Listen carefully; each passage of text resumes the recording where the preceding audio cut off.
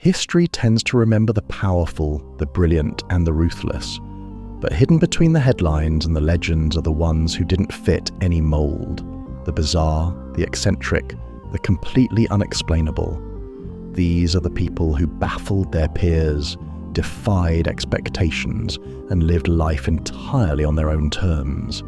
A nobleman who believed he could control the tides, a millionaire who hoarded rags and gold in equal measure, a self-declared emperor with no land, no army, but an entire city that took him seriously.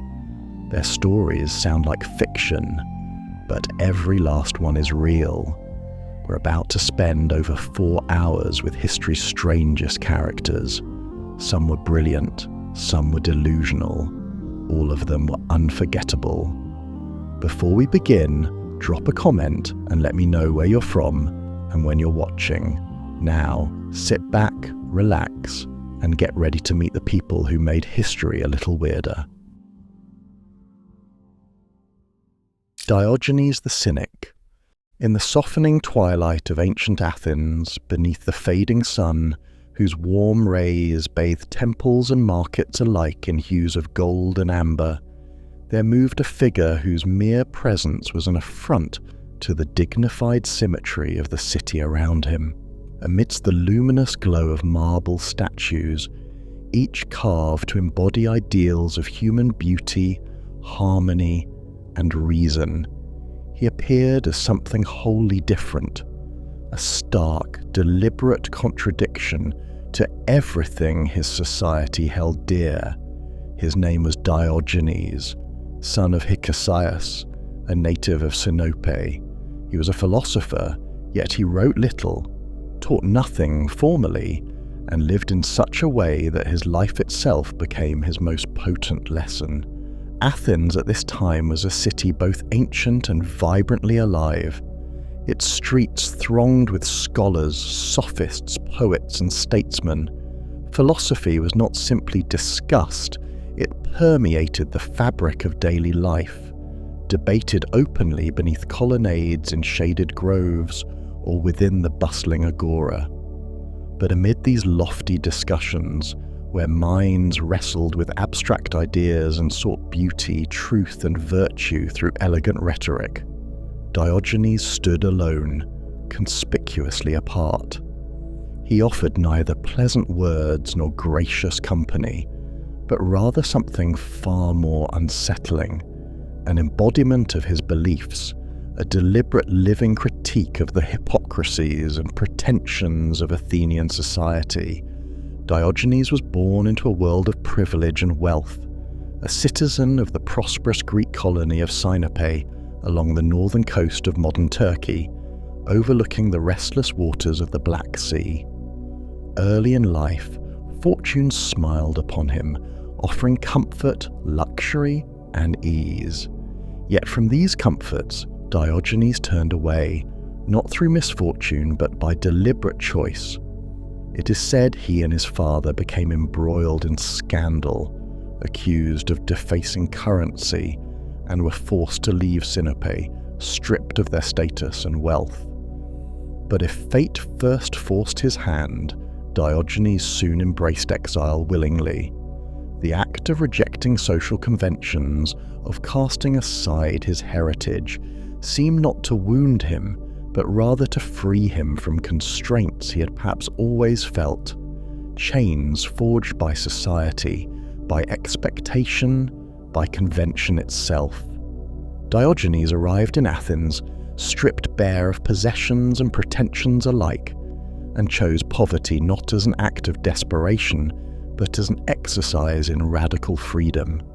He settled into a large earthenware jar, often called a barrel or tub, situated conspicuously in a public place, perhaps in the shade of a marketplace colonnade or near the steps of a bustling temple. This dwelling, humble beyond comprehension to most Athenians, was for Diogenes not humiliation, but liberation. It left him unburdened by property, by obligation, by the ceaseless striving after social status that consumed those around him. In this jar, Diogenes made his home. He slept beneath coarse rags, untroubled by the discomfort of the cold stone beneath him. The jar was not merely shelter, it was a symbolic statement, a living metaphor for his beliefs. Passers-by would glance his way, sometimes amused, more often puzzled or scandalized, to see him sitting within it, gazing calmly outward, utterly indifferent to their judgment. It seemed he wished to show them how little one truly needed, how small a space could suffice, how much of what men chase was merely illusion. Each morning as Athens awoke, Diogenes emerged from his ceramic dwelling to wander barefoot among its bustling citizens. In the crowded agora, surrounded by the hum and clamour of vendors hawking olives, fish, cloth, perfumes and trinkets, Diogenes became a kind of living oracle, dispensing biting observations or cryptic pronouncements that challenged the assumptions and values his contemporaries held dear. His method was unique. Where other philosophers lectured from raised platforms, surrounded by students attentive and respectful, Diogenes preached from the gutter, from the dirt beneath the sandals of those he sought to enlighten. Rather than speak formally, he confronted people directly, often harshly, using irony and satire as weapons to puncture their self-regard and expose the emptiness behind their refined facades. His appearance alone was provocative, carefully cultivated to offend the sensibilities of refined Athenians. His hair was tangled, unkempt, his beard wild and untamed, his skin darkened by relentless exposure to sun and wind. He wore simple, ragged garments, often soiled from sleeping in the dust and refuse of public spaces. He carried nothing but a small knapsack containing only the most essential items: a wooden bowl, a spoon, a single cloak. Yet even this small inventory became too burdensome for him.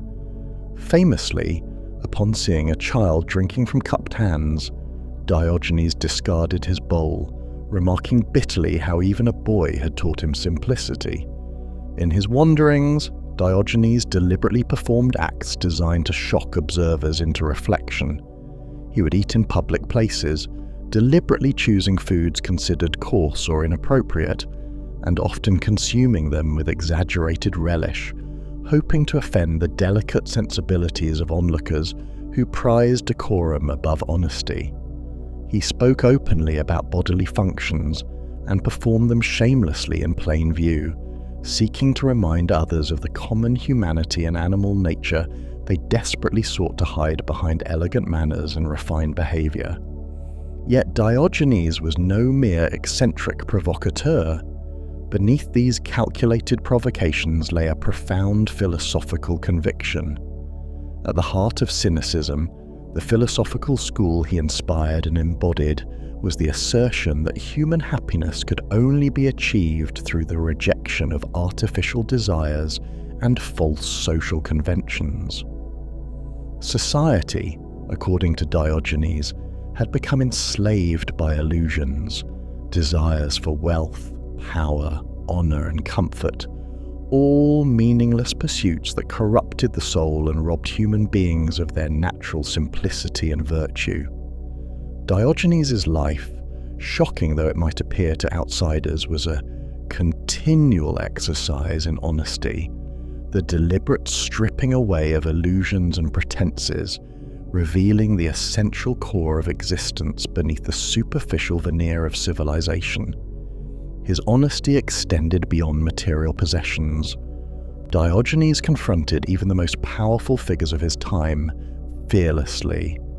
When Alexander the Great himself, conqueror of nations and considered by many a god in human form, approached Diogenes and offered to grant him anything he desired, Diogenes looked up at the young king and replied simply, famously, "Stand out of my sunlight."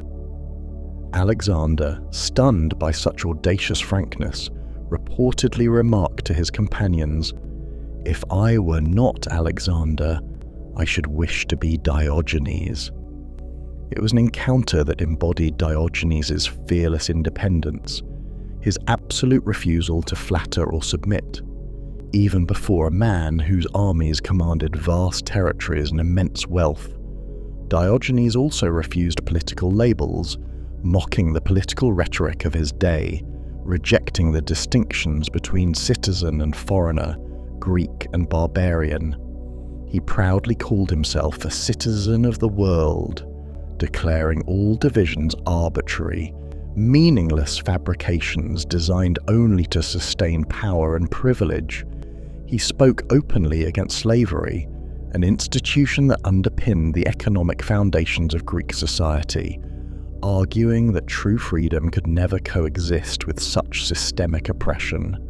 His words, though often harsh and controversial, struck deeply at the conscience of those who heard him, forcing many to reconsider their most cherished beliefs.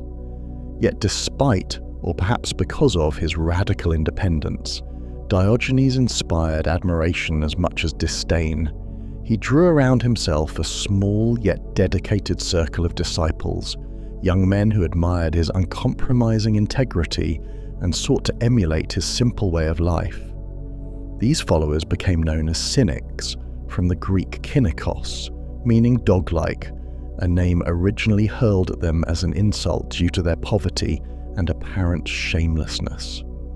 Yet, Diogenes embraced the epithet, proclaiming himself proudly canine, loyal, independent, indifferent to comfort, honest to the point of brutality. Like a dog, he lived openly, without shame or deceit, free of envy or greed, content with simplicity and faithful to truth. Even as Diogenes aged, he maintained his independence and vigor.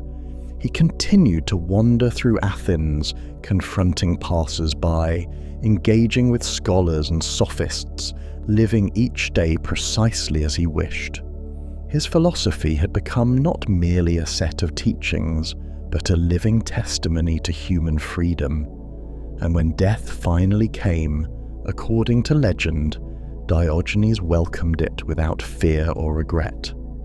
Some stories say he passed peacefully in his sleep beneath the stars, others that he simply held his breath until life departed, one last act of defiance, independence, and mastery over his fate.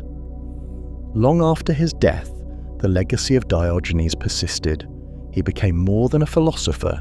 He became a myth, a legend, an ideal. In a world consumed by pretension, greed, ambition, and power, his uncompromising honesty provided an eternal challenge to complacency and self-deception. He offered no comfortable illusions, only harsh truths.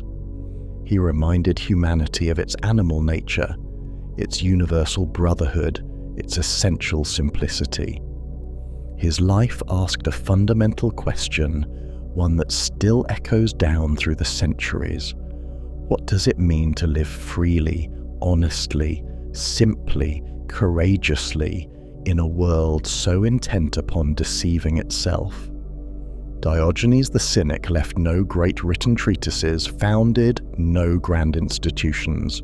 His philosophy was lived, not written, embodied rather than preached. Yet his life stands forever as a profound testament to the possibility and the price of absolute honesty and radical freedom. Among Athens's marble statues and lofty temples, his simple clay jar spoke louder than any monument, echoing through time as a profound symbol of human truth and enduring wisdom. Just a quick heads up before we continue. The visuals in this video help set the scene, but you don't need to watch them to follow along. Feel free to let this play in the background while you work, relax, or as you're drifting off to sleep. Now sit back, relax, and let's get back to the stories. Terarre.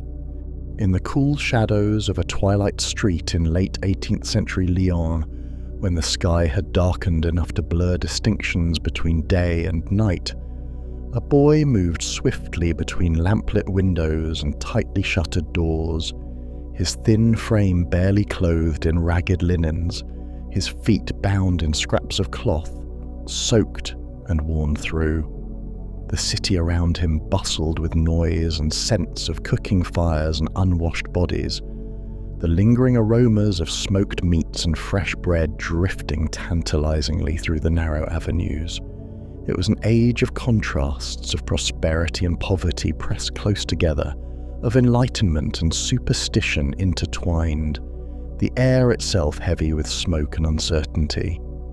But amid the cacophony of everyday commerce, this boy moved in the margins, unnoticed, invisible, a shadow among shadows, his wide eyes darting restlessly, searching, forever hungry. His name was Terarre, a strange melodic name that rolled softly from the tongue, yet echoed with tragedy and longing. Born in 1772 to parents of modest means in rural France, Terarre had always been different, marked from birth by an unnatural appetite, a ravenous hunger that neither his family's modest table nor the abundant countryside surrounding their home could ever satisfy. As a small child, he astonished his family by consuming enormous meals in a single sitting, entire loaves of bread, piles of meat, whole baskets of apples. Yet no matter how much he ate, his hunger remained, relentless and gnawing. It was as if inside him lay a void, an emptiness both physical and existential, impossible to fill. His body, though it consumed endlessly, remained lean, almost emaciated. His skin stretched tightly over his bones, his hollow cheeks shadowed beneath wide, dark eyes perpetually ringed by fatigue. As Terarre grew older, his hunger only intensified, becoming more primal and unmanageable, driving him deeper into a life of desperation and obscurity. When his parents could no longer sustain his insatiable appetite, nor understand its frightening intensity, they pushed him out into the wider world, into the streets and countryside of France to fend for himself. By adolescence, Terarre drifted through the back alleys and marketplaces of Lyon, a figure of unsettling presence. He scavenged through rubbish heaps behind inns and taverns, clawing through piles of discarded bones, rotting vegetables, and mouldy bread crusts, always seeking the remnants that ordinary stomachs rejected.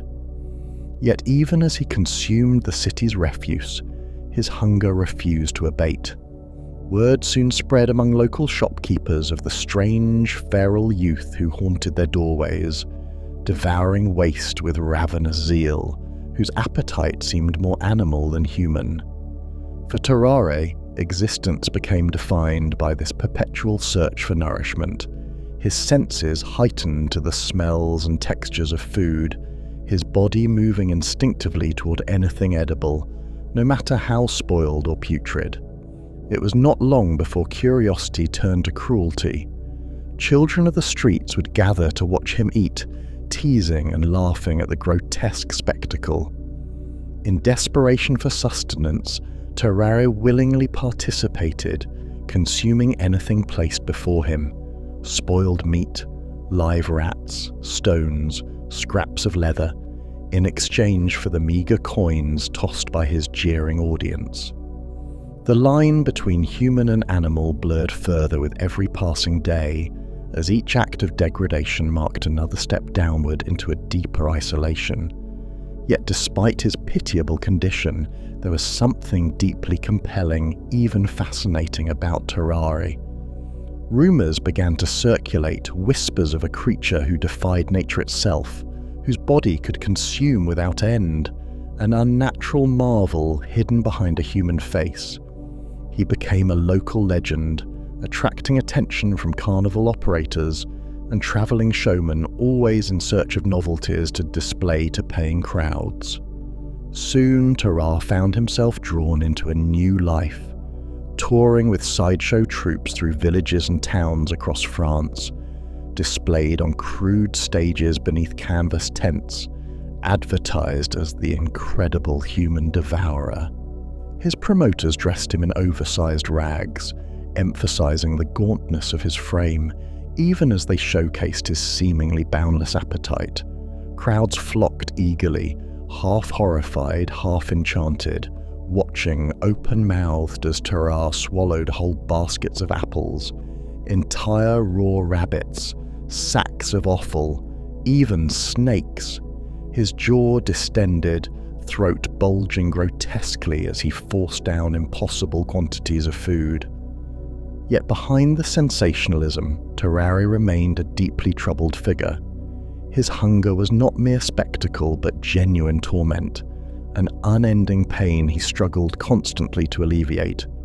Even after performances, when the crowds had dispersed and the tents folded into wagons bound for the next village, he roamed desperately in the darkness, rummaging through garbage and begging for scraps. No matter how much he consumed, his frail body never gained weight, his pallid skin remained waxy, and the hollow look in his eyes grew only deeper and more haunted. As word of Terarre's extraordinary abilities spread further, his reputation reached beyond mere curiosity seekers. During this era, Europe seethed with conflict and tension.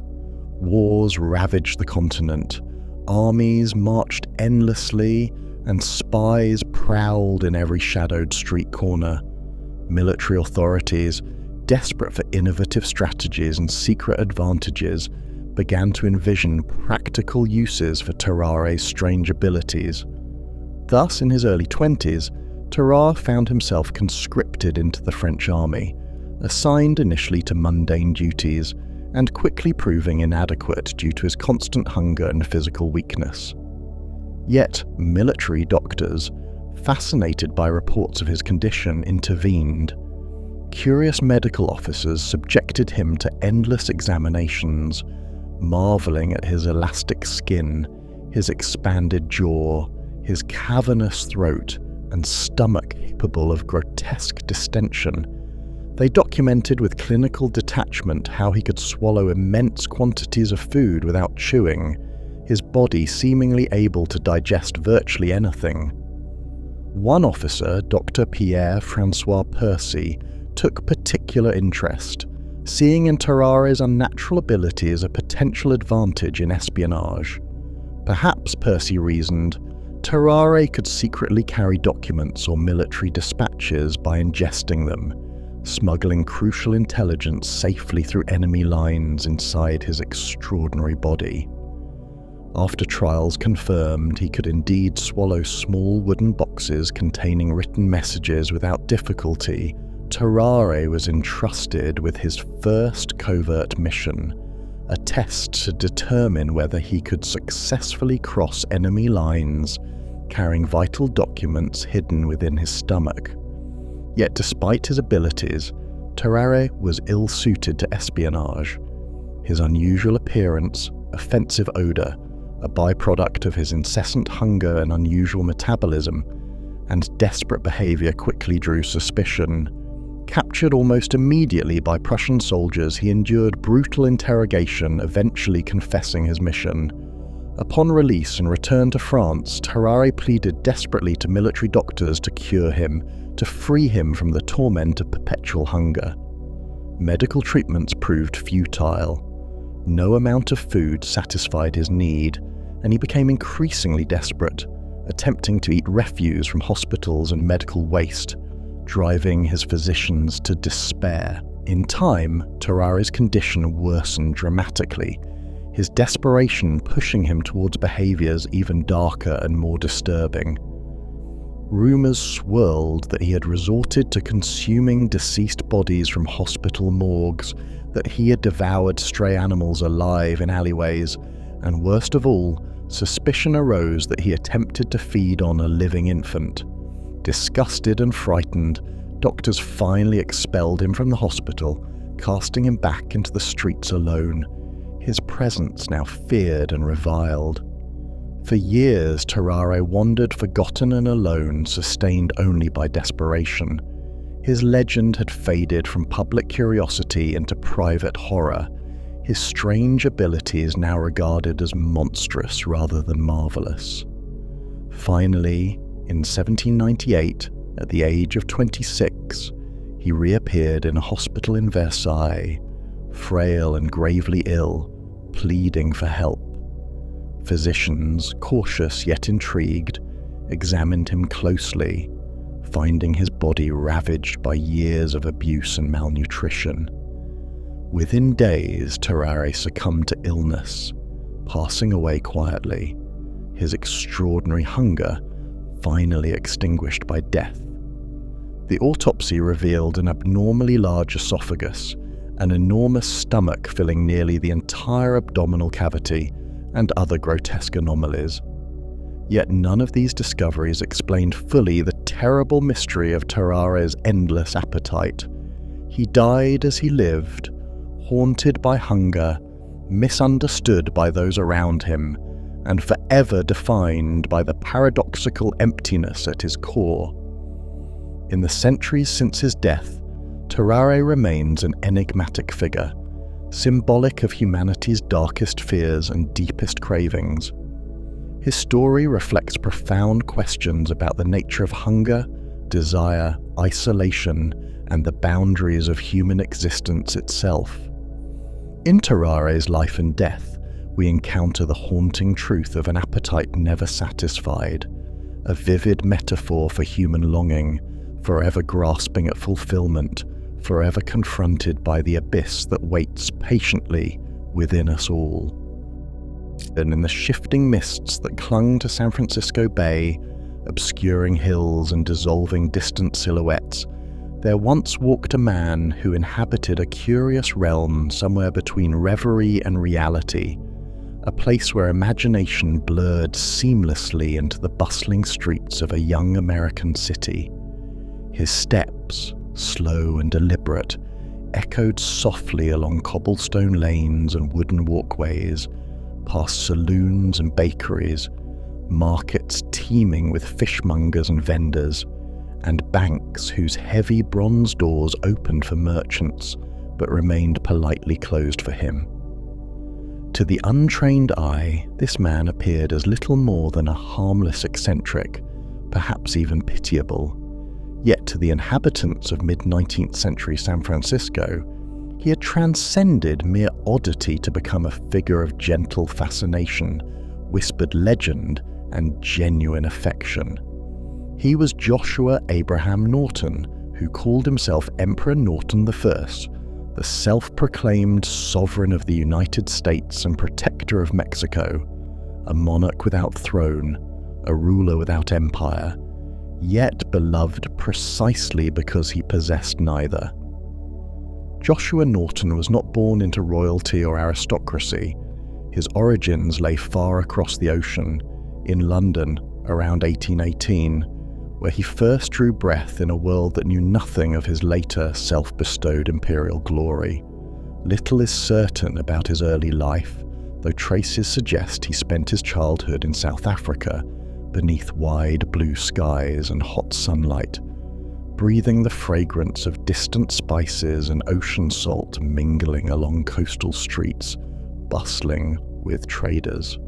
His family, comfortably wealthy merchants of English-Jewish heritage, provided young Joshua with stability and education, imbuing in him a sense of possibility and ambition that would later propel him across the globe. As he grew older, he left Africa's sunlit shores behind, carried by winds of opportunity toward America, a young nation still wild at its edges, uncertain yet full of promise, a land where fortune awaited those bold enough to seize it. By 1849, amid whispers of gold flowing from riverbeds and hillsides, Joshua Norton arrived in San Francisco, a city vibrating with a feverish energy, swollen by a tide of dreamers, adventurers, and gamblers, all drawn by the elusive glitter of sudden wealth. Norton, like many others, chased that glitter relentlessly, investing in commodities, speculating boldly, his fortune rising swiftly as he navigated the restless economic currents of the gold rush era. He purchased real estate, bet heavily on commodities such as rice, and for a moment stood poised at the cusp of genuine wealth, his name whispered among bankers and brokers, his gaze set confidently upon a horizon he believed was his destiny. Yet, as swiftly as fortune smiled upon him, it vanished, leaving him reeling beneath the weight of ruin. In 1852, a disastrous rice speculation left him bankrupt, his investments reduced to dust, his reputation tarnished, and his dreams scattered across the windswept hills of San Francisco. The city he had sought to conquer now seemed indifferent, its bustling streets filled with strangers who barely noticed him passing quietly among them. Norton retreated inward, disappearing from public view for several years, wandering the margins of society, his whereabouts and thoughts hidden from historical gaze. This period remains obscure, cloaked in silence and uncertainty, a mysterious hiatus before his sudden and spectacular re-emergence, a rebirth as remarkable and improbable as anything the young city had yet witnessed. Then, on September 17th, 1859, a curious announcement appeared in the pages of the San Francisco Bulletin, bearing words both dignified and astonishing, words that would transform Joshua Norton from failed speculator into legendary monarch overnight. The proclamation, printed with absolute seriousness and without mockery, declared simply, at the peremptory request and desire of a large majority of the citizens of these United States, I, Joshua Norton, declare and proclaim myself Emperor of these United States. From this moment forward, Norton was no longer merely an eccentric failure, but a self-appointed sovereign, an emperor whose crown existed only in the collective imagination of the people who encountered him. His reign began modestly, recognized by no formal government, acknowledged by no official body, yet embraced with a curious affection by ordinary San Franciscans. Norton appeared in public dressed resplendently in a worn military uniform, its faded epaulets gleaming dully beneath California's sun, crowned by an elegant, if somewhat battered, beaver hat. A saber, dignified yet rusted, swung gently at his side, his bearing regal, his presence solemn, commanding attention wherever he went. Daily, Emperor Norton walked the city streets, his measured footsteps echoing quietly, his figure instantly recognizable and respected. Shopkeepers greeted him with courtesy, providing meals without charge. Restaurant owners set aside a special table, adorned simply but respectfully. Policemen saluted gravely as he passed, nodding acknowledgement of his authority. A gentle act of communal kindness, an unspoken conspiracy among citizens to honor a man whose dignity transcended his delusions. Norton graciously accepted these offerings with calm nobility, never beggarly, never grasping, but receiving them as befitting a ruler. Magnanimous, dignified, aware of the delicate dance between fantasy and reality he embodied. Yet beneath the humor, beneath the playful facade of acceptance, something deeper resonated. Emperor Norton's proclamations, issued regularly in local newspapers and posted prominently across the city, contained more than merely eccentric ramblings. He called earnestly, even prophetically, for social reforms decades ahead of his time, advocating civil rights, condemning discrimination, urging the construction of bridges linking San Francisco's isolated peninsula to Oakland, a vision eventually realized with the Bay Bridge many decades later. His decrees, though unsigned by any official hand, resonated profoundly, subtly nudging citizens to reflect upon injustices, to envision possibilities beyond the practical limitations of their day. In a city built upon ambition, greed and competition, Emperor Norton stood as a gentle counterpoint, a quiet reminder of dignity, compassion and collective imagination. His kingdom, defined by neither borders nor armies, existed solely because San Franciscans willed it into being, their collective embrace transforming a man's delusion into something profound and genuine, a shared fantasy of benevolence, kindness and dignity amid the chaotic bustle of urban life. As the years passed, Norton's fame spread beyond San Francisco.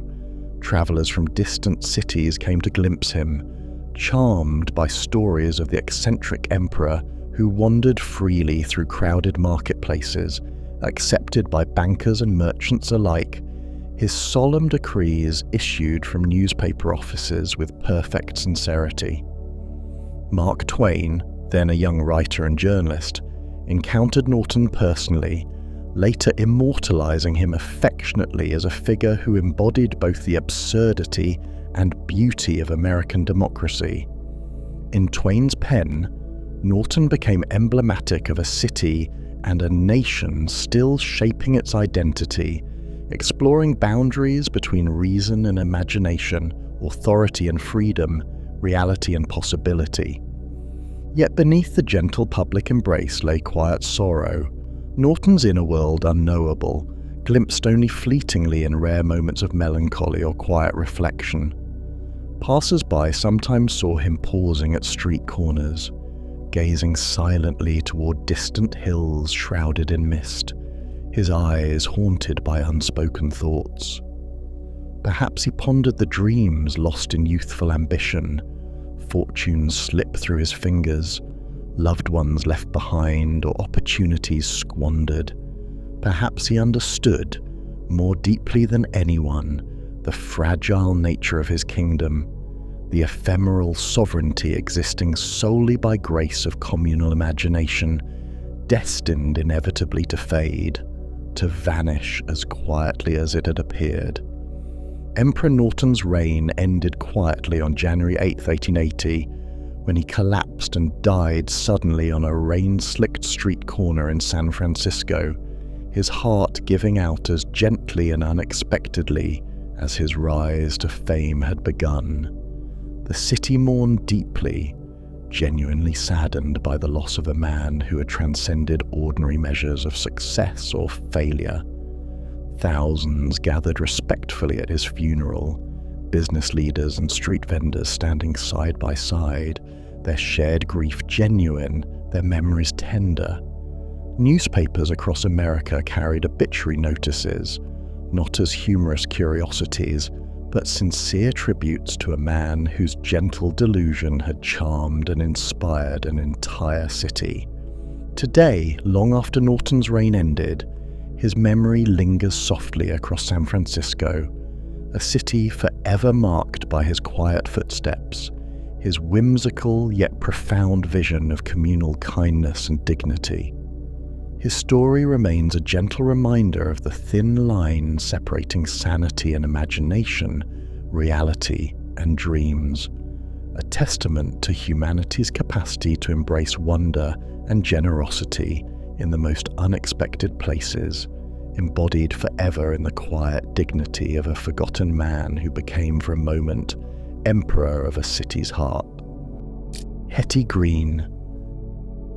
In the quiet stillness of New Bedford, Massachusetts, where the harbour lay blanketed in fog and the salt-thick wind whispered through clapboard houses once gilded by wailing wealth, a girl was born in the year 1834, a year as cold and grey as the Puritan sensibilities that still governed the region's soul. Her name was Henrietta Howland Robinson, but the world would come to know her by another name, one shaped by awe, suspicion and resentment. Hetty Green, the Witch of Wall Street. She arrived into a world of money, not in the vulgar, ostentatious style that New York's Fifth Avenue would later come to worship, but in the hushed, Protestant thrift of old money made at sea. The Robinson family, whalers turned financiers, had amassed a fortune in oil and trade, and like all such New England fortunes, theirs was managed less with joy than with quiet dread. Money was a matter, not of pleasure, but of legacy, stewardship, and vigilance against the moral decay that so easily accompanied wealth. Hetty, even as a child, was drawn to numbers the way others are drawn to poetry or light. By 6, she was reading the financial pages aloud to her aging grandfather, her small fingers tracing the upturned graphs, her high voice reciting the day's markets like scripture. By 13, she was managing ledgers with an intensity that frightened the household maids. Her education, part Quaker austerity, part mercantile apprenticeship, was unsentimental, practical, and profoundly solitary. She learned early that trust was a luxury she could not afford, and affection a kind of debt always extracted with interest. It was this mixture of intelligence and guardedness, of calculation laced with cold clarity, that followed Hetty into womanhood like a shadow stitched to her hem. When her father died in 1865, he left her a vast inheritance, $1 million in cash, $6 million more in trust, and control over the family's shipping interests. She inherited not just money, but the obligation to guard it against the vultures that circled the corpses of old American fortunes, and she would spend the rest of her life doing just that, guarding, investing, accumulating, retreating. She dressed in widow's black, always. The colour, she insisted, was practical. It did not show dirt, nor did it require frequent laundering.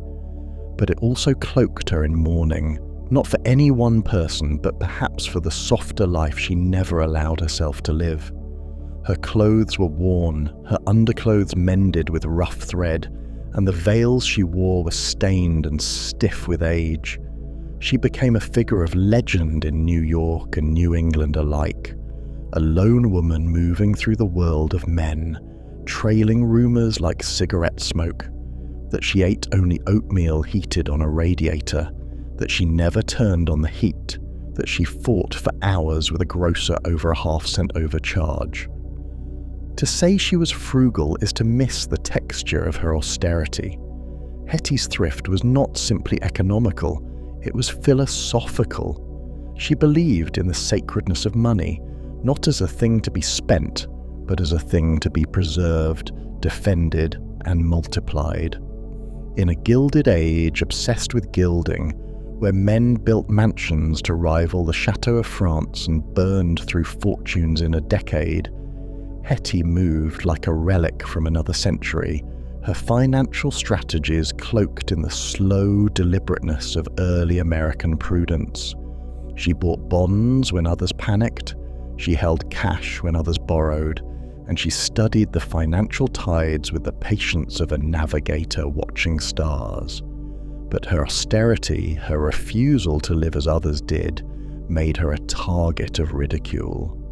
The press branded her the Witch of Wall Street, not simply because of her severe appearance and unorthodox ways, but because she threatened something elemental in the American psyche. A woman with money, and worse, a woman who refused to spend it as others thought she should, was a kind of blasphemy.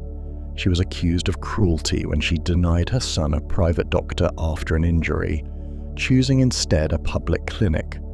The leg was later amputated, and the story became legend. Whether it was true mattered less than the symbolism. It was a tale told and retold to reinforce the myth of Hetty Green as miser incarnate, a cautionary tale for any woman who sought power on her own terms. Yet, beneath the caricature, the real Hetty Green was not without feeling. She loved her children, albeit in a way shaped by the same hard angles as her finances. She wrote letters to her estranged husband when he fell ill, tending to him in his final years, even as she refused to let him squander her fortune. She read widely, thought deeply, and navigated the vicious waters of finance with an instinct that rivaled J.P. Morgan or Andrew Carnegie. She loaned the city of New York money during financial panics when banks faltered, demanding only gold-backed returns. In a system built by and for men, Hetty did not ask permission. She simply played the game better. She did not die in a mansion. She died in a modest apartment in Hoboken, New Jersey in 1916 at the age of 81. Her fortune estimated at over $100 million, a sum so vast it defies translation into modern figures.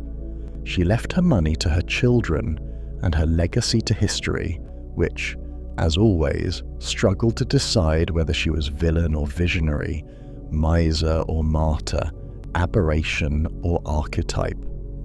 But perhaps the truth is simpler and stranger. Perhaps Hetty Green was not a witch, nor a miser, nor a mere eccentric.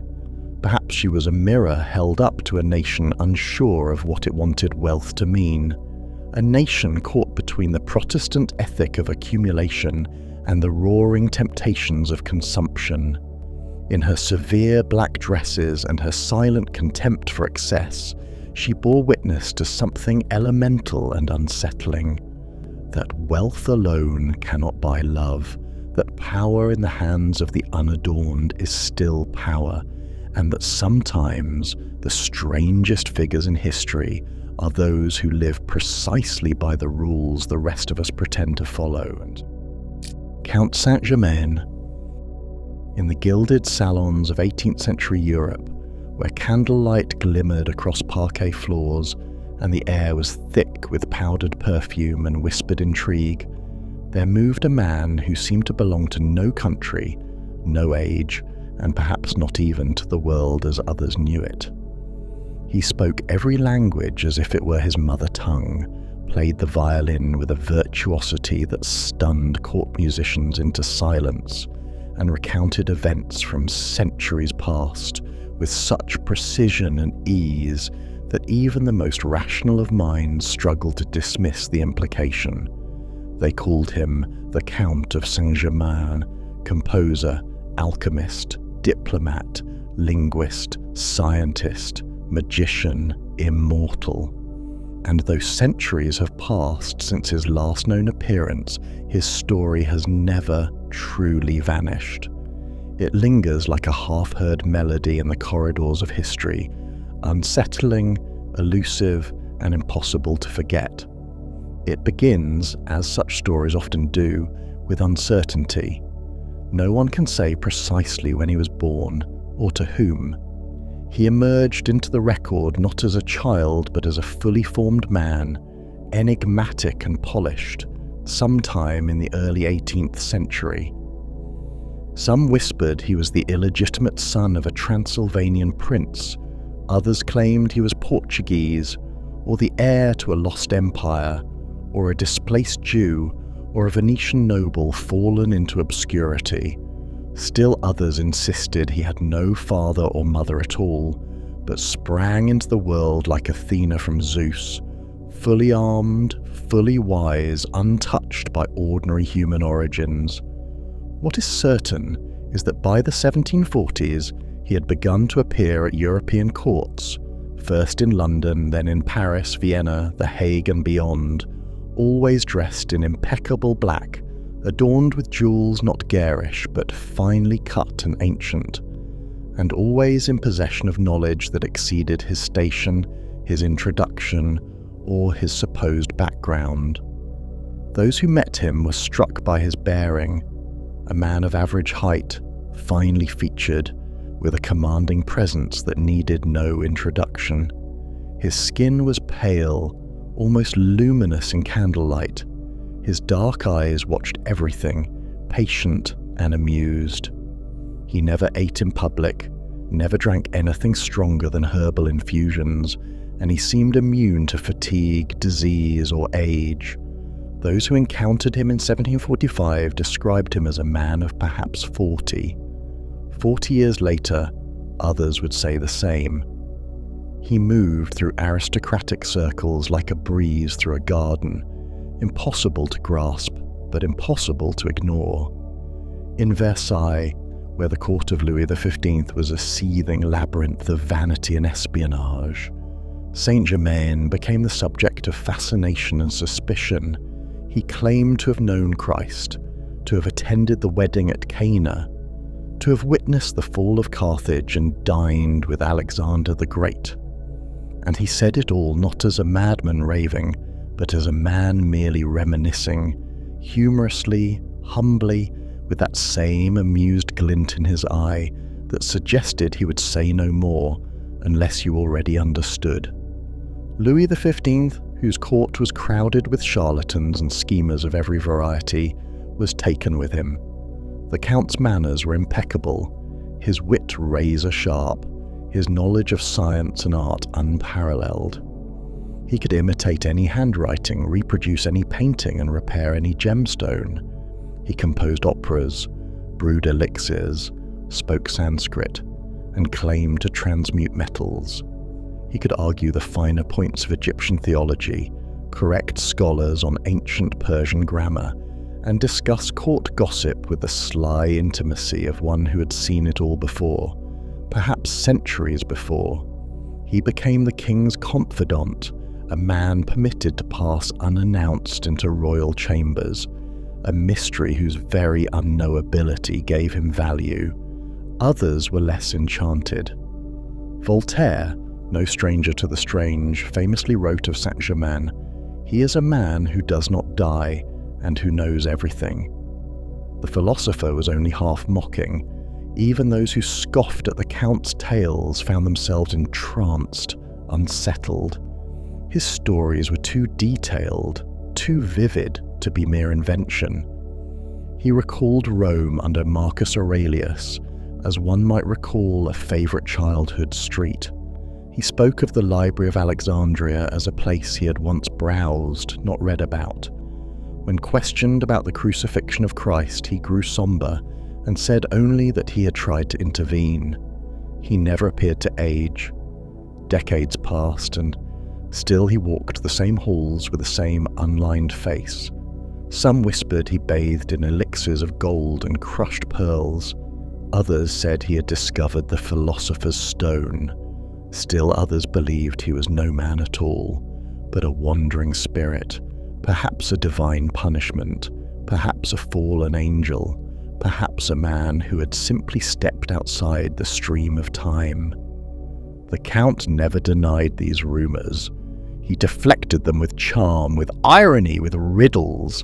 In 1760 he travelled to Holland under mysterious circumstances, supposedly in the employ of various European monarchs, though no one could say precisely which.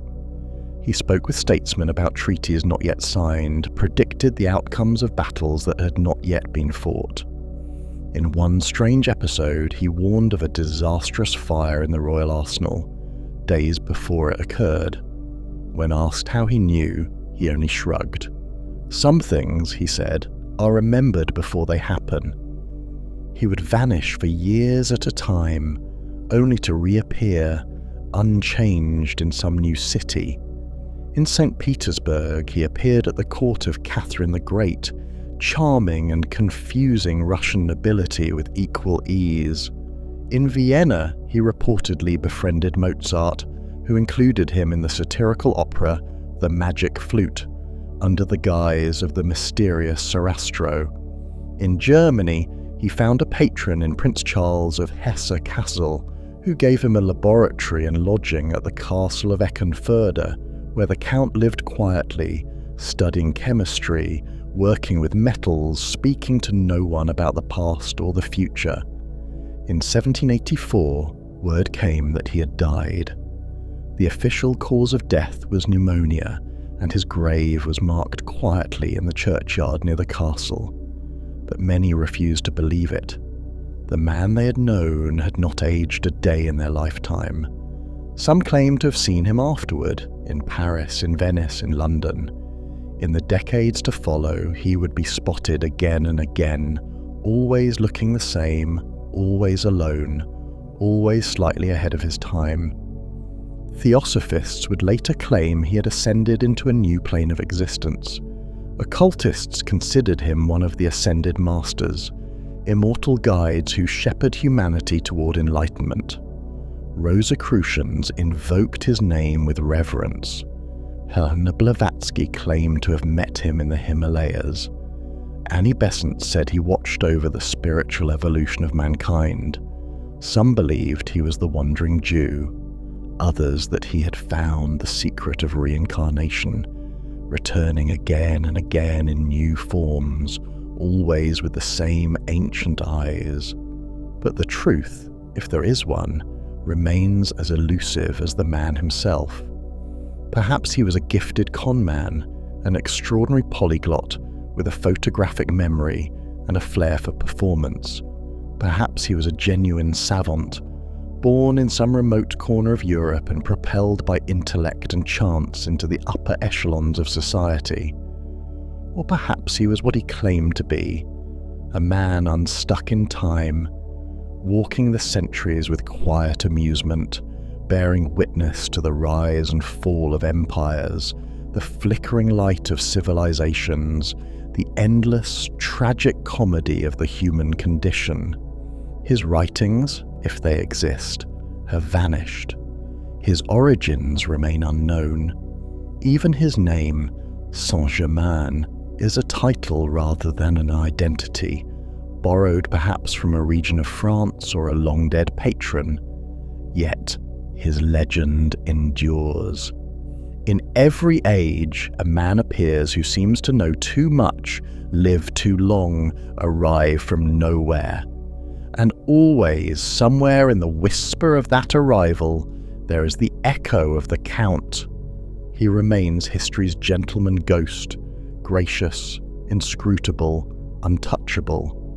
A man who moved through palaces with the calm of one who had seen them rise and fall before. A man who asked for nothing, who needed nothing, and who left behind no trace except for the stories others could not stop telling. And in the silent corners of the world, in quiet libraries, in shadowed rooms behind ancient doors, in whispered rumours among those who still seek alchemical truth, his name still lingers. Saint-Germain, the man who would not die, the man who never explained, the man who might even now be listening. Carl Tanzler. In the narrow halls of the old Marine Hospital in Key West, Florida, where the salt air lingered like a phantom and the ocean's breath pressed softly against the flaking window panes, an old man moved with slow, deliberate steps, his white coat hanging loosely from a frame too gaunt, too rigid, to belong to someone still young. He carried with him an air of quiet eccentricity, a faded European dignity, worn threadbare by the years but still clinging to him like the stubborn scent of old perfume. The staff regarded him with a mixture of amusement and distance, unsure whether to admire his odd charm or keep a cautious space between themselves and his strangeness. For Carl Tanzler, with his greying moustache and aristocratic bearing, seemed both harmless and haunted, an old-world spectre drifting through the warm, damp corridors of a tropical island at the edge of America. To understand Tanzler, one must begin not with the morbid spectacle that would one day define his name, but with the quieter story of a man adrift in time, caught between old continents and dying empires. Born in Dresden, Germany in 1877, in the dying twilight of the 19th century, Tanzler came of age beneath the fading banners of imperial Europe, in a world still enchanted by the grandeur of science, mysticism, and monarchy. As a child, he dreamed not only of the heavens, of stars and celestial navigation, but also of exotic places, ancient knowledge, and lives he believed he had once lived before. In his letters and notes, written decades later with the cracked ink of obsession, Tanzler claimed to have received visions in his youth, dreams and apparitions from a spectral woman who came to him in the mist of sleep. She was dark-haired, olive-skinned, of noble bearing and radiant eyes, and in these dreams she revealed herself as his destined bride, a woman he had once loved in a past life, and who would one day return to him in the flesh. These visions took root in Tanzler's mind, not as fantasy but prophecy, a sacred script that would shape his entire sense of self, time and purpose. For Tanzler was not merely a man, he was, in his own telling, the reincarnation of a great soul, wandering across centuries to find the woman fate had promised him. That promise followed him across oceans.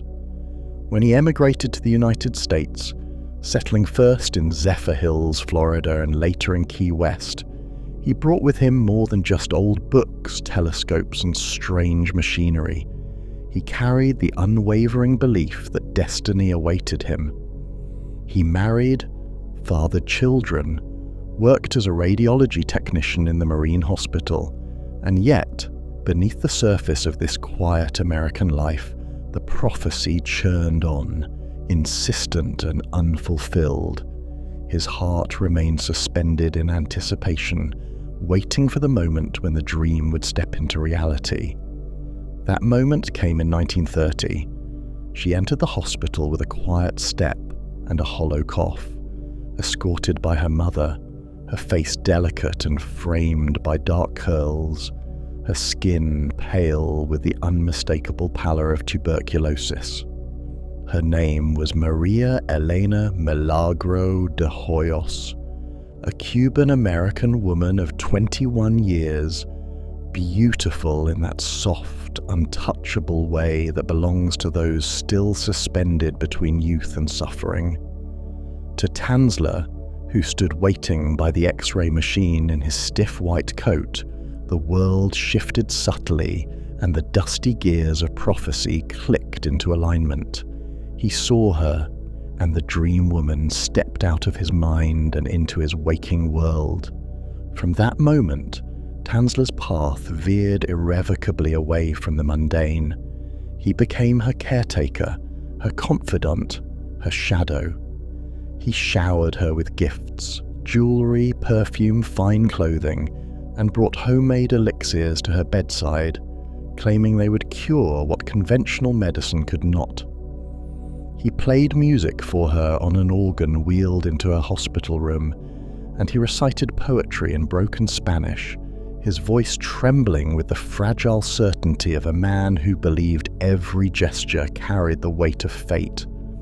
But Elena, kind and polite though she may have been, never returned his affections.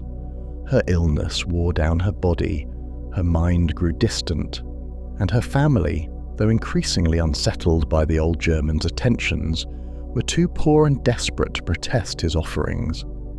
He paid for medical treatments they could not afford. He brought food when there was none, and though his presence grew more suffocating by the day, they did not push him away. Tanzler to them was not yet the grotesque figure he would become. He was simply a strange, mournful man who believed too deeply in a love that was never his.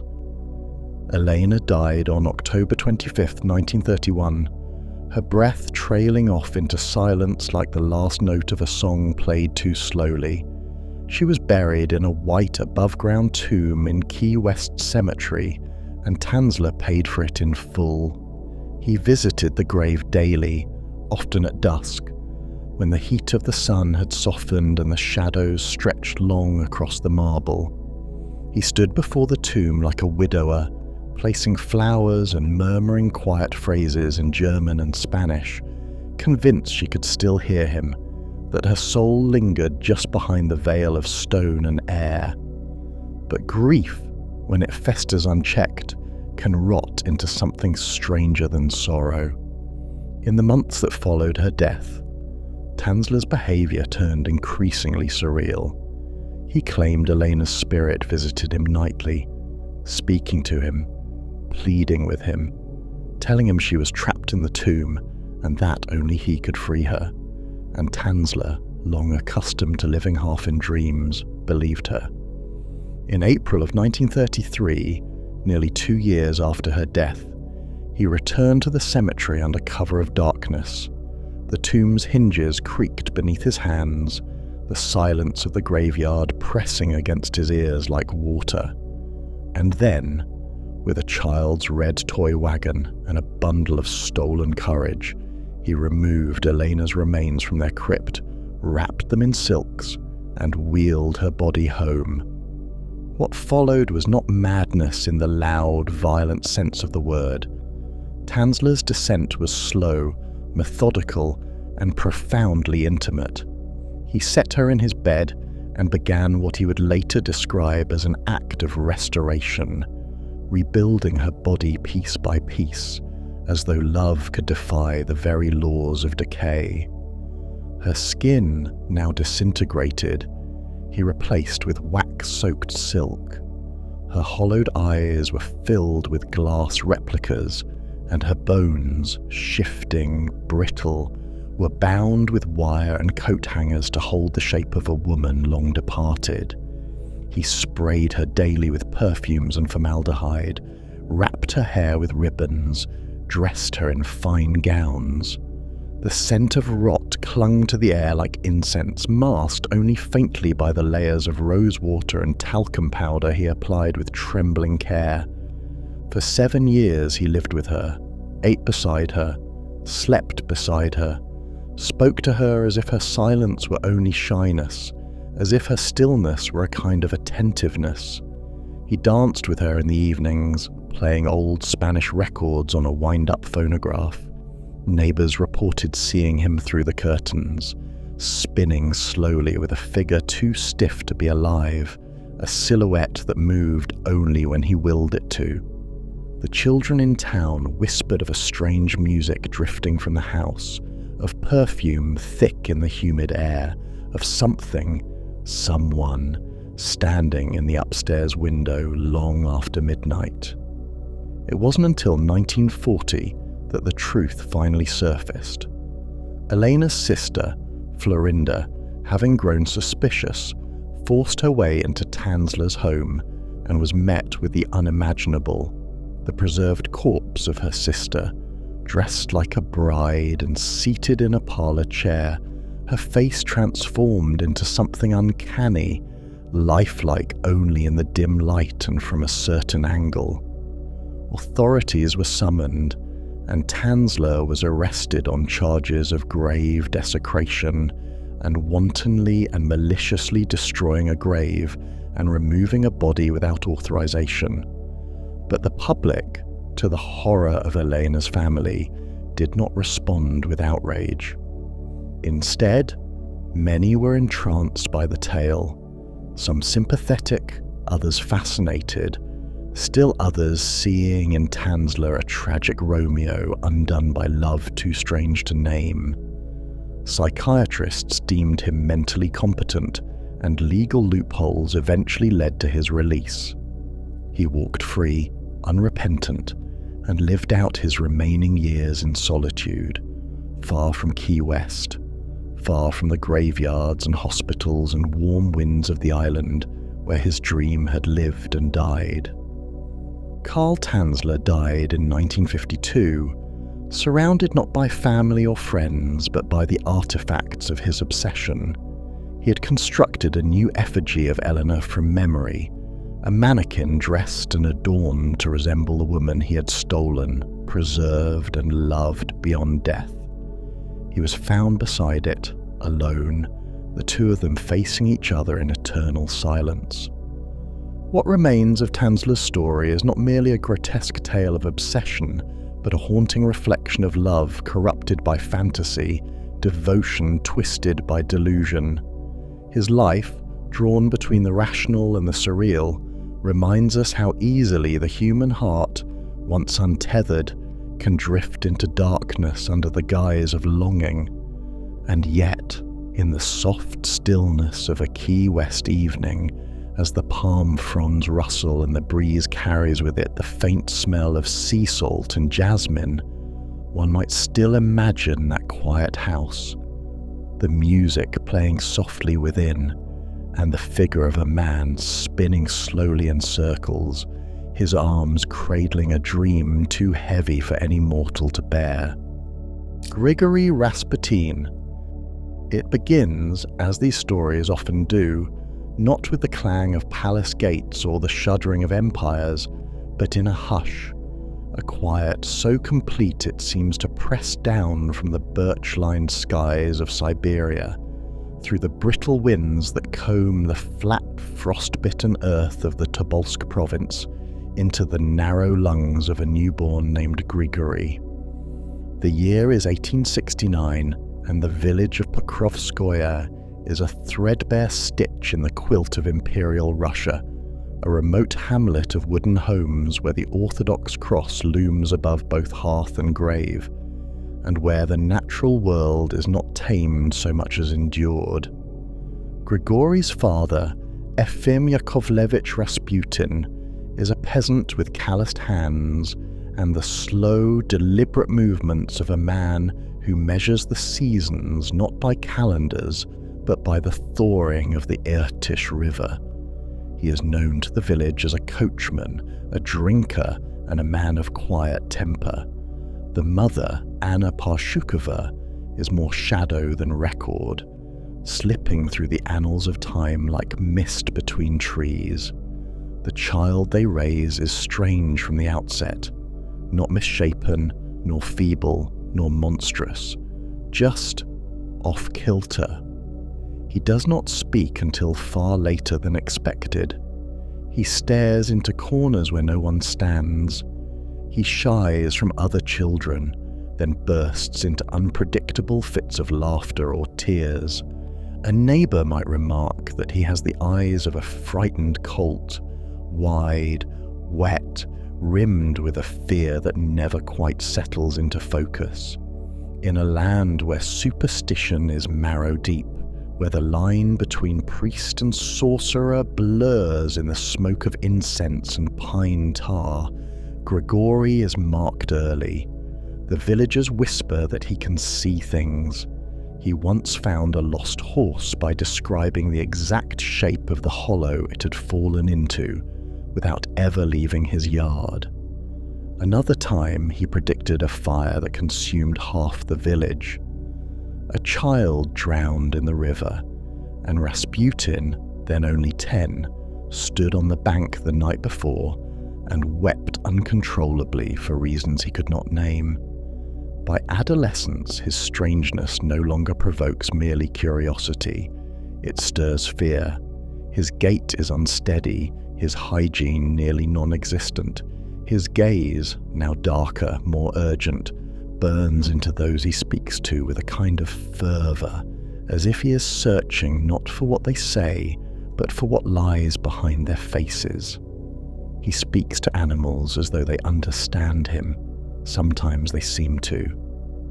But he is no fool, nor an idiot, and despite having no formal education beyond the rote instruction of a local church elder, he possesses a startling memory, a cunning sense of people's weaknesses, and above all, a magnetism that only grows with time. Even those who despise him find themselves unable to look away. It is around this time that the visions begin, or perhaps they had always been there, and it is only now that Rasputin, shaped by adolescence and isolation, begins to speak of them aloud. He dreams of light descending in pillars from the sky, of saints with scorched wings, of floods washing over the earth while he alone stands dry atop a mountain. Sometimes he wakes from these dreams with blood in his nose. Other times he does not wake at all but slips into a fugue state, his body trembling, his voice chanting in a language older than Russian. There are many paths a boy like Rasputin might have taken: madness, exile, an early grave. But in 1887, when he is 18 years old, a theft, or perhaps the suspicion of a theft, for nothing is ever recorded clearly, forces him to flee Pokrovskoye and take refuge in a monastery in Verkhoturye, over 100 miles away. It is here, among candlelight and iconography, that Rasputin first encounters the disciplined rituals of the Russian Orthodox Church. But it is not discipline that draws him in, it is the ecstasy. The chants, the incense, the rhythmic motion of prayer, the swaying of bodies as they give themselves over to something unseen and all-encompassing. He is not an obedient novice. He is, even here, unruly, intense, obsessed with the idea not of order, but of transcendence.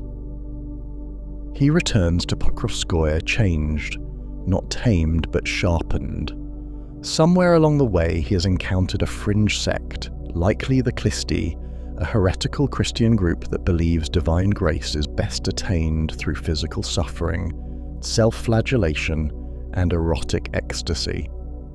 The details are unclear, buried under a century of speculation and rumour. But what is certain is that Rasputin has become something new, not merely strange but religious. Not merely religious, but charismatic. He sheds his old self like a snake sloughing its skin, and begins to wander the countryside barefoot and ragged, preaching a gospel of healing and redemption that is both deeply orthodox and wildly unorthodox. He speaks of surrendering to divine will, of casting off shame, of embracing sin in order to rise above it. His words are simple, but his presence is arresting. Women follow him. Men hate him, but listen all the same. He gains a reputation, not just as a mystic, but as a healer, a holy man, a starets. By the time Rasputin reaches St. Petersburg in 1903, the empire itself is already trembling beneath the surface. Nicholas II, the Tsar, is earnest and soft-spoken, but ill-equipped to hold together a nation rotting from its edges. His wife, Alexandra, is a German-born empress whose deep, anxious piety only increases her isolation from the Russian court. The nobility sneer at her, the people whisper about her accent, and in the background of it all, the machinery of revolution grinds ever louder. Into this atmosphere of desperation and spiritual hunger steps Rasputin, tall, unkempt, eyes like molten tar, with a beard that clings to his face like moss to stone. He is an anachronism in the jewel-drenched salons of Petersburg society, and yet he is embraced, not just tolerated, but revered. Aristocrats pass him between drawing rooms like a relic.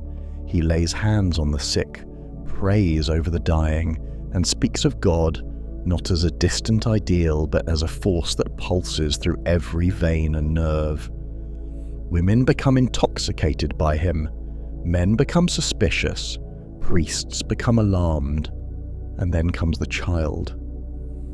Alexei Nikolaevich Romanov is born in 1904, the long-awaited heir to the Russian throne, but he is born with haemophilia, a hereditary disease passed silently through Alexandra's bloodline.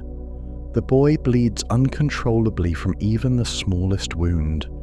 His life becomes a tightrope between agony and death. The court doctors are helpless, their empress is undone, and it is at this moment, this terrible, trembling moment, that Rasputin enters the palace and places his hands upon the child.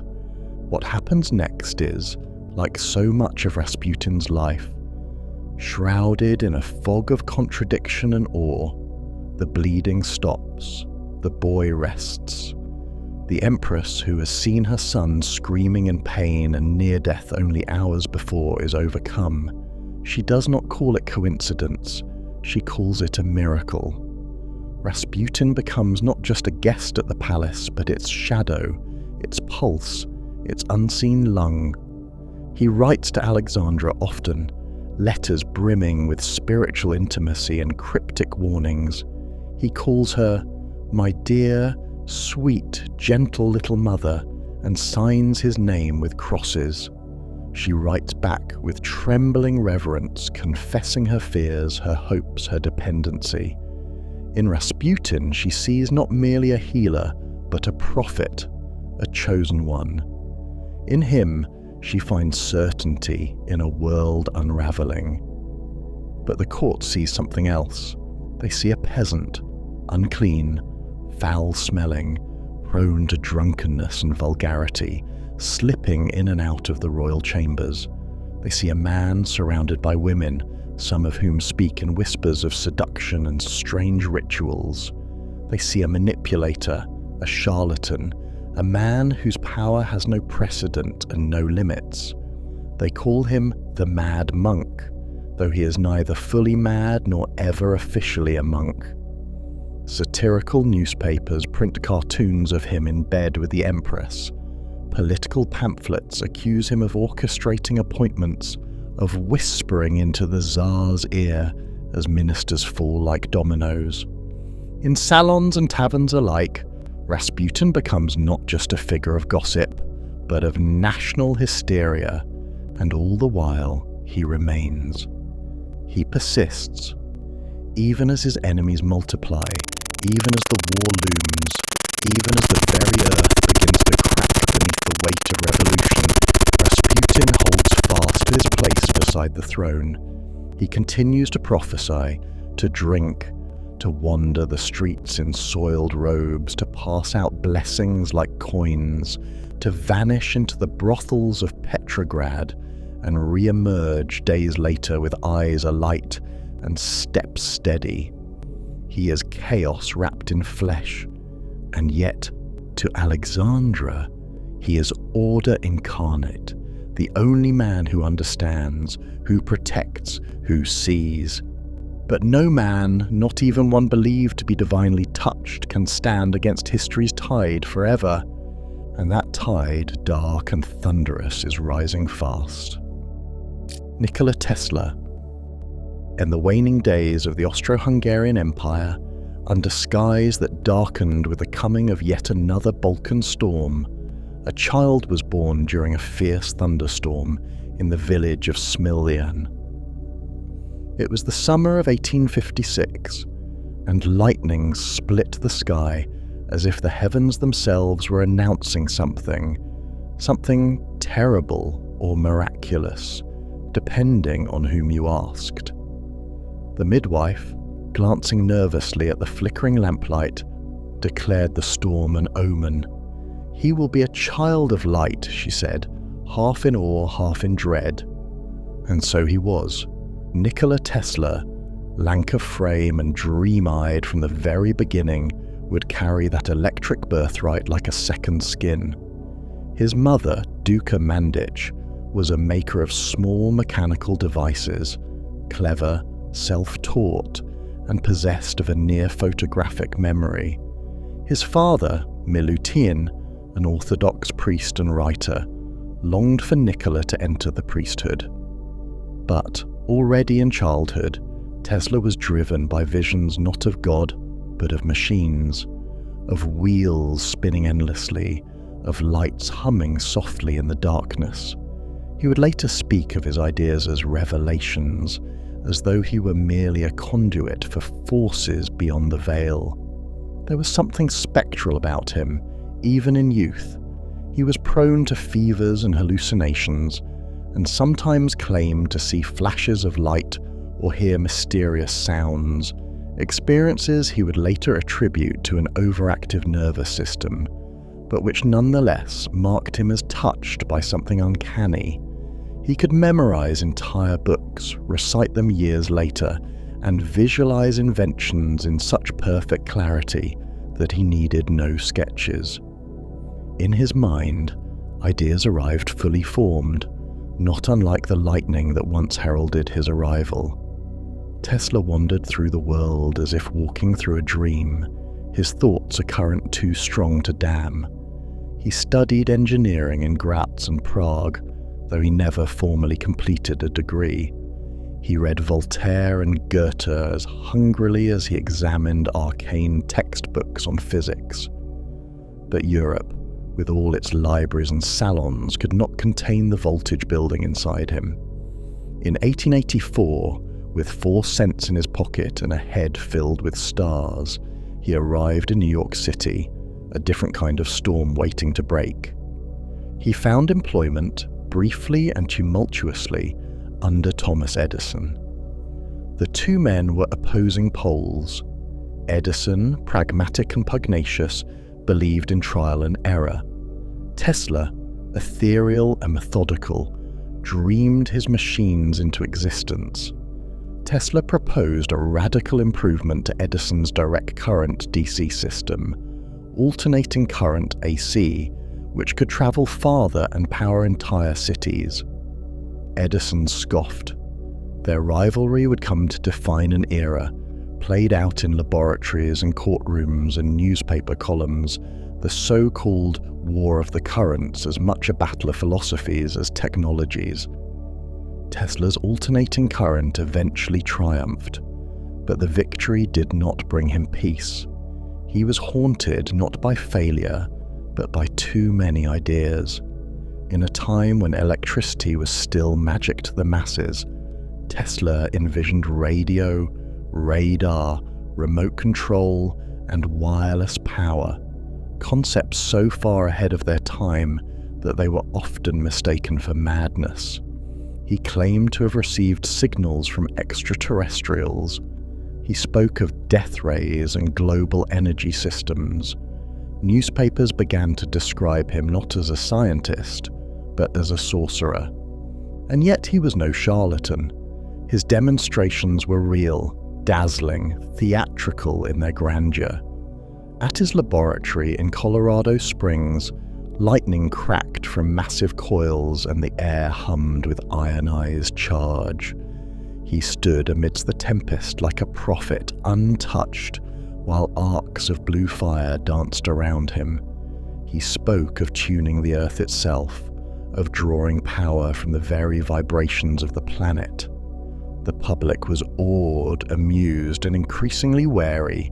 The world around Tesla changed fast and mercilessly. The titans of industry, Morgan, Westinghouse, Edison, had no patience for idealism without profit. Tesla's visions were too vast, too diffuse, and too unconcerned with monetization. He tore up contracts worth millions to preserve his integrity. He lost funding. His projects faltered. He withdrew from society, turning inward, speaking to pigeons in Central Park and wandering the city in increasingly threadbare clothes. In his final years, Tesla lived in a series of hotel rooms, feeding birds and scribbling in notebooks.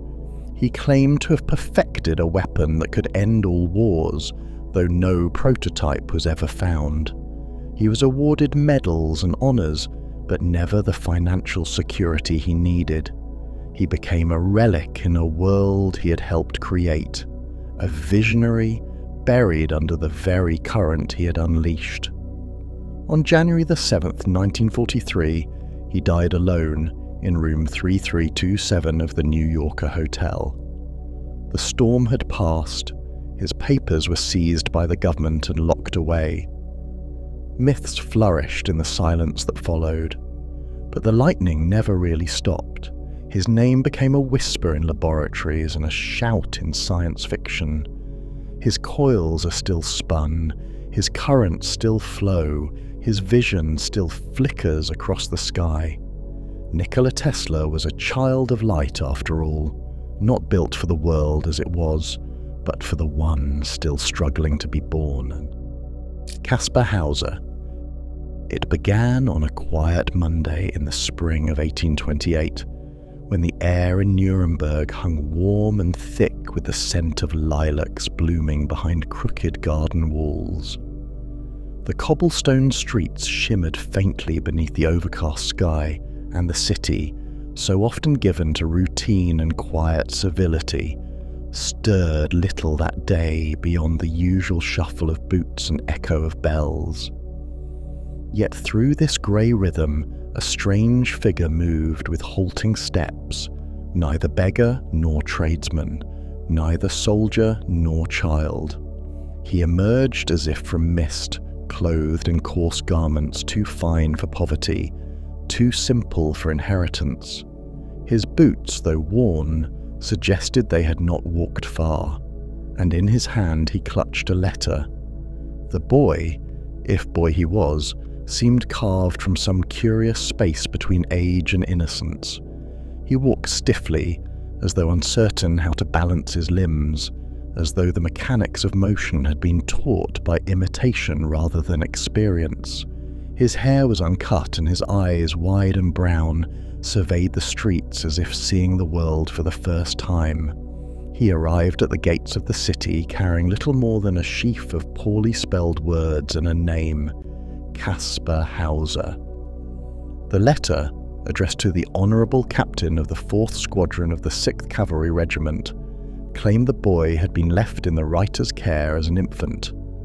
It went on to say that he had been kept indoors his entire life, never allowed to leave the house, and now wished to be a cavalryman like his father.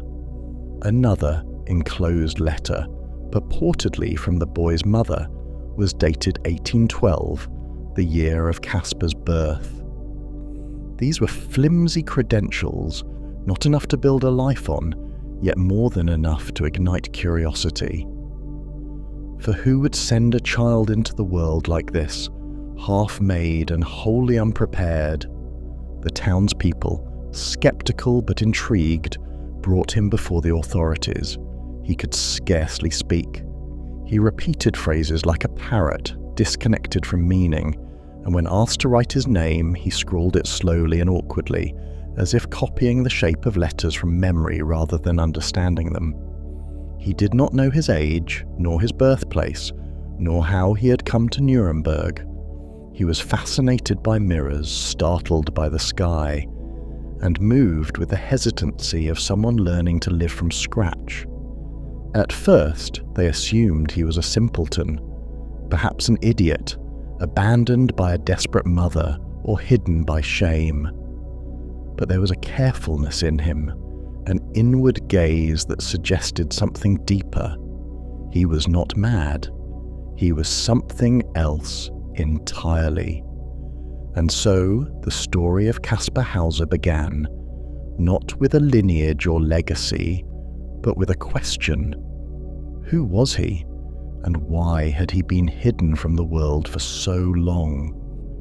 The authorities placed him under the care of Friedrich Daumer, a gentle schoolmaster with philosophical leanings and a fondness for the metaphysical.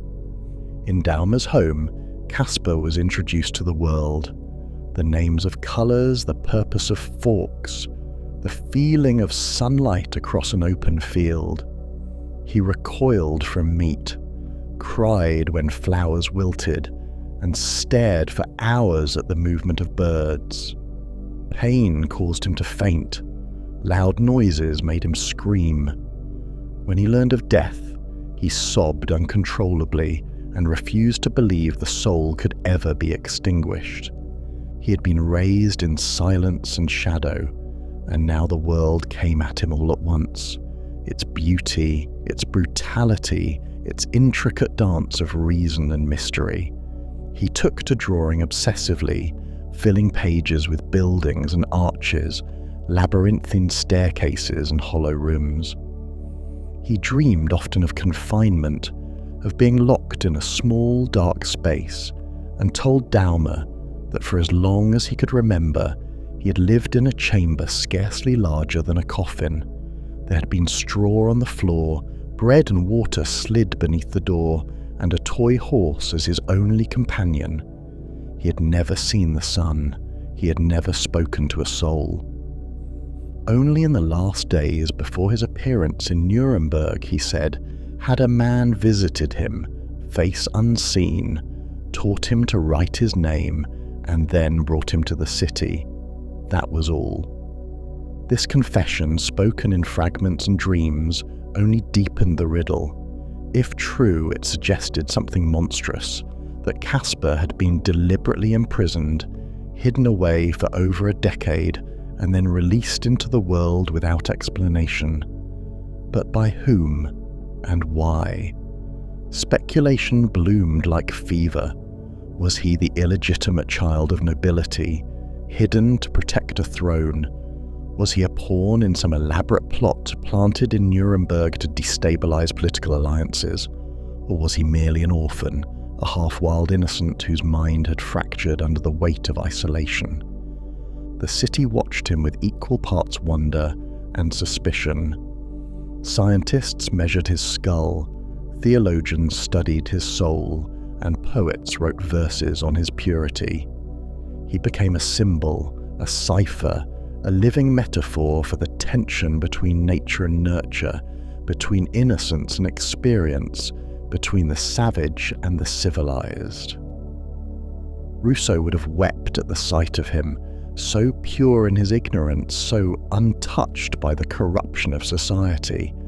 Yet others feared him, this strange, unspeaking child with eyes like mirrors, who seemed to know nothing and yet see everything. The press, always eager for a sensation, turned him into a celebrity. He was paraded through salons, tested by doctors, painted by artists. One day, a woman offered him perfume, and he sniffed it with such delight it moved her to tears. Another day, he was given a violin and played it with such awkward tenderness that even skeptics faltered. But all was not well beneath the surface. Kaspar suffered from mysterious fits, from hallucinations and nightmares.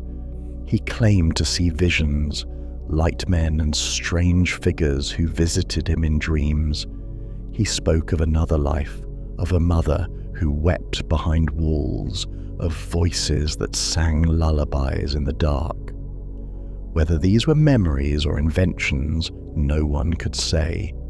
But they haunted him. And then, in October of 1829, came the first attempt on his life. He was found bleeding from a wound on his forehead, babbling that a masked man had attacked him in Daumer's home. Authorities searched the premises but found nothing. Some believed the attacker was real, a shadow from Kaspar's past sent to silence him. Others suspected Kaspar had harmed himself in a fit of madness or attention-seeking. The incident marked the beginning of a long unraveling, a slow descent into paranoia, instability, and distrust. He was moved again, this time to the care of Baron von Tucher, and later to Johann Bieberbach, a municipal official. Each guardian found him charming at first, then difficult, then impossible. He lied, they said. He manipulated. He played the innocent while sowing chaos in the household. He was too clever, too damaged, too much. By the early 1830s, the boy who had arrived as a mystery was now seen by many as a fraud. Rumours abounded that he had invented his story, that he was a con artist who had duped the entire city. But others still believed, fiercely, painfully, that Kaspar was telling the truth, if not in fact, then in spirit.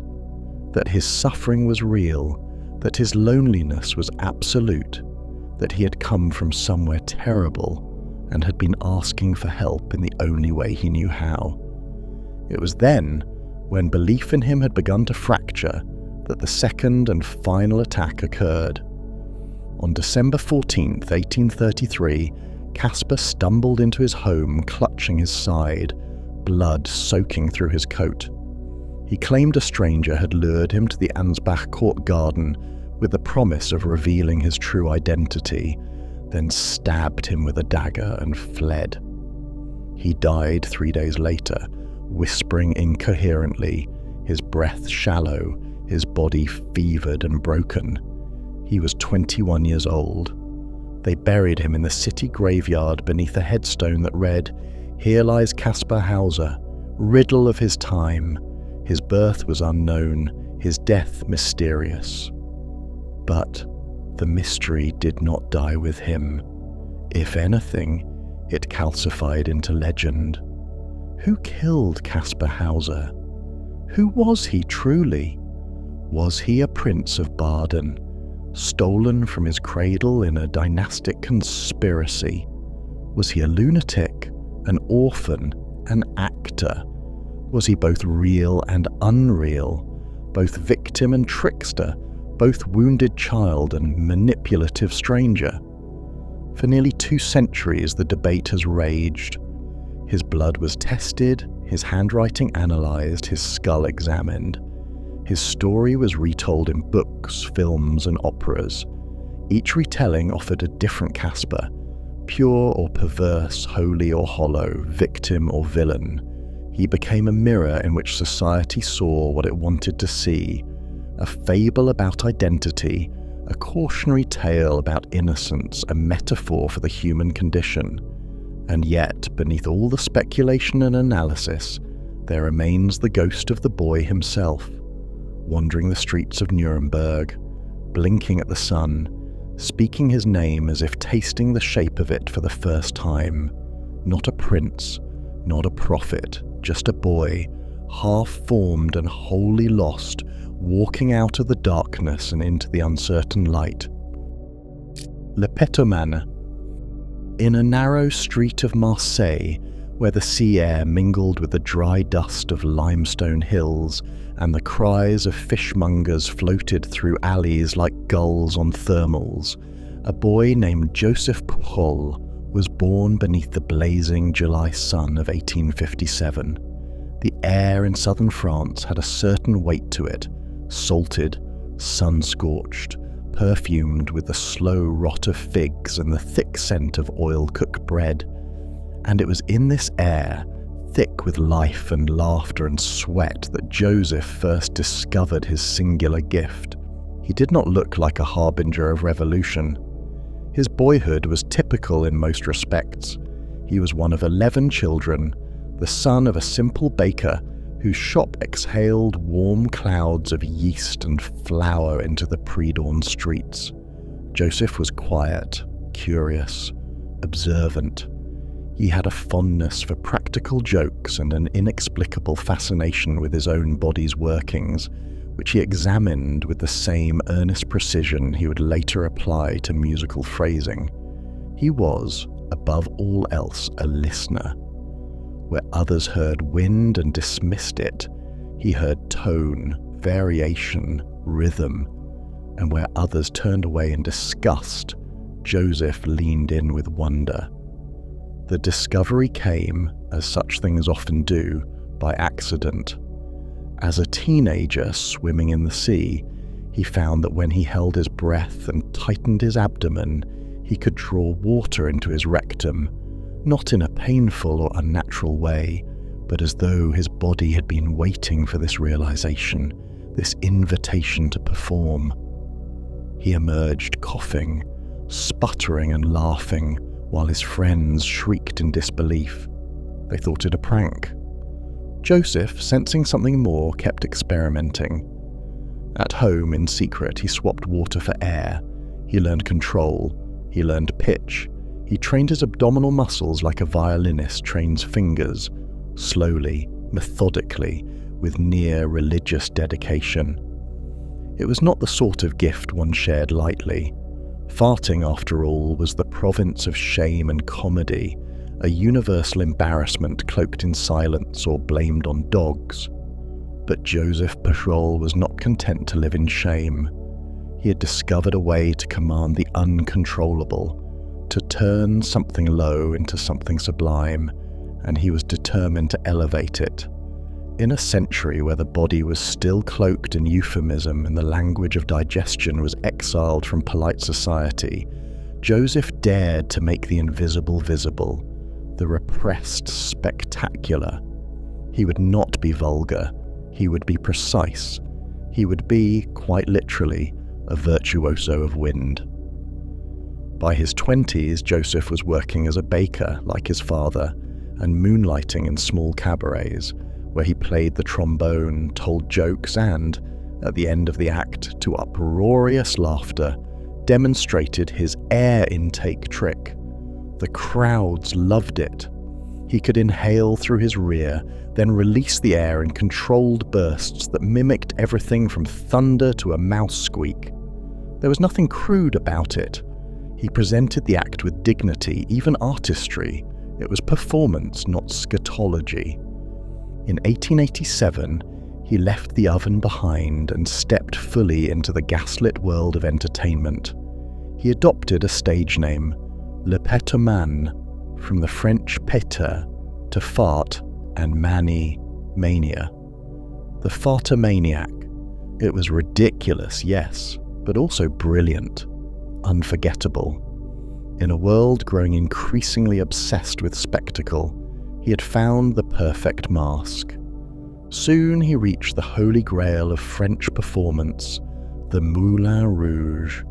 The famed Parisian cabaret, still young and hungry for novelty, embraced him like a long-lost relative. Among the can-can girls and bohemians, the absinthe drinkers and revolutionaries, Le Pétomane was a sensation. Dressed in a tailcoat, immaculate and grave as a concert pianist, he strode on stage and bowed solemnly before an audience that had no idea what was about to happen.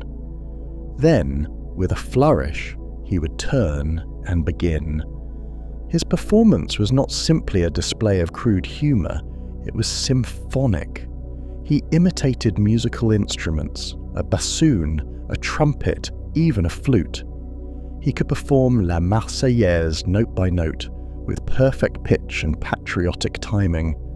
He rendered cannon fire and bird calls, the buzzing of bees, the crack of a whip. He smoked cigarettes through a rubber tube inserted into his rectum, exhaling smoke from below in elegant plumes. He blew out candles from several feet away. He performed duets with other musicians. There were whispers that he could even play Mozart's works on command, though these accounts were often coloured with exaggeration. To the disbelieving he offered proof, medical demonstrations under the watchful eye of doctors and skeptics. There was no trickery. He was not passing ordinary gas. He was inhaling air into his rectum through muscular control, holding it and releasing it at will. In an age of scientific marvels, Joseph Pujol became one himself. The bourgeois audiences were baffled. Here was a man who could fart on command, with artistry and restraint, in a theatre known for its decadence, and yet he insisted on refinement. He refused to perform anything that might offend women. His act had no vulgar words, no scatological jokes, no nudity.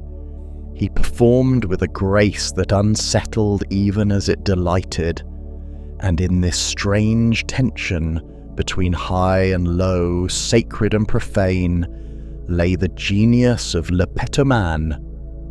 At the height of his fame, he drew more crowds than Sarah Bernhardt. Royalty came to watch. Aristocrats jostled for tickets. Parisians debated whether he was an artist, a clown, a madman. And Joseph, ever the craftsman, kept refining his act. He expanded his repertoire. He hired assistants. He leased his own theatre, the Théâtre Pompadour, when a dispute with the Moulin Rouge over money soured the relationship.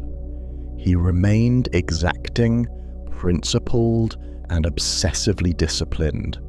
This was his life's work, and he would not debase it. But all performances must end. When the Great War came, the laughter died. France was bleeding. The Moulin Rouge dimmed its lights. In the trenches there was no room for joy, and the absurd beauty of Le Pétomane's art seemed for a time like a relic of a vanished world. Joseph retired quietly. He refused to perform again. He had made his fortune. He bought a villa in Toulon, raised his children, and became a man of silence. He lived through the occupation, watched the tides of Europe shift and collapse, and died in 1945 at the age of 88, as the world was being remade once more in fire and blood. His body, once the source of delight and confusion, was buried in the quiet soil of La Valette du Var, beneath a stone as modest and unassuming as the man had once seemed. And yet, his legend endured. It endures because Le Pétomane reminds us of something fundamental, that the body, even in its most absurd capacities, is capable of wonder, that even the lowest functions, when mastered, can touch the sublime. In an age that exalted science and ridiculed the grotesque, Joseph Puel built a bridge between comedy and discipline, between ridicule and reverence. He lived as a paradox, a man who farted for a living yet never degraded his art, a man who made kings laugh without saying a word. There is something deeply human in that contradiction, something strange, yes, but also tender. For what is art, if not the mastery of form, the bending of nature to will, the transformation of the ordinary into the extraordinary? Le Pétomane did not wield a brush or pen or bowstring. He wielded his breath, his body, and the silence of an audience unsure whether to laugh, cry, or applaud. He gave them all three. Sarah Winchester. It begins, as many American ghost stories do, with money. Not ordinary money, not the soft jingle of coin in a worn pocket or the slow accumulation of wealth through steady toil, but a sudden and monstrous fortune, gleaming, blood-slicked, and soaked in the smoke of gunpowder. Before there is a house, there is a rifle. Before there is Sarah Winchester, eccentric widow of myth and legend, there is Sarah Lockwood Pardee of New Haven, Connecticut, a child born not under a star, but beneath the dim glow of a flickering gas lamp, in a country still reeling from the weight of its own contradictions. Sarah is born in 1839 to Leonard and Sarah Pardee, a family of comfortable means and fine connections. The Pardees are the sort of people who are not rich enough to inspire envy, but wealthy enough to send their children to school, to host salons in sunlit parlours, and to wear wool that doesn't itch. Sarah is small, even as a child, delicate in frame, with eyes that drink in the world rather than merely glance over it. There is a stillness to her, a sense that she is listening not only to what is said, but to what isn't, to the flutter of unseen curtains and the echo left behind when the last note of a piano fades. She is unusually intelligent. That much is agreed upon even by the conservative standards of New England propriety. She speaks French by the age of 12. She studies Latin, mathematics, the classics. She plays the piano not with the prim, soft strokes of a parlour darling, but with depth and precision, as though she believes in what the music is saying. Her mind is a finely wrought instrument, but she lives in a world that does not yet know what to do with minds like hers, especially not in women. And so she waits. She becomes a beautiful ornament, poised and luminous in lace and corset, paraded through debutante seasons and tea parties like a pearl passed between hands. Suitors come and go, one remains. His name is William Wirt Winchester, heir to the Winchester Repeating Arms Company, the manufacturer of the weapon that will one day be known as the gun that won the West. They marry in 1862, in the midst of the Civil War, when the nation is cracking open at the seams, and death has become a permanent resident in every American town. It is a time when bullets sing through the air with a kind of divine authority, and the name Winchester is whispered like both a prayer and a curse. The couple is young, handsome, and rich. They live in a fine home in New Haven. They attend the theatre. They host dinners where the air is thick with cigar smoke and whispered speculation about the company's future.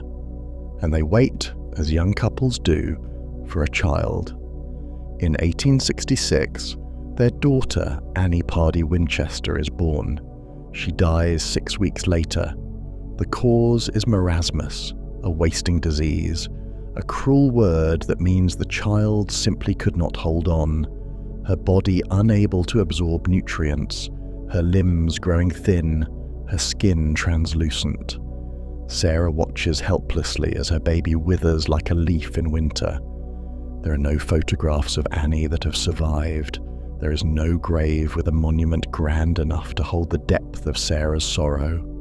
Only silence, and then the sharp edge of absence where a child should have been. William, who was always quieter than Sarah, retreats into his work. The rifle business booms. The West is still wild. Native resistance is being crushed beneath the weight of iron and steel. Hunters, soldiers, and lawmen buy Winchesters by the thousands. The repeating rifle becomes an icon, a long, deadly promise that no matter how vast the plains, how savage the tribes, or how lawless the territory, civilization will march forward with a finger on the trigger. But Sarah does not march. She drifts. She begins to read voraciously, obsessively, as though searching for something she cannot name. Her library grows into a fortress of grief. Volumes on spiritualism, metaphysics, architecture, and esoteric Christianity fill the shelves. She consults mediums, a rising trend among the bereaved upper classes. She attends seances in darkened rooms thick with incense and cheap theatrics. She listens to the knock of table legs and the trembling voices of women who claim to speak for the dead. Somewhere amid the charlatans and the candle smoke, she finds comfort, perhaps even belief. In 1881, William dies of tuberculosis. He is 43. Sarah is now alone in the world, childless, husbandless, and staggeringly wealthy. She inherits a fortune of over $20 million, along with a 50% stake in the Winchester Repeating Arms Company. Adjusted for inflation, it would be the equivalent of $500 million. Her income alone is upwards of $1,000 a day, more than most men earn in a year, and yet none of it matters. The money is stained. The name Winchester is carved into the handle of every death dealt by one of those gleaming rifles. She begins to believe, perhaps already did, that she is cursed, that her family is cursed, that the spirits of the thousands killed by Winchester rifles are now pressing against the veil, whispering her name in fury. So she flees, but it is not a frantic escape. It is a measured, almost ritualistic departure. She leaves Connecticut, boards a train, and travels west, past the cities, past the rivers, past the mountains, until she reaches California. And there, in the warm, forgiving valley of Santa Clara, she finds a patch of land and buys an unfinished farmhouse. This is where the house begins. At first, it is modest, a small 2-story structure nestled among orchards and eucalyptus trees. But soon, something shifts. Sarah hires a crew of carpenters, dozens of them, and instructs them to build. Not to renovate, not to repair, but to build. Constantly, without interruption, day and night for the rest of her life. No architect is ever hired. No master plan is ever drawn. Blueprints are sketchy, contradictory, and frequently discarded. The house grows like a living thing, sprawling, twisting, doubling back upon itself. Rooms are added above rooms. Staircases ascend into ceilings. Doors open onto walls. Windows peer into other rooms instead of out onto the world. Hallways narrow until a grown man must turn sideways to pass through. Entire wings are constructed and then sealed off, their purpose known only to Sarah. To the outside world, it is madness. To Sarah, it is penance. The rumors begin almost immediately. They say she is building a labyrinth to confuse the spirits who torment her. That she receives instructions from the dead during nightly seances. That she must never stop building, or else the spirits will find her and take her. The local newspapers call it the Mystery House. Spiritualists call it an act of mercy. Skeptics call it a slow unraveling of a lonely mind. But the house continues to grow. She rarely leaves it. When she does, she is seen dressed in mourning black, a thick veil over her face, her eyes hidden from view. Her neighbours say she is polite but distant, her voice soft and flat. Some days she seems confused, calling workers by the wrong name, staring into space as though seeing something far beyond the orchard trees. Other days she is commanding, exacting, issuing orders for rooms to be rebuilt, for windows to be rearranged, for a staircase to be turned 13 degrees westward because something in her dreams demanded it. The number 13 recurs often.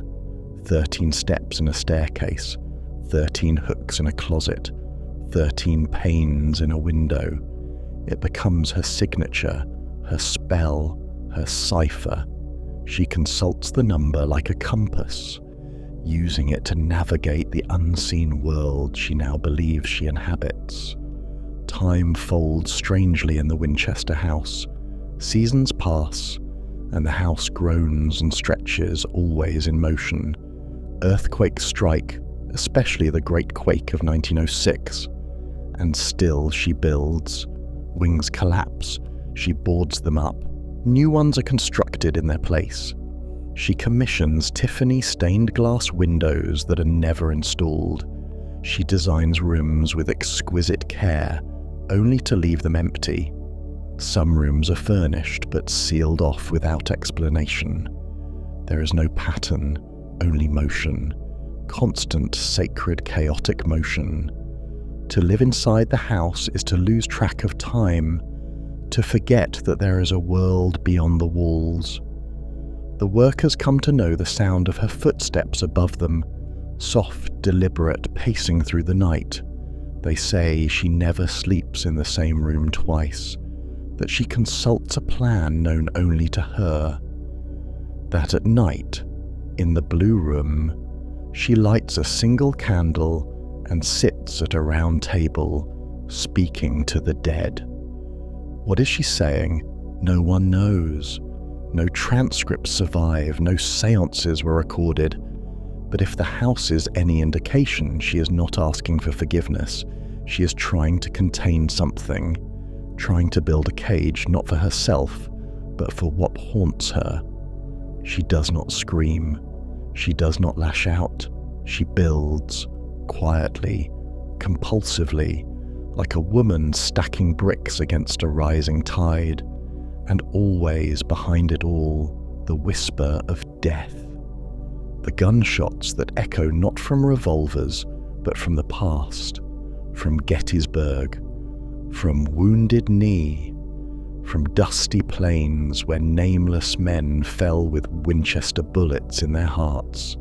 Sarah becomes, in the end, a conduit, not for the rifle's triumph, but for its price. Every plank of wood, every twisted staircase, every nail driven into the beams of her house is a tally mark in a ledger of grief that only she can see. When she dies in her sleep in 1922, the house is still unfinished, still growing. The workers down their tools the moment word reaches them. One story claims that a half-driven nail was left hanging in the wood, its hammer resting beside it like a monument. No one knows exactly how many rooms the house has. Estimates vary, some say 160, others more. There are doors that have never been opened, stairs that lead to nowhere, windows that look into the dark. In the years that follow, the house becomes a curiosity, a tourist attraction, a haunted mansion whispered about by schoolchildren and ghost hunters. But to see it only as a novelty is to miss the point. The Winchester house is not a puzzle to be solved. It is not a map of madness or a coded message from the dead. It is a cathedral built by one woman's grief, a monument to loss so profound it could not be spoken, only carved into wood and glass. Sarah Winchester was not insane. She was alone, and in that loneliness she created something no architect ever could. Not a house, a prayer. It is difficult to say when exactly the house began to turn inward. In the earliest years, when the hammers still rang with the optimism of purpose and the orchard air was sweet with orange blossoms, there was still a faint echo of possibility in the bones of the place. The West was still imagined as a land of promise, California a final shore for all manner of pilgrims, gold seekers, health seekers, visionaries, and fugitives alike. The town of San Jose swelled with new money and new breath. There were gaslit carriages and grand hotels and rows of tidy homes with fresh white fences. In this climate, even eccentricity could be mistaken for ambition. But over the decades, as the century's optimism hardened into industrial fatigue, as the great guns of the Spanish-American War fired from across the ocean and modernity crept in with wires and engines, the Winchester estate began to withdraw from the world around it. Sarah no longer entertained. No visitors crossed the threshold save the few carpenters she trusted, and even they spoke of her in whispers, as if some rule of silence had been written into the mortar. She did not participate in the town's life. Her name was spoken only when a new addition was noticed, a turret appearing like a mushroom overnight, a chimney that belched smoke from an unseen hearth. People began to speculate not only about the spirit Sarah might have been appeasing, but the spirit she had become. She became a legend while still alive, a ghost inside her own life. And yet within that sprawling, creaking body of a house, she remained utterly human. Every morning she rose early, dressed in black, and began her rounds. The staff, who learned not to ask questions, knew to keep the halls quiet and the windows shaded. She moved slowly but deliberately, trailing one gloved hand along the banister, murmuring instructions about repairs or adjustments. She measured with her own eyes, not with instruments. She made notes in a tight, spidery script, and each instruction, however baffling, was carried out. She was obsessed not with size, but with precision. It was not grandeur she sought, it was alignment. Angles, proportions, placements, all mattered in ways no one else could understand. A window would be moved half an inch, a stair rotated 2 degrees, a hallway narrowed until it fit only her own narrow frame. Workers would build a room, only to have it sealed days later. One story tells of a door installed on the 2nd floor that, when opened, leads to a sheer drop into the garden below. Another of a staircase that climbs 7 steps, turns and descends 11, leading nowhere but back to the ground. These were not accidents, these were offerings. Sarah's understanding of architecture was not mathematical, but spiritual. The house was a body, an organism in constant flux, reshaping itself to accommodate the shifting weight of sorrow and memory. She believed, perhaps more deeply than anyone has since, that space could be a vessel for ritual, that wood and plaster arranged just so could create harmony between the visible world and the one we cannot see. The chaos was not madness, it was her method of translation, and still the spirits did not leave her. There are stories, repeated by caretakers, passed down from one groundskeeper to another, of her dreams, that Sarah would wake in the middle of the night with a gasp, as if she'd surfaced from deep water, that she would scribble diagrams on scraps of paper in the blue room by candlelight, eyes ringed with shadow, mouth murmuring the names of men long dead, that she spoke in languages no one recognized, snatches of French, Latin, possibly Sioux or Apache, or tongues no longer spoken by any living person. Perhaps these were dreams, or perhaps they were something else. Sarah's belief in spiritualism was not the shallow entertainment of seances in upper-class parlours. It was something deeper, more earnest, a theological architecture of its own. Like many women of her generation, she had turned to spiritualism not as rebellion, but as solace. The male-dominated churches of her youth had offered answers that rang hollow after the death of her daughter, then her husband. The spirits, for all their vagueness, offered presence. They listened, they answered, if one knew how to hear. But the more Sarah listened, the less peace she seemed to find. The house grew not toward a conclusion, but outward, like a tree unable to flower. There was no final shape, no symmetry. The design was a perpetual deferral, an attempt to outrun a reckoning that could not be evaded. And yet, the reckoning came, not as judgment, but as time. She aged, though slowly. Photographs from the early 1900s show a woman who is neither frail nor vigorous, a face marked by the years, but with eyes still alert, even vigilant. She grew thinner. Her hands, once strong enough to play Liszt on the piano, grew knotted with arthritis. Still, she walked the house. She climbed the stairs. She traced each hallway with the care of a priest walking the stations of the cross. The world outside her walls changed irrevocably. The motorcar came, telegraphs buzzed, airplanes streaked the sky. The war to end all wars arrived like a thunderclap. The rifle that bore her name found new hands, new fields, new blood. Young men died with Winchester bullets in their chests, not only in Wyoming or Montana, but now in Belgium, in France, in the trenches of the Somme. The ghosts multiplied, the ledger lengthened, and still she built. Visitors sometimes still came, journalists, curious businessmen, former friends, but she rarely received them. When she did, they left confused. She was courteous but evasive. Her conversation wandered. She would speak at length about door hinges or wallpaper patterns, then suddenly fall silent as if listening to some distant noise.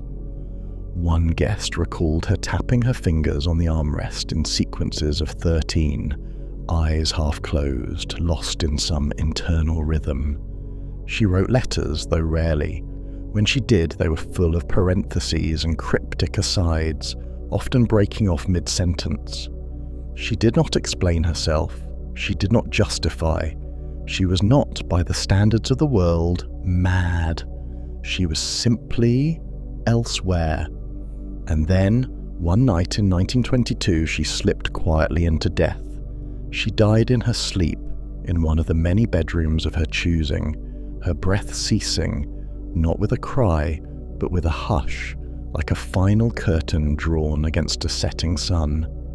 She was 83 years old. The workers stopped their hammers the next morning. The blueprints were gathered, the sawdust swept. The house stood still for the first time in 38 years. She left no instructions, no explanations. Her will, written in careful handwriting, was long but impersonal, leaving most of her wealth to her niece and various charities. The house was not mentioned in any significant way. It was as if, in the end, even she did not know what to say about it, or perhaps she believed the house would speak for itself. It never did. Over the next few years, the house was sold, opened to the public, turned into a curiosity, then a roadside attraction. Guides led tourists through the twisted hallways, pointing out the staircases to nowhere and the windowless rooms. Some came seeking entertainment, others came seeking proof of the paranormal. The ghost stories grew. People claimed to see her spirit in the halls, her face in the windows, her voice in the blue room. But the truth, as always, is quieter than legend. The house does not scream, it does not moan, it does not wail like a haunted castle in a penny dreadful. It creaks, It sighs, it breathes. If you walk through it slowly, very slowly, you begin to understand. Not the logic. That has long since crumbled if it ever existed, but the feeling, the atmosphere, the gravity of grief accumulated like dust in the corners, the echoes of footsteps that might have been hers, the way the light bends strangely in some rooms, as if reluctant to settle, the uncanny hush in others where it feels as though someone just left or is just about to enter. There is, in the Winchester house, an overwhelming sense not of terror, but of residue, the residue of longing, of vigilance, of devotion so fierce it had no outlet but carpentry. A woman tried for 40 years to make sense of a loss that no theology, no therapy, no philosophy could explain. She turned to architecture as others turned to prayer. That the house is nonsensical is not its failure, it is its truth. Sarah Winchester was not a recluse. She was not a madwoman. She was not a coward fleeing ghosts. She was a mother who buried a child, a wife who buried a husband, an heiress who inherited not just money, but death. She did what the world would not let her do in words. She mourned with wood and glass. She repented with hallways and stairs. She confessed in the language of angles and nails. And in the end, she left behind not a story, but a shape of sorrow, a house that loops back upon itself, that never ends, that cannot explain its purpose, a house that grieves. We still walk through it. We still wonder. We still ask the same questions. Why did she build it? What did she hope to find?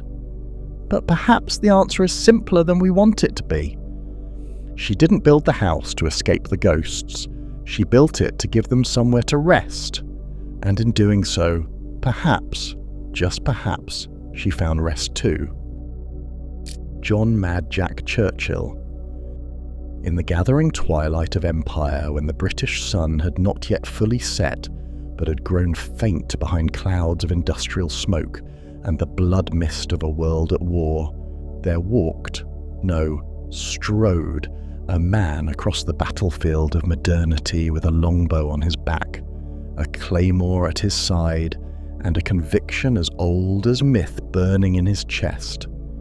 His name was John Malcolm Thorpe Fleming Churchill, but history, with a mixture of reverence and disbelief, would remember him by another name, Mad Jack. Not because he was insane in the clinical sense, though many who witnessed him charge into gunfire with a Scottish broadsword in hand and bagpipes shrieking at his heels might have sworn he was, but because he had dared to live by a code so anachronistic, so out of step with the 20th century, that it veered into legend. Born in 1906 in Colombo, Ceylon, now Sri Lanka, where palm trees whispered over British teak verandas and empire was still a game played in the faraway colonies, Jack Churchill came into the world wrapped not in linen, but in a strange and martial nostalgia. His father, an engineer with the colonial service, moved the family to Hong Kong, and young Jack grew up among tropical rains and distant bugle calls, surrounded by stories of exploration and honour, soaked in the unspoken doctrine that some men were meant to command fate, not follow it. It was at King William's College on the Isle of Man, and later at the Royal Military College in Sandhurst, that Churchill began to crystallise the strange alloy of discipline and defiance that would define him. He was, by all accounts, a gifted student, but easily bored, restless, drawn not to ranks and drills, but to the thrill of archery, the pulse of a motorcycle engine, the wild call of a Highland reel played under starlight. After graduation, he took a commission in the Manchester Regiment and was posted to Burma, where, in the dappled green tangle of jungle, he found himself more at home than he ever had in a classroom. There, on the far fringe of the empire, Churchill began to forge himself into something the world had not seen in generations. He rode motorcycles through the teak forests at breakneck speed, played the bagpipes until birds scattered from the trees, and learned the bow with the zeal of a medieval archer. His philosophy, if it could be called that, was simple. You cannot inspire men by leading from behind. Courage, like laughter or terror, is contagious, and if you wish to wade through chaos with your honour intact, you must go first. When he left the army in 1936, he could have disappeared into a quiet civilian life. He had the charm, the education, the connections. Instead, he wandered. He acted in films, posing as an archer in period dramas and firing longbows with deadly precision. He competed in military piping championships. He represented Britain in the World Archery Championships in Oslo in 1939, striding onto the field like some resuscitated crusader from the past. He had, by then, cultivated a thin moustache and an expression of wry disapproval, as if the modern world had continually failed to live up to his expectations. And perhaps it had. Then came war, and Mad Jack, like some Arthurian knight called back from exile, returned to the army with a grin and a gleam in his eye. In a century of machine guns and mechanized death, he brought with him a longbow, a Scottish claymore, and a set of bagpipes. When asked why he carried a sword into battle, he reportedly said, "In my opinion, sir, any officer who goes into action without his sword is improperly dressed." He was not joking. It was in France in 1940, during the final convulsions of the British retreat at Dunkirk, that Churchill earned his legend. Leading a small commando unit, he ambushed a German patrol near Lepinette. From the shadows of a hedgerow, he loosed a steel-tipped arrow from his yew longbow, striking the enemy officer clean through the heart. It was, by most accounts, the last confirmed longbow kill in the history of warfare, a medieval weapon loosed into the machinery of modern carnage like a ghost refusing to be forgotten. And Churchill was only getting started. In the following years, he became a whirlwind of chaos and courage across the battlefronts of Europe. He led raids in Norway and Italy, always at the front, sword unsheathed, bagpipes skirling into the fog like a dirge for the modern age. He leapt from landing craft onto enemy beaches, sword raised. He captured enemy positions with a mere handful of men, often under the cover of music so discordant and unexpected that it sent German soldiers reeling in confusion. In 1943, during a daring night raid on the Italian coast, Churchill led his men silently through enemy lines. When the time came to attack, he raised his sword and charged. They captured 136 enemy soldiers, and Churchill, always the showman, refused to fire a single shot. And then, in 1944, he was captured. It happened during a disastrous mission on the island of Brac in Yugoslavia. His men were killed or scattered, and Churchill, surrounded and bleeding, played "Will Ye No Come Back Again" on his pipes until he was knocked unconscious by a grenade. He was taken to Sachsenhausen, one of the Nazis' more notorious concentration camps. He escaped, was recaptured, was transferred, escaped again, walked barefoot 150 miles through the Alps until he found an American column. Most men would have collapsed in exhaustion. Churchill asked for a new assignment, but the war was ending, and his kind of war, his kind of man, no longer had a place. Still, he volunteered for service in Burma, eager to join the fighting against the Japanese. But by the time he arrived, Hiroshima and Nagasaki had ended the war. Jack was furious. "If it hadn't been for those damn Yanks," he muttered, "we could have had another 10 years of war." He meant it. not because he craved bloodshed, but because he believed deeply, perhaps irrationally, perhaps beautifully, that the fight itself was sacred. That honour was earned in struggle. That war, for all its horror, was the crucible in which the virtues of courage, leadership, and selflessness were forged. He stayed in the army, served in British Palestine, trained future commandos. At age 40, he learned to surf and became one of the first people to ride the River Severn's tidal bore. He built radio-controlled model boats. He carried an umbrella wherever he went, not as a sign of eccentricity, but because he had once used one to disarm a mugger. He wore his uniform with the same care he had in 1940 and walked with the same straight spine, as if he were still marching into war. He retired in 1959 after over 3 decades of service and lived quietly in Surrey until his death in 1996.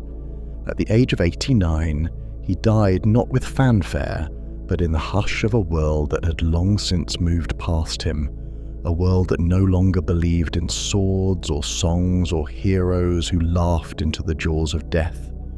And yet, he remains, not in textbooks which tend to overlook men like Mad Jack, not in museums which cannot house the sound of bagpipes rising above gunfire, or the absurd image of a man with a longbow facing down tanks, but in stories, in whispers, in the strange, reverent awe reserved for those few who refuse to let the modern world strip them of their myth.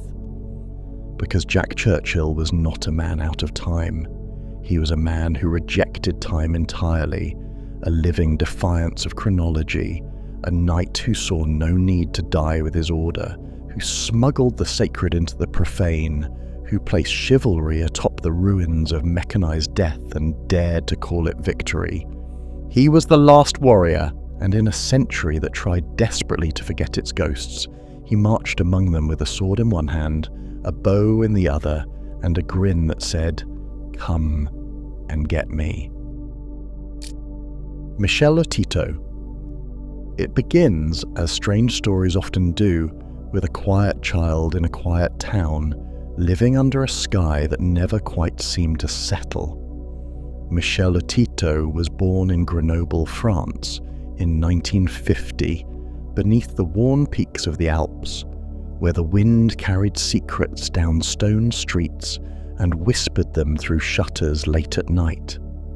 To the unobservant eye, his childhood seemed unremarkable. He played, he walked to school, he sat at dinner, but even then, something inside him flickered with a dissonant rhythm, a small rebellion, not against people but against the ordinary.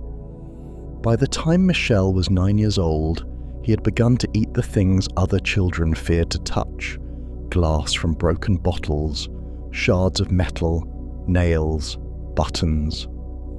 The first time he swallowed a piece of a broken plate.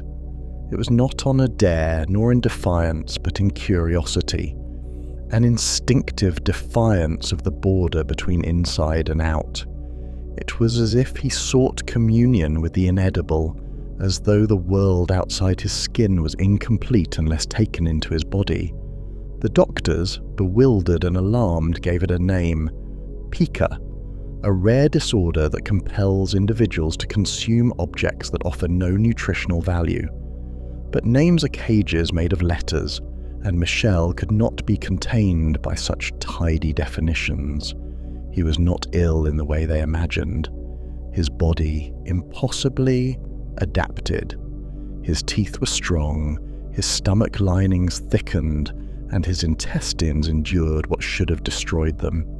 X-rays revealed a body that looked more like a tool chest than a man, a storm of foreign matter in slow orbit within his flesh. As he grew, so too did his legend.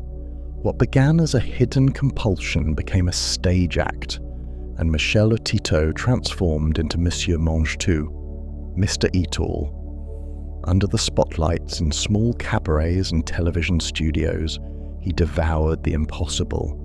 He consumed bicycles, razor blades, shopping carts, chandeliers. Over the years, he dismantled and digested televisions, skis, beds, and supermarket trolleys. But the most infamous of all was the airplane, a Cessna 150, consumed piece by piece over the course of 2 years until not even a screw remained. The act was grotesque and mesmerizing, a carnival of disbelief. Audiences stared with a mix of horror and rapture as he chewed, slowly, methodically, through the industrial skeletons of modern life. And yet, there was no malice in it. Michel performed not as a provocateur, but as a man sharing a secret with the world, one bite at a time.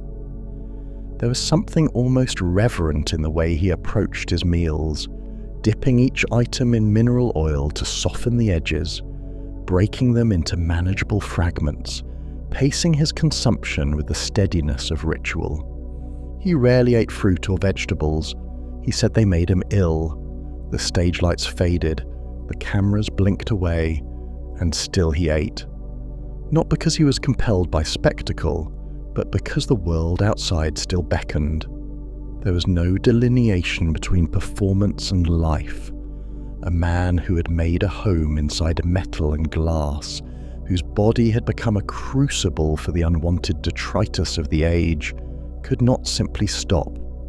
Fame had found him, but it was never the point. It lingered only as long as curiosity did, vanishing into the smoke of late-night television reruns and archived tabloid columns. And so, behind closed doors, in quiet hotels and rented flats, he continued, eating, digesting, enduring. Science had no real place for him. Doctors studied him, yes, but their instruments could only document, not explain. His body was an anomaly, a biological contradiction that should have collapsed under the weight of its contradictions. But it did not. He lived not only in defiance of nature's limits, but within an entirely new category of being. Neither illness nor miracle, neither art nor pathology. Something else, something unnamed. There was a tenderness to him beneath the absurdity. He spoke softly. He did not boast. He did not make a fortune. The objects he consumed were rarely symbolic. They were simply there, waiting. He once said that eating a Boeing 747 would be impossible. It was too large, too complex. There was humility in the admission. He married once. His wife, whose name has largely been lost to time, lived beside the spectacle, not within it. She loved him not for what he could consume, but for what remained untouched. His quiet demeanor, his unshakable composure, his gentle refusal to explain. One imagines their life together as one of delicate silences, broken only by the sound of steel against enamel or the whispered hiss of a television long since consumed. Michel Lotito died in 2007 at the age of 57, not from puncture wounds or internal bleeding or mechanical failure, but from natural causes.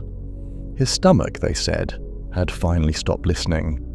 The world, which had never fully understood him, offered a brief flurry of obituaries, each tinged with disbelief. They remembered him as the man who ate airplanes, as if that were enough to contain the story. But there is something deeper beneath the spectacle, something haunting in the idea of a man who took into his body the cold, discarded remnants of modernity, a man who digested the skeletons of our machines, who made a feast of the things we feared to touch. Michel Lotito lived not in opposition to the world, but as a mirror to it, a strange, silent echo of our consumption, our waste, our awe. And now he is gone, bones buried beneath earth instead of metal, his body finally free of the burden it carried for so long. But in the minds of those who remember, there lingers the image of a man seated quietly at a table, lifting a fork to his mouth and tasting the impossible. Gloria Ramirez. The night air in Riverside, California was cool and still on February 19, 1994. A pale fog settled low over the flat sprawl of the city, softening the outlines of its strip malls and stucco homes, muffling the distant rush of freeway traffic. It was not a night that seemed marked for history, nor one that whispered of strange omens or coming catastrophe. And yet, in the sterile fluorescence of Riverside General Hospital's emergency room, something unexplainable was already beginning to stir. Something that would blur the lines between medicine and myth, between science and the uncanny. At precisely 8:15 p.m, the doors of the ER swung open, and a paramedic team wheeled in a patient whose body was convulsing beneath the threadbare blanket of the gurney. She was in her early 30s, Hispanic, with smooth skin that glistened faintly under the hospital lights.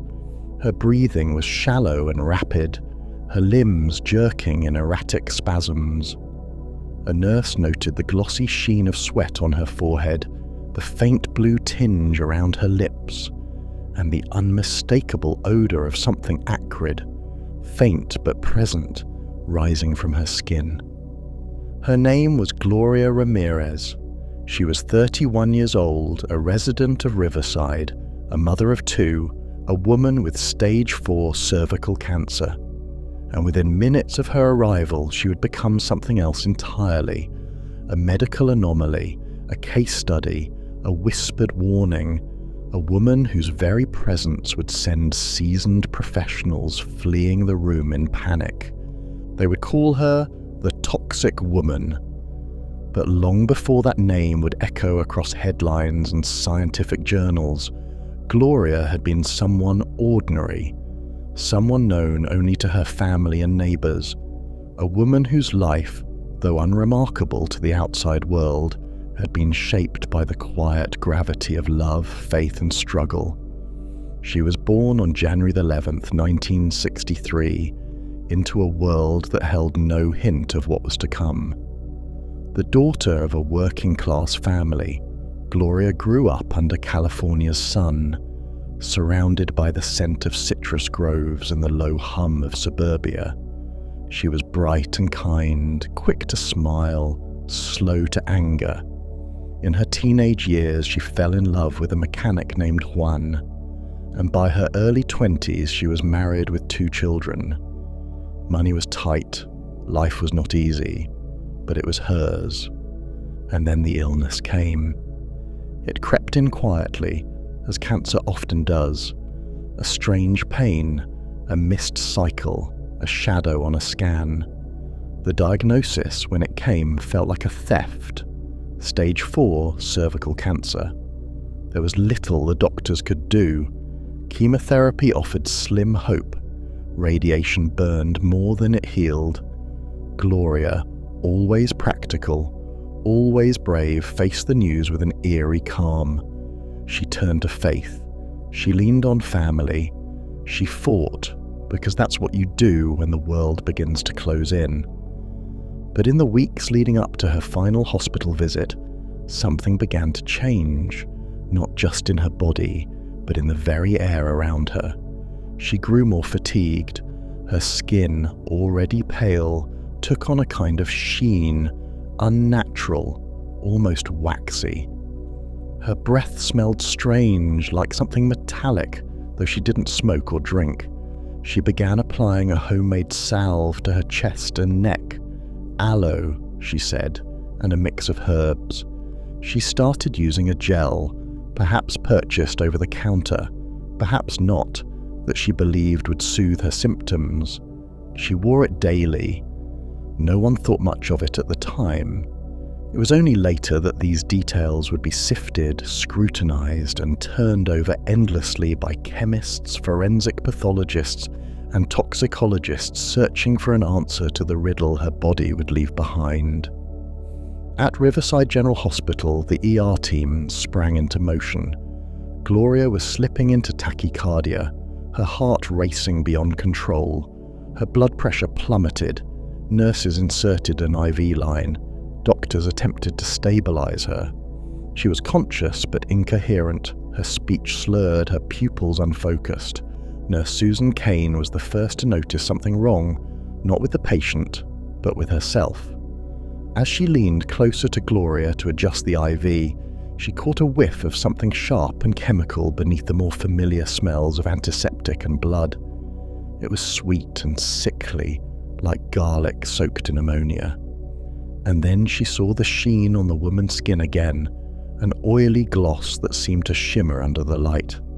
Kane staggered back suddenly, her head spinning, her vision blurred. Without warning, she collapsed to the floor. Another nurse, Maureen Welch, stepped in to take her place. She too leaned in, trying to draw blood. As the needle slid in, a foul odour rose from the syringe, a smell like ammonia mixed with sulphur. Welch recoiled, felt the room tilt around her, and dropped to one knee, gasping. Dr. Julie Gorkinski, the supervising physician, tried to take control, but within moments she too was overcome. Her muscles seized with spasms, her breathing ragged, her consciousness flickering at the edges. A total of 6 people would fall ill that night. 3 required hospitalization. 1 would spend 2 weeks in intensive care. None of them ever forgot the moment they looked into Gloria Ramirez's eyes and felt their bodies betray them. The ER was evacuated. Gloria Ramirez, now alone in the trauma bay, continued to convulse as alarms beeped and monitors screamed into the emptiness. A skeleton crew clad in protective gear re-entered the room nearly an hour later. By then, her body had stilled.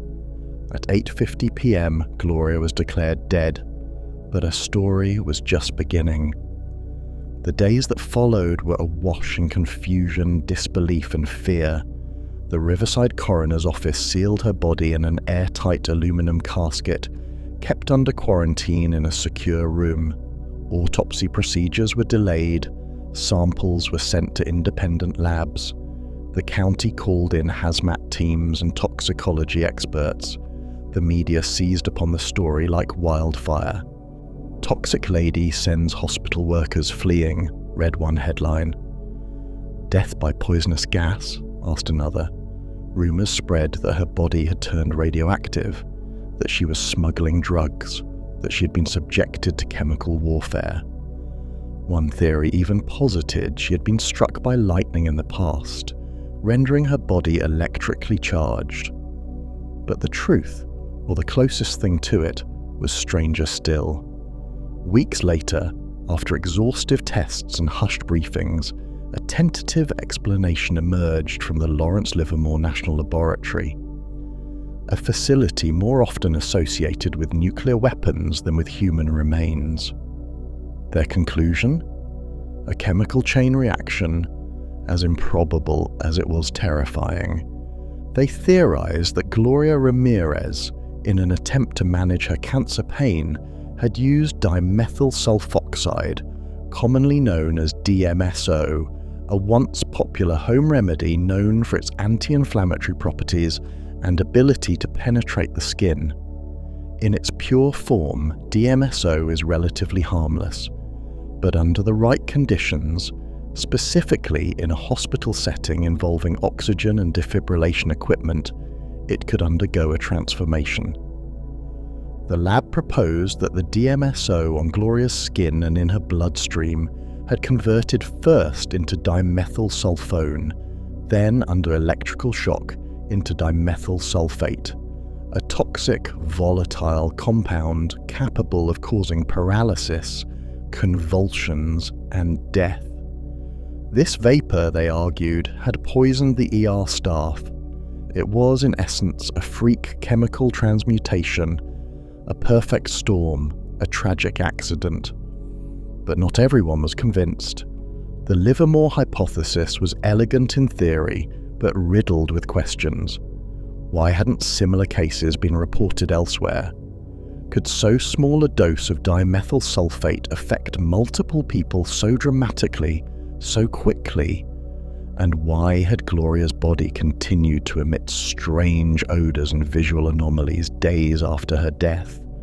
Doubts lingered. Conspiracy theories flourished. Some claimed Gloria had been exposed to secret military experiments. Others suggested a hospital cover-up, a spill of hazardous materials conveniently blamed on a dead woman. Some believed she had been murdered, poisoned deliberately, the ER episode staged to confuse and distract. And then there were those who looked at the story and saw not mystery, but metaphor. In the years since her death, Gloria Ramirez has become more than just a footnote in medical journals. She has become a symbol, a tragic cipher for the anxieties of a world grappling with invisible dangers. She lived in the shadow of an illness that consumed her from the inside, in a city where the poor often died quietly, unnoticed. She sought treatment not from state-of-the-art facilities, but from home remedies, from whispers, from faith.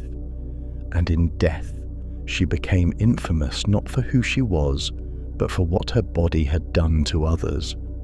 The world called her toxic, as if her body were the threat, not the disease that invaded it, not the poverty that limited her care, not the system that left her chasing pain relief in the back aisles of supermarkets.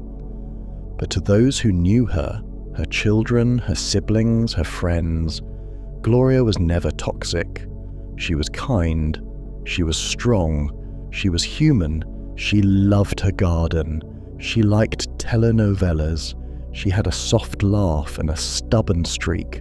She fought cancer with more grace than many would believe possible, and in the end, she died as she lived, with dignity, with mystery, with a quiet refusal to be understood on anyone else's term. Gloria Ramirez lies buried now beneath a modest stone in Riverside's Olivewood Cemetery, surrounded by other lives interrupted too soon. The air there is quiet. The grass grows unevenly. A few plastic flowers mark the site. There are no warning signs, no hazmat suits, just a name and 2 dates, 1963 to May 94. But between them stretches a story still unresolved, a moment in time when the ordinary became extraordinary, when science faltered before the strange, and when one woman's body carried a riddle no one could fully solve. They called her the Toxic Woman, but maybe in the end she was just a woman, full of pain, full of hope, full of secrets as we all are, who wanted only to live, and was remembered instead for the way she died. Francis E. Decoeur. There is a certain kind of American madness, born not of chaos, but of order too tightly wound, that festers in silence, multiplies in the shadows of suburbia, and eventually bursts forth in the form of ink-stained diatribes and typewritten manifestos. It is not a madness that raves in the street, but one that clutches the edges of sanity with white knuckles and retreats, inch by inch, into a private kingdom where logic folds in on itself, and every letter bears the gravity of divine warning. In such a kingdom lived Francis Edward Deck, Esquire. He was born in 1926 in the unremarkable sprawl of Long Island, New York, a post-war landscape of small houses, rotary phones and asphalt driveways, where men returned from the war to raise families and mow lawns and nod politely to their neighbours. It was a world designed for quiet stability, where every block seemed to repeat itself like a bureaucratic mantra.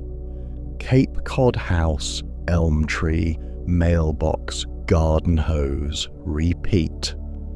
But beneath that tidy surface, beneath the clink of ice cubes in evening whiskey and the chirr of sprinklers at dusk, something else pulsed, a nameless dread, a throb of static.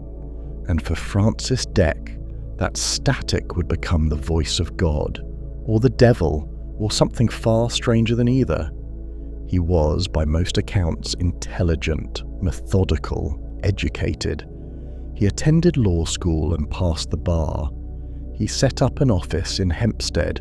He wore suits and shook hands. But somewhere between the columns of case law and the slow shuffle of filing cabinets, Francis Drake slipped through a crack in the firmament. He looked at the world, at the television sets glowing in every living room, at the endless forms and bureaucracies, at the smiles pasted on magazine covers, and saw not order but conspiracy, a vast and invisible system of control, not the government, not the communists, not even the CIA, but something more ancient, more total, more blasphemous. He called it the gangster computer god. To understand Francis Drake's delusion is not merely to list his claims, it is to enter his world. A world where every cough in a crowded room is an orchestrated signal, where every electrical outlet is a surveillance device, where brain thoughts can be read through radio waves, where language has been weaponized into hypnotic suggestion, where typewriters are the only true shield against electronic mind control.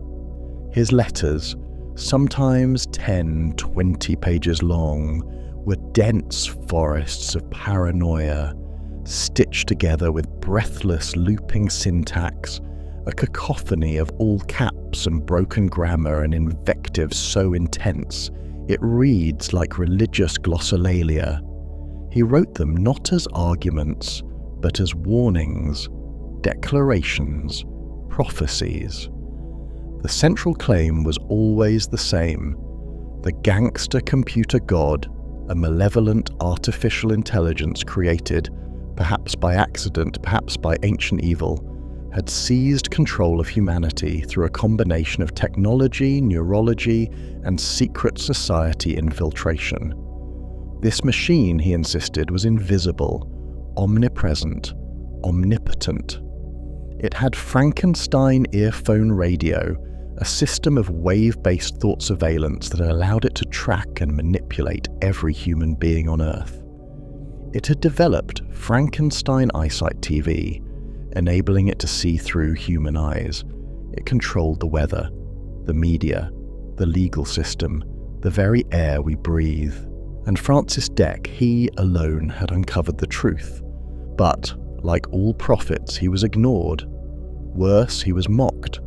Sometime in the late 1950s or early 1960s, Drake's own chronology is fragmented and often contradictory. He lost his license to practice law. The reasons are buried in sealed records and bureaucratic silence. Some say it was due to erratic behaviour. Some cite vague accusations of misconduct. But to Drake, this was not failure or misfortune, it was proof. The system was silencing him. The gangster computer god had orchestrated his disbarment, had infiltrated the courts and corrupted every mechanism of redress.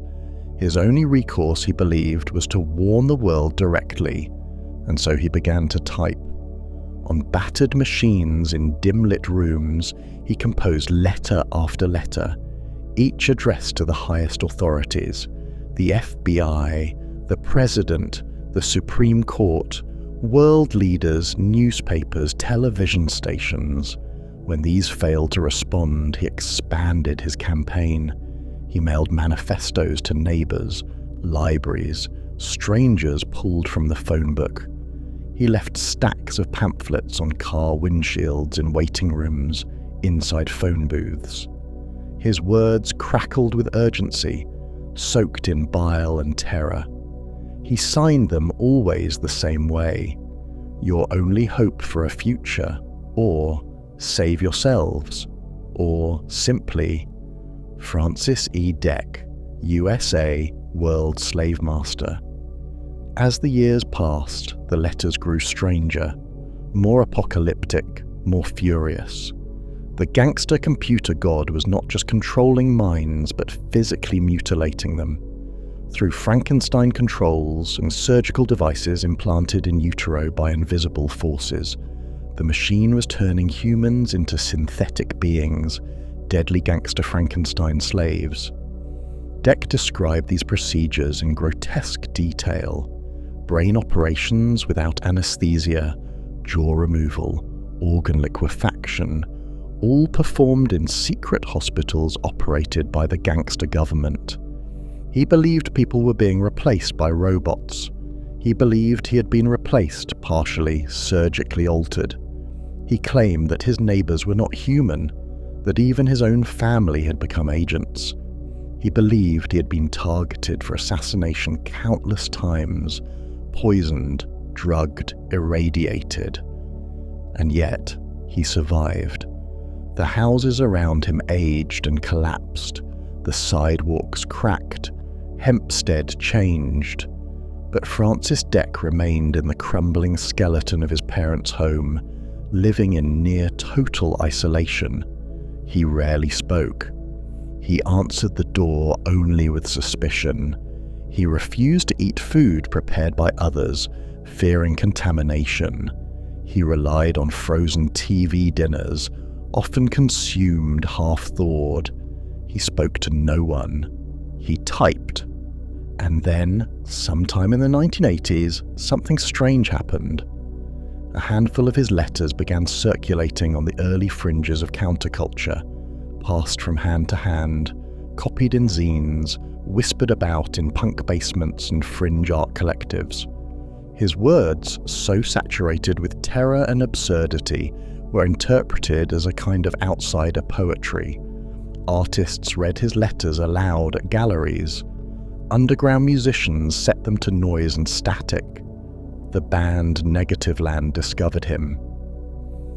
The radio personality Boyd Doc Britton recorded dramatic readings of Dec's manifestos, adding eerie effects and electronic reverb. To the world that heard him, Dec was no longer a prophet. He was a phenomenon, a mad genius, an unintentional poet laureate of paranoia. But he never knew. By the 1990s, Francis Dec was in poor health. His mind, already strained by decades of isolation, had grown fogged. He had ceased mailing letters. The great typographic engine of his rebellion went silent. In 1996, he died alone in a nursing home in New York. No family, no funeral. His house was demolished. His papers, those that weren't stolen, burned, or rotted with mildew, were scattered. But fragments survived. Scans of his letters, digitized and archived by internet oddity curators, remain. His name is whispered in corners of cyberspace devoted to outsider art, conspiracy theory, and schizophrenic literature. He has become, in some ways, exactly what he feared most, a ghost inside the machine.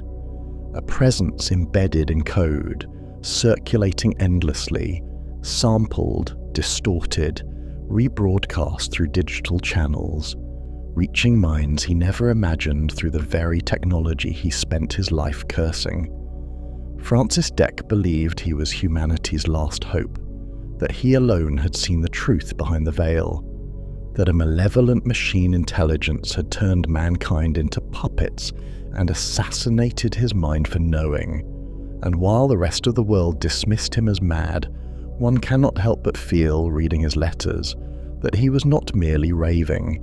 He was reacting to something, to the flattening of modern life, to the automation of thought, to the suburban dream turned surveillance nightmare, to the screens, the signals, the silent conformity of progress.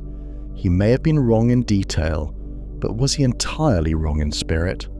After all, he saw something, and he screamed against it with everything he had.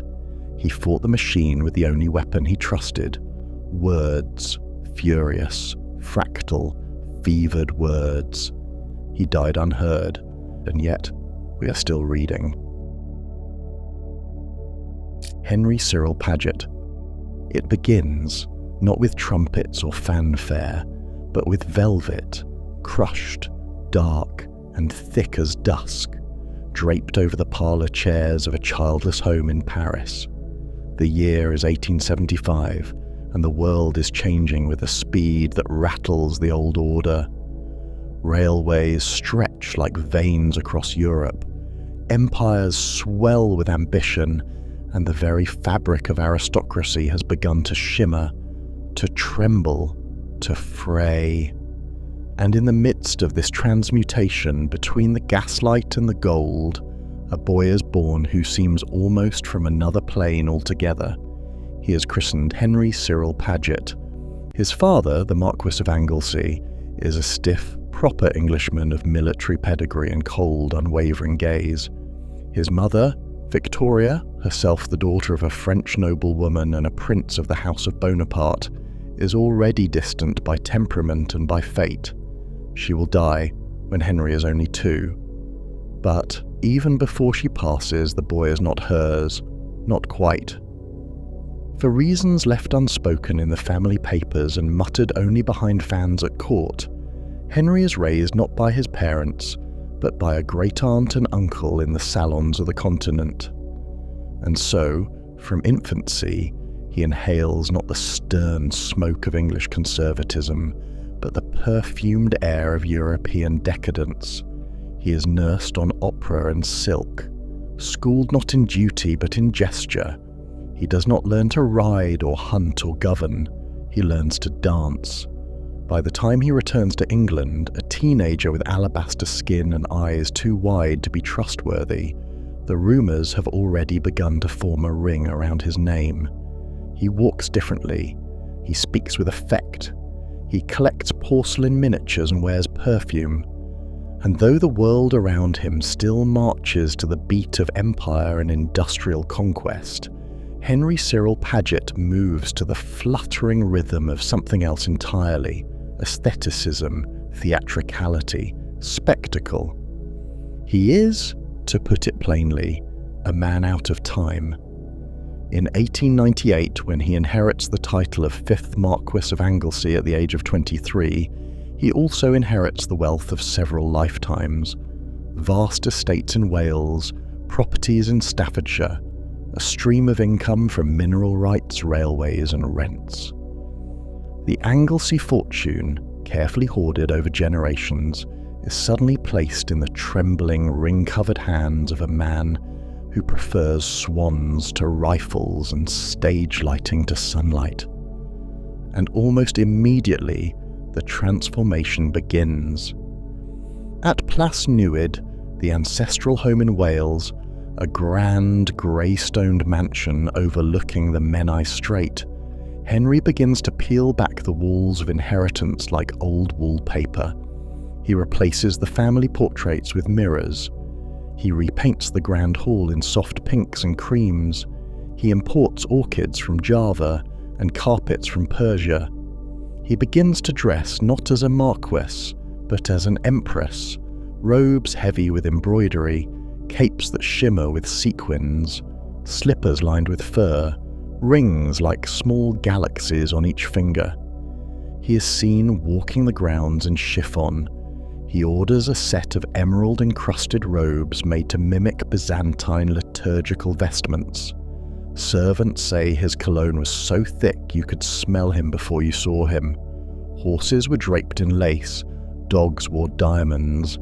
He travelled with a personal menagerie of exotic animals, and when he entered a room, it was like a chandelier had suddenly learned to walk. He is not merely extravagant, he is theatrical, and that becomes very literally his obsession. In the town of Bangor, a short distance from his estate, Henry renovates the local Gaiety Theatre with staggering investment.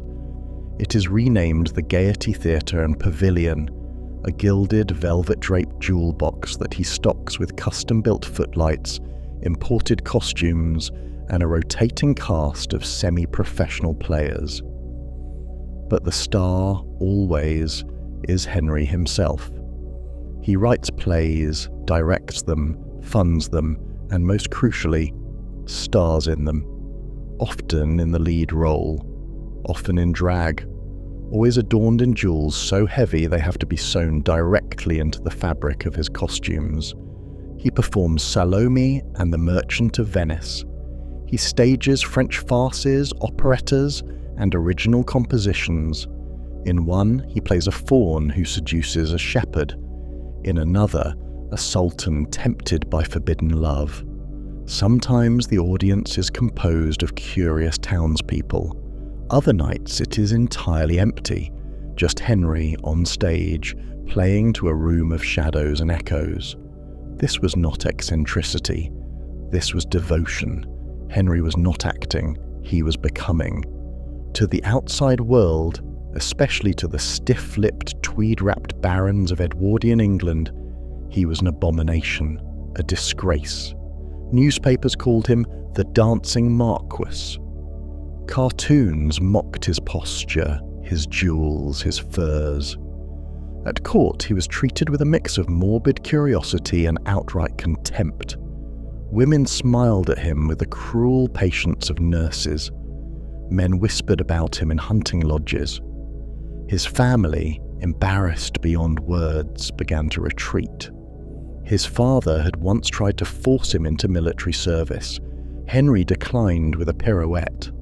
But in his own mind, and perhaps in some deeper truth, he was not foolish. He was free. He knew the world would never understand him, and so he refused to explain. He spent lavishly, more than lavishly, with the conviction of someone making up for lifetimes of repression. He commissioned custom perfumes. He hired photographers to take portraits of him in character. He bought jewels by the handful, carriages plated with gold, robes from the House of Worth, silks from the East. At one point, it said he owned over 2,000 costumes. The receipts filled rooms. And with every expense, every transformation, every night spent beneath the stage lights, he was shedding something, some armor, some inherited burden, some old lie whispered to every young aristocrat about what it means to be a man. But such freedom in Edwardian Britain came at a cost. By 1904, his debts had begun to drown him. The banks sent letters, the estate bled money, his family intervened, quietly, then with force. He was pushed into a hasty bankruptcy.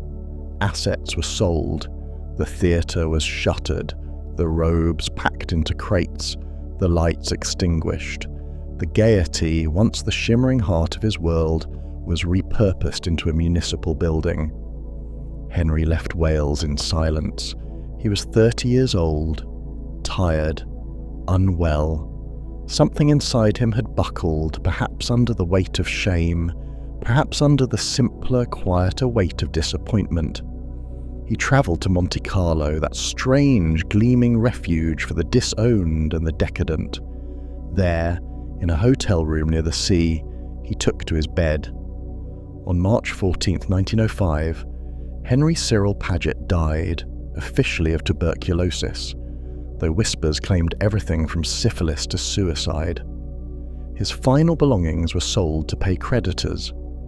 His robes were auctioned, many for pennies. His family burned much of what remained, including his journals, his letters, his photographs. His name was scrubbed from the family history, his theatre dismantled, his legacy buried. For nearly a century he was forgotten. But ghosts are not so easily banished, and Henry, flamboyant even in death, refused to vanish completely. In recent years, historians and artists have begun to rediscover him, not as a joke or a cautionary tale, but as a tragic, luminous figure who lived far ahead of his time. In his sequins and lace, in his poetry and performance, they see something courageous, something true, a man who made his life into a kind of poem, even if the world insisted on reading it as a farce. We don't know if Henry loved men or women or simply beauty itself. We don't know if he would have called himself queer or if the language of identity would have even made sense to him. What we know is this: he loved to sparkle. He loved to dance, he loved to become.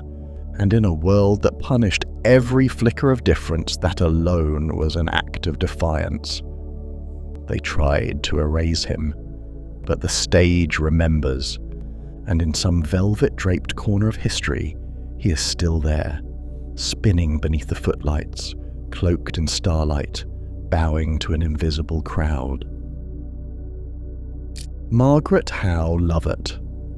The island was quiet in the morning, cloaked in the soft rustle of salt wind and the distant cry of gulls, its rhythms broken only by the occasional slap of water against the stilts of the house. Here, in the warm haze of the Caribbean sun, on the US Virgin Island of St. Thomas, a strange and intimate experiment was unfolding, one that would blur the boundaries between language and instinct, science and myth, the human and the animal. It was 1964. The world outside was pulsing with Cold War tensions and civil rights marches. But on this slip of tropical solitude, a young woman named Margaret Howe Lovett was devoting her life to an idea that hovered delicately between wonder and absurdity. She was teaching a dolphin to speak English.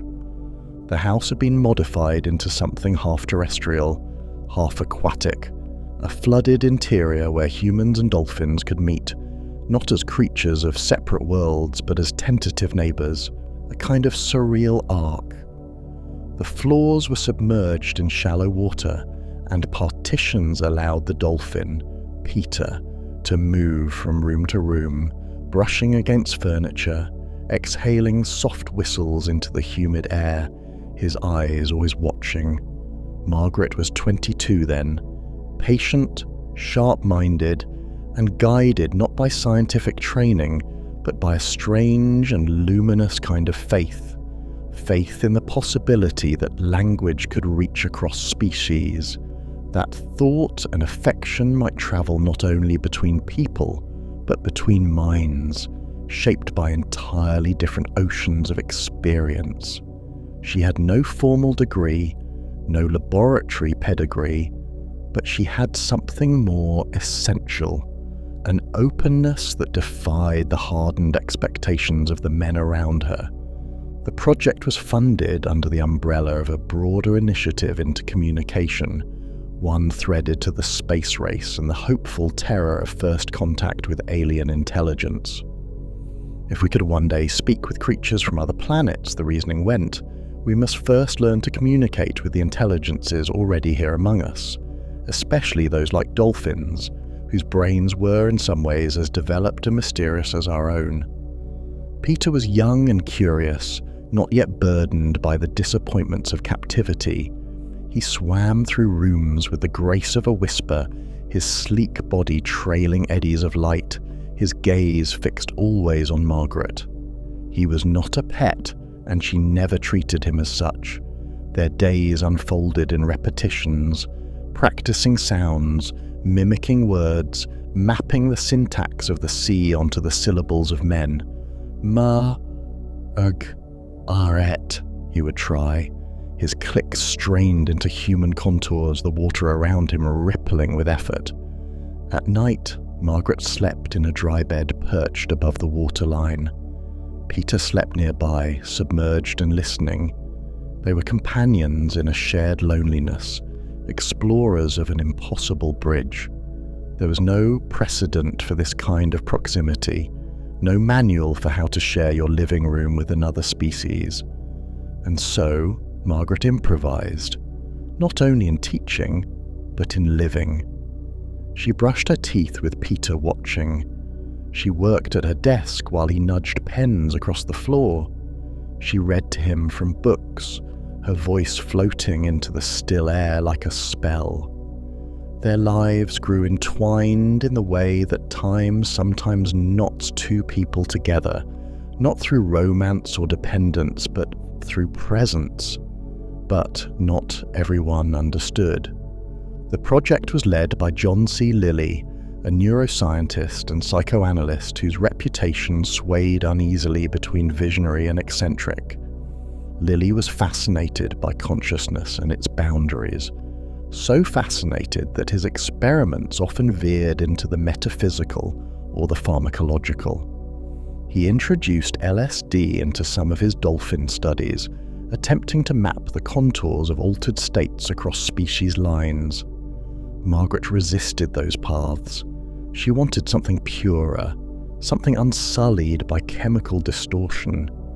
Her relationship with Peter was already delicate, already intimate, and needed no enhancement.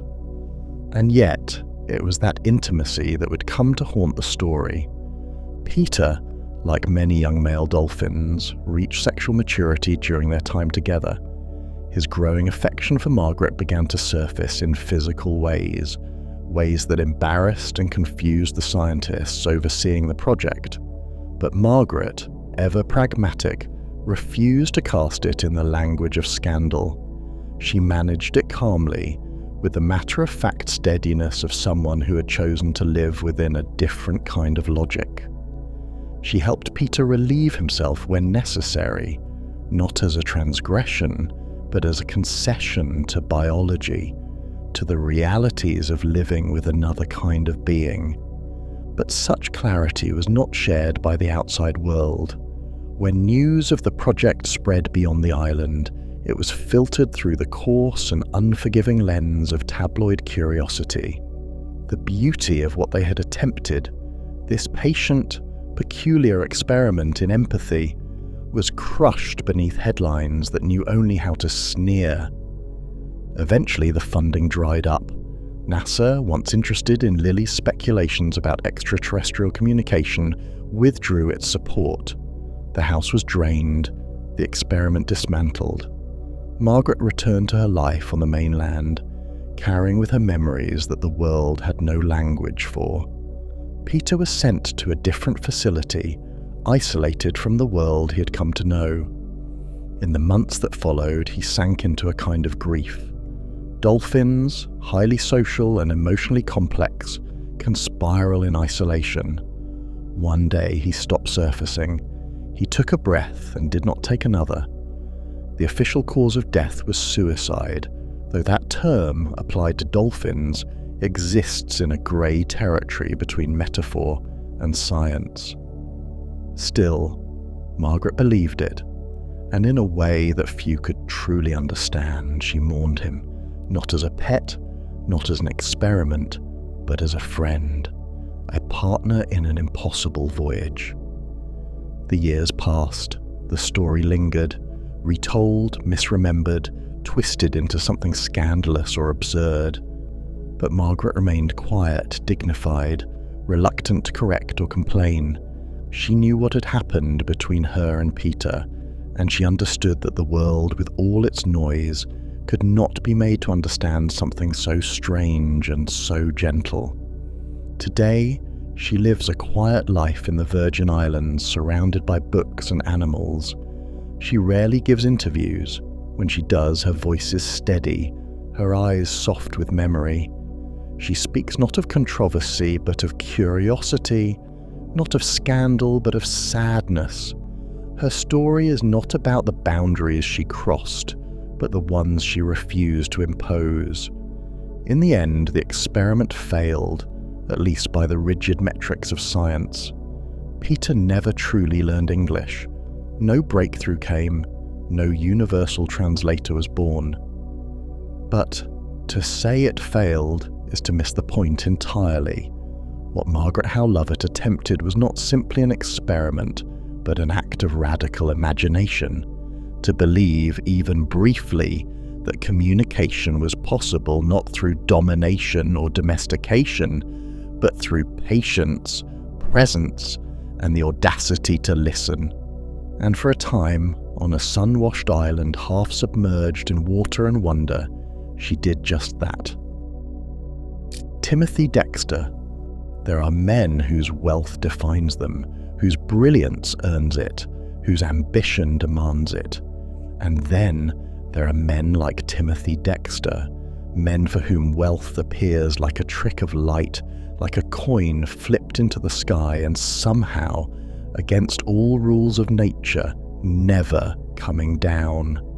His was not the success of polished marble columns or bloodlines carved in the stones of Harvard, but of accident, absurdity, and an alchemy of madness that never quite turned to ruin. His home was Newburyport, Massachusetts, a cold, salt-fogged seaport etched into the ragged coastline north of Boston, where shipmasts bobbed against a horizon that looked forever bruised by weather.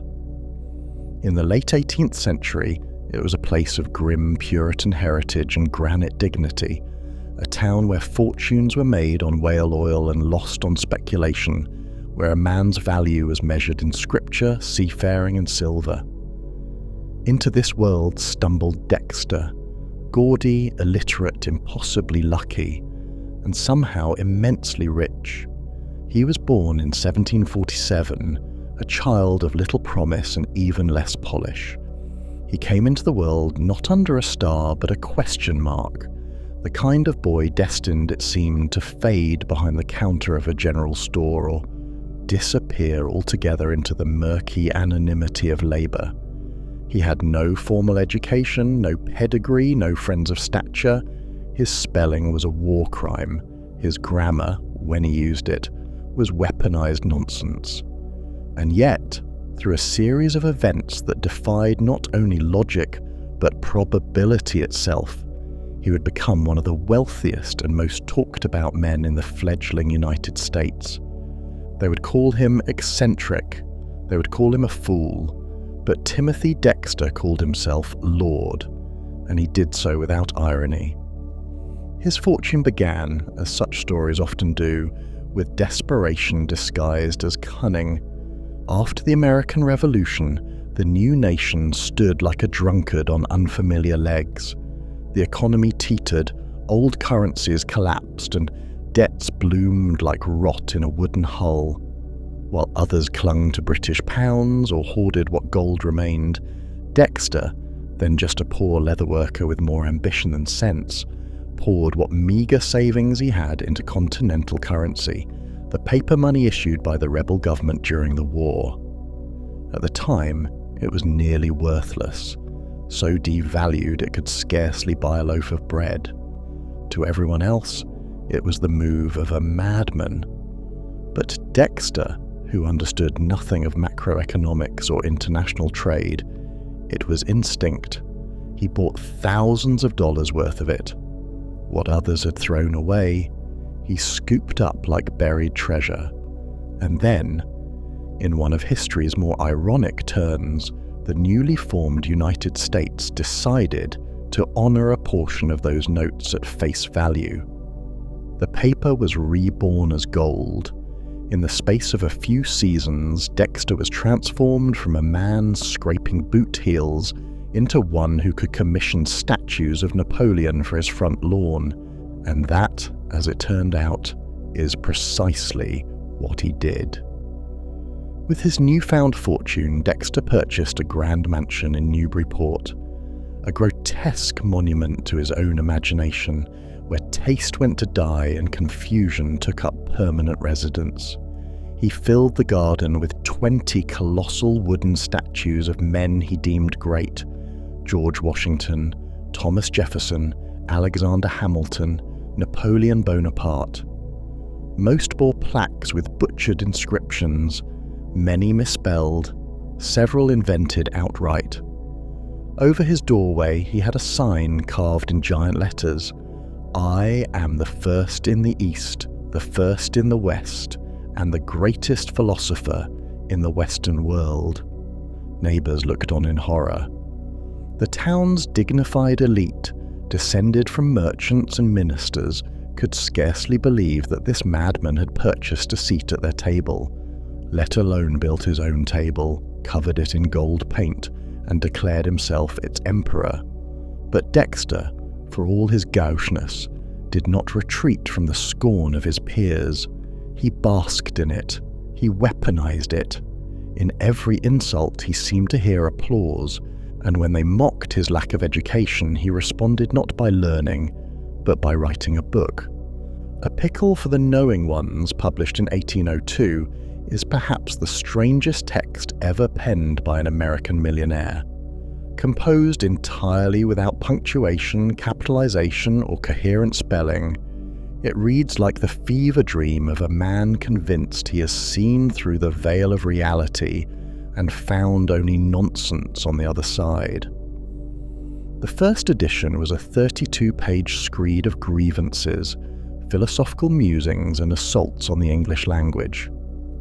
Among other things, Dexter complained about his wife, whom he called a ghostbuster, and accused of faking her own illness. He railed against politicians, the clergy, and the townsfolk who dared mock him. He expounded on commerce, love, and patriotism, all in a prose style that felt like being struck repeatedly with a wet sock. Critics were aghast, readers were baffled. But the book sold, and when Dexter heard complaints about the lack of punctuation, he corrected the issue in the second edition by appending an entire page filled with nothing but commas, periods, exclamation marks, and question marks, encouraging readers to peeper and salt it as they please. He was, in short, untouchable. It's tempting to paint Dexter as a fool who simply tripped his way into fortune, but that ignores the deeper oddity. His business instincts, however madcap, often worked. At one point, someone, perhaps out of spite, perhaps as a joke, advised him to export warming pans, used for heating beds, to the Caribbean. Dexter, undeterred by the tropical climate, shipped hundreds. Locals, puzzled by the devices, repurposed them as ladles for molasses. The shipment sold out. Another time he sent shipments of Bibles to the notoriously secular East Indies. Missionaries there, hungry for spiritual texts, snapped them up at a profit. When told that coal shipments to Newcastle, a city famous for its coal, would be financial suicide, Dexter sent several boatloads. By chance, the miners there had just gone on strike. His coal was bought immediately. He sold stray cats to Caribbean islands to control rat populations. He exported gloves to the South Sea. He sent bed warmers to islands without winter. Each venture was a punchline. Each punchline ended in profit. And so it went, absurdity upon absurdity, all of it gilded with dumb luck and oblivious genius. A lesser man might have paused to question his own good fortune. Dexter only grew louder, stranger, and more convinced of his divinely anointed brilliance. He declared himself Lord Timothy Dexter and demanded that servants refer to him as such. He insisted on wearing military uniforms he had no rank to justify. He told visitors that he had been elected to high office by the voice of God. When his wife protested his behaviour, he claimed she had died and replaced her in social introductions with thin air. He was a mad king of his own kingdom, a gilded clown in a court of one. And then, one day, he decided to test his legacy in the most grotesque way imaginable. He faked his own death, not as a metaphor or dramatic flourish, but literally. He staged a funeral, complete with coffin, mourners, and announcements of his demise. He wanted to see how people would react, how deeply they would grieve, who would weep and who would dare to celebrate. Over 3,000 people came. Wine was served, eulogies were given, tears were shed, and Timothy Dexter, watching from behind a curtain, was delighted, until he noticed his wife wasn't crying. He flew into a rage, emerged from hiding, and caned her in public for her lack of sorrow. This was not madness in disguise, it was madness laid bare. And yet, when Dexter died for real in 1806, the town mourned him, not as a madman or a fraud, but as something else entirely, a local legend, a homegrown myth, a man who had walked through their world like a living satire of wealth and American excess, and who had, somehow, turned it into gold. He was buried in Newburyport, not far from the statues he had commissioned in his image and in the image of men whose names he could not spell. His tombstone, mercifully, was carved by someone else.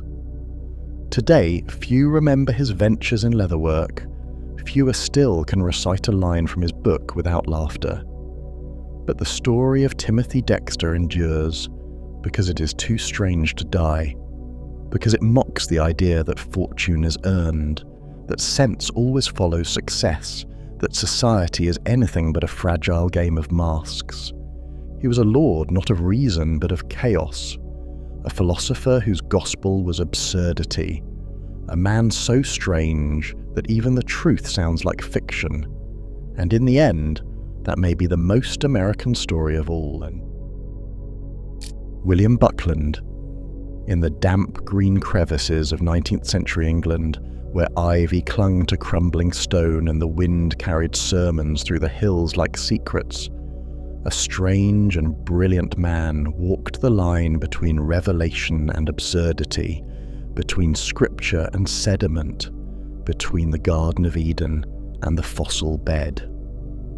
He was not merely a clergyman, nor solely a scientist, but something between, a collision of two worlds locked in a lifelong argument inside a single mind. His name was William Buckland. And if the modern world has largely forgotten him, it is not because he failed to leave an impression. It is because no one before or since has left one quite like his. He was born in 1784 in the soft belly of Devonshire, where the landscape folded in gentle hills and the bones of ancient creatures lay sleeping just beneath the surface, waiting for a finger to trace them, a mind to awaken them. His father was a rector, and William grew up among the ghosts of sermons and the rustle of Latin texts. The church gave him form, but it was the earth that gave him fire. Even as a boy, he was drawn to rocks, pocketed them, studied their veins, dreamed of their origins. While other children played with sticks, William Buckland wandered the moors looking for time itself, buried in stone. At Oxford, where the air smelled of parchment and candle wax, Buckland found his calling, geology, newly born, raw with promise. He studied the strata like a scripture of its own, each layer a verse in the gospel of deep time. But unlike many of his contemporaries, Buckland did not see geology as a threat to religion. He believed, fiercely, feverishly, that the two were one and the same, that the rocks told God's story in a different tongue, that science, properly read, was another kind of theology, and so he became a preacher of fossils. He lectured in flowing robes, his voice booming through vaulted halls, brandishing bones like relics. His classes were performance as much as pedagogy. He would stride into the room in academic regalia, fossilized hyena skull in hand, and begin not with a recitation, but with a roar. His students, at first baffled, then captivated, came in droves. To watch Buckland lecture was to witness a man possessed not by madness, but by conviction so total it took theatrical form. He was the first man to formally describe a dinosaur, though the term had not yet been coined. In 1824, he gave a name to a creature unearthed from the Oxfordshire soil, Megalosaurus, the great lizard. But to Buckland, this was not merely taxonomy. It was a communion with a world before memory.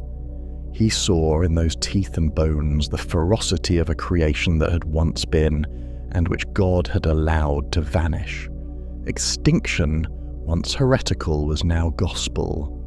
His magnum opus, Reliquiae Diluvianae, published in 1823, sought to reconcile geology with the biblical flood. He was not naive. He did not believe in Noah's Ark as a literal wooden boat full of giraffes and tigers. but he saw in the gravel and the silt and the vast bones of vanished elephants a great deluge, something ancient, chaotic, divine. It was not proof of Genesis, but it was not its negation either. It was rather a bridge, muddy, uncertain, but still passable.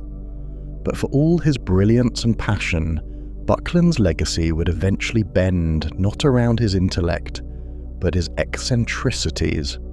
He was a man of appetites, literal ones. William Buckland believed that to know the world, one must consume it, not metaphorically, but with teeth and tongue. He made it a personal mission to eat his way through the entire animal kingdom, to taste every living thing God had made. His obsession was not gluttonous, it was scientific. He called it zoophagy, and approached it with the zeal of a collector. Hedgehog, mole, porpoise, panther, ostrich.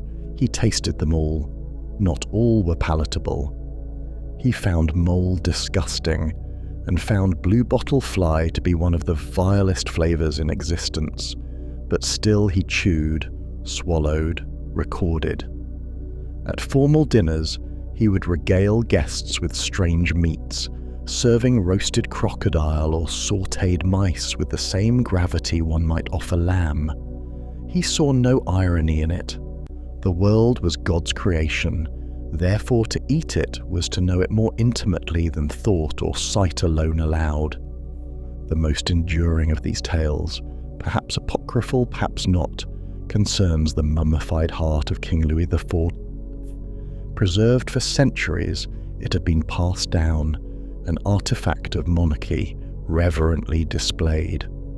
Buckland, upon seeing it, reportedly exclaimed, "I have eaten many strange things, but never the heart of a king," and before anyone could stop him, he popped it in his mouth. It is a story that sounds too strange to be true, and yet, in the context of Buckland's life, it seems perfectly plausible. He married Mary Morland, a geologist in her own right, and together they formed a kind of scholarly ark. Their home was filled with bones, live reptiles, dirt samples, fossils, and geological specimens, some of which crept through the halls. Their dining room was not a place of peace, but of inquiry.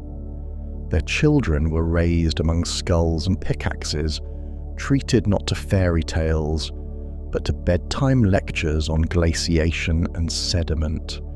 And yet, for all his oddities, Buckland was no mere eccentric. He was a Dean of Westminster, a Fellow of the Royal Society, a respected academic and a devout Christian who walked the edge of heresy with grace and never fell. He believed in a rational God, but not a tame one. He believed the world was old, not a few thousand years, but millions. He accepted reluctantly at first that the flood was not global but local, that the Bible spoke in symbols and the earth in stone, and he believed that both stories were holy. But the world moved on. The geology he helped pioneer grew past him. New thinkers like Charles Lyell and eventually Charles Darwin would press deeper into time, unshackled from theology. Buckland, while respected, became a kind of anachronism, a bridge between two worlds that no longer needed bridging.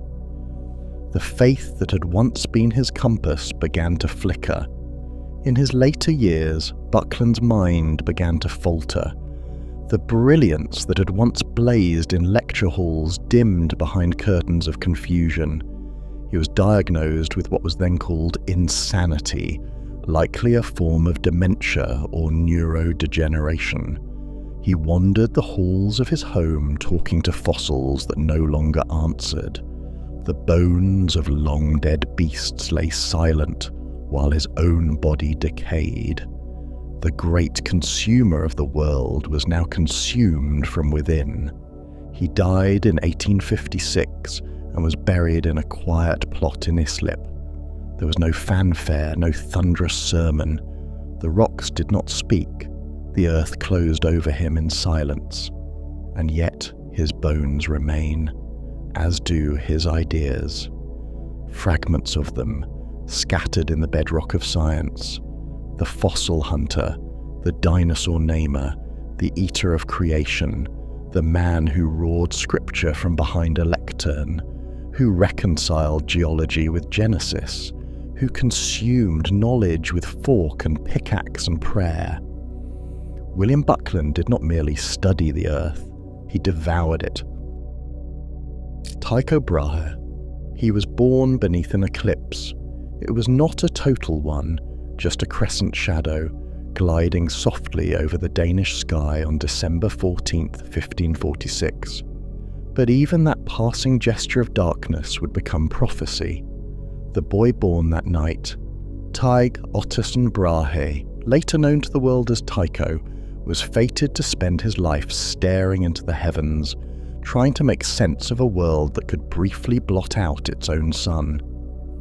He was the first son of Otto Brahe and Beata Bille, members of the Danish nobility, though in a twist befitting the strangeness of his life, he would not be raised by them. When he was barely 2, Tycho was taken, stolen, some would say, by his uncle, Jürgen Brahe, a childless courtier who had long envied his brother's fortune. Whether it was an abduction or an informal agreement is unclear. What is certain is that Jürgen raised Tycho as his own, in a castle surrounded by the flat, wind-shivered plains of Scania. It was a household of pride and tradition, of falcons and fine wine, and Tycho was expected to become what noble sons became: a lawyer, a soldier, a statesman. But the stars had other plans. When he was 13, a great celestial event swept across Europe, a partial solar eclipse, predicted with startling accuracy by astronomers using the ancient tools of Ptolemy. Tycho, already curious, already restless, stood beneath the darkened sun and felt something inside him shift.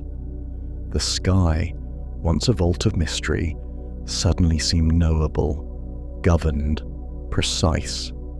Against his uncle's wishes, he began to study astronomy in secret. He collected almanacs, memorized planetary tables, taught himself Latin to read Ptolemy and Aristotle. At night, while others slept, he would climb to the highest window of the castle and press his eye to the sky, tracing the constellations with trembling fingers as if they were letters in a book only he had begun to read. But it wasn't enough to wonder. Tycho wanted to measure. He enrolled at the University of Copenhagen, officially to study law, but his heart wandered. By 16, he was copying astronomical charts in the margins of his law notes. At 17, he witnessed a conjunction of Jupiter and Saturn and found that the most trusted predictions of their meeting were wrong, off by days.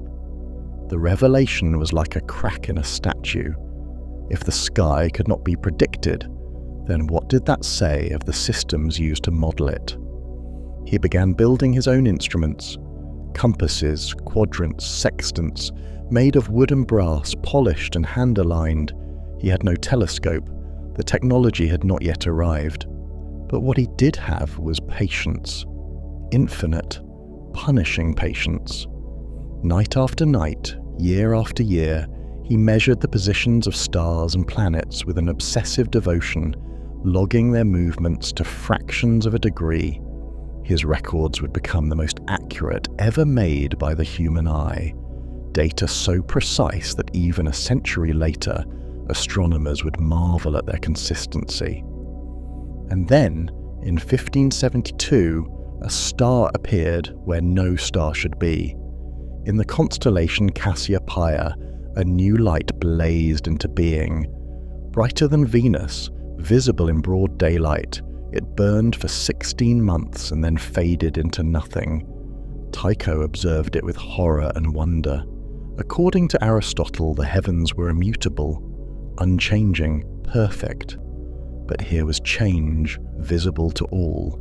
A nova, a new star. Tycho published his findings in a book called De Nova Stella, and with it he shattered 1,000 years of belief. The heavens were not eternal, they moved, they died, they were perhaps like us. Tycho was now famous, not just as a scholar, but as a man who had witnessed the universe breaking its own rules. Kings wrote to him, universities offered posts, but he had no interest in serving beneath anyone's authority, not even that of the heavens. He wanted something else. He wanted a kingdom of his own, and so the King of Denmark gave it to him.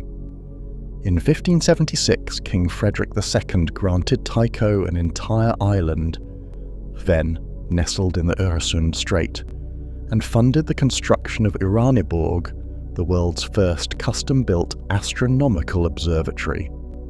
It was a palace of science, wrapped in copper domes and ringed by manicured gardens. Underground labs bubbled with alchemical experiments. Windmills powered pumps. Servants scurried through corridors lined with astrological charts. At its heart was Tycho himself, dressed in furs and velvet, peering through his brass instruments with a gaze so intense it was said to frighten visitors. He was no longer a solitary observer. He was a prince of the cosmos, and like all princes, he ruled with eccentricity. He kept a dwarf named Jeppe as his court jester, a man he believed had second sight and who dined beneath his table. He owned a tame elk which he adored and which famously died after drunkenly falling down a staircase. He hosted banquets that began with lectures on planetary motion and ended in ritual toasts. His nose, sliced off in a duel with another student over a math problem, was replaced with a prosthetic, long thought to be gold, but now believed to be brass or copper, fixed in place with wax. He did not smile often, but when he did, it was said to be like watching a glacier crack. He worked with fury. His instruments were redesigned again and again for accuracy. His assistants were kept on strict schedules. His data, thousands upon thousands of measurements, meticulously handwritten, were guarded like scripture. He believed that the Earth did not move, but that the other planets orbited the Sun, which in turn orbited the Earth. It was a compromise model, a strange hybrid that tried to reconcile old cosmologies with the irrefutable evidence of movement. But Tycho was not just looking to the stars. He was also listening to the deeper music beneath them. He studied alchemy with the same rigor as astronomy. He believed in correspondences, that metals, planets, and bodily humours were bound by invisible threads. That Saturn was lead, Mars iron, Venus copper. That the heavens could influence not just tides and crops, but the very character of a man. He wrote horoscopes for nobles. He practiced medicine based on planetary alignments. He believed the sky was not inert, it was alive. And then, as always, the world shifted beneath him. In 1588, King Frederick died. His successor, Christian IV, was a boy king with no interest in old scholars or eccentric islands. Tycho lost favour. The funding dried up. The land grants expired. A dispute over unpaid rent with local peasants who had long resented his dominion, grew into scandal. Tycho, furious and humiliated, abandoned Haven. The observatory fell into ruin. The great instruments were dismantled, the gardens withered, the island returned to silence. Exiled from his homeland, Tycho wandered. He carried crates of instruments, volumes of data, and his pride. He arrived in Prague in 1599 and was welcomed by the Holy Roman Emperor Rudolf II, a monarch obsessed with astrology and the occult. The city was a strange, flickering flame of mysticism and madness, a place where clockmakers dined with astrologers and alchemists debated angels. It was here that Tycho met a young, brilliant mathematician named Johannes Kepler. The two men could not have been more different. Tycho was aristocratic, boisterous, possessive of his work. Kepler was thin, melancholic, devout, and unrelentingly logical. Their relationship was stormy, clashes of ego and vision, but also deeply productive. Tycho needed someone to carry on his work. Kepler needed data. Their uneasy partnership would change the world, but not in Tycho's lifetime. In October of 1601, during a royal banquet, Tycho fell ill. The story, oft repeated, likely apocryphal, says that he refused to leave the table to relieve himself, believing it impolite. His bladder ruptured. For 11 days he lingered, racked with pain. In his final hours he raved. He whispered to Kepler, "Let me not seem to have lived in vain." He died on October 24th at the age of 54. He left behind no completed system, no final theory. He left only his numbers and his strange, stubborn refusal to compromise with inaccuracy. It would fall to Kepler in the years after to use Tycho's data to derive the elliptical orbits of the planets, to upend the cosmos entirely.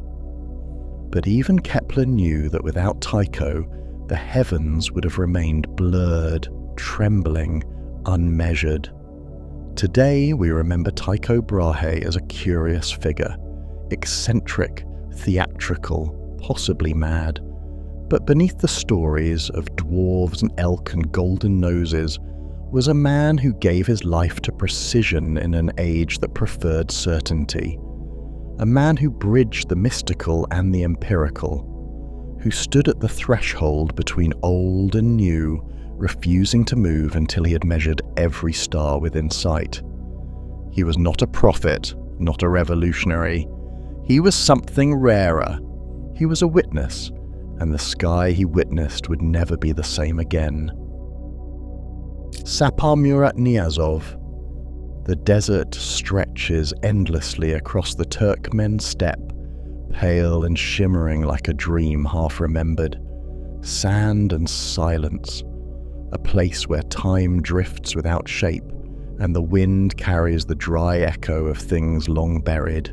Here, beneath the brutal blue sky of Central Asia, in a land once ruled by Khans and collectivized by Soviets, a man rose from the dust to remake the nation in his image. He named himself Turkmenbashi, the father of all Turkmen, and in his wake followed a reign not merely of control, but of reinvention, hallucination, and myth. Saparmurat Niyazov was born in 1940, the son of a labourer who died in the Great Patriotic War and a mother lost to an earthquake that levelled Ashgabat in 1948, swallowing tens of thousands of lives and leaving the survivors stunned beneath a sky that no longer seemed to protect them. He was orphaned at 8, a child without anchor, wandering the shattered remnants of a capital city rebuilt in the angular shadow of Soviet architecture. The state became his guardian, the party his inheritance. He rose through the machinery of the Communist Party with a smooth, bureaucratic precision. There was nothing in those early years to suggest the theatrical excesses that would later define him, only the grim discipline of Soviet loyalty and the quiet calculation of a survivor. He studied engineering in Leningrad. He returned to Turkmenistan and climbed the ladder. When independence came in 1991, following the crumbling of the Soviet edifice, Niyazov was already president. But independence for him was not an invitation to democratize. It was an opportunity to sculpt eternity from the raw clay of a newly unshackled state. He began slowly, then he began everywhere. The country changed, not at the margins, but at its core. Streets were renamed, cities were renamed, the very calendar was remade in his image. January became Turkmenbashi, April was named after his mother. Schools required daily readings from the Runama, the spiritual and philosophical treatise he authored, a text that mixed nationalism, folklore, and moralism in a style equal parts scripture and autobiography. It was printed in pink and green and treated as sacred. To fail to revere it was to fail to be Turkmen. Statues of Niyazov rose like golden weeds from the soil of every city and village. He gazed down in marble, bronze, and gold-plated alloys, his arms often spread in benevolent welcome. In Ashgabat, a 40-foot statue crowned a rotating plinth that followed the sun. Turkmenbashi always in the light, even when his people sat in darkness. He banned long hair for men and makeup for news anchors. He outlawed opera and ballet, declaring them incompatible with the Turkmen spirit. Dogs were forbidden in the capital. Smoking in public was outlawed, partly due to his own heart surgery, after which he quit cigarettes and decreed the rest of the nation should as well. Physicians were ordered to swear allegiance to him, not the Hippocratic Oath. And yet he was not merely a despot, he was something stranger. He spoke of himself in the third person. He claimed divine inspiration.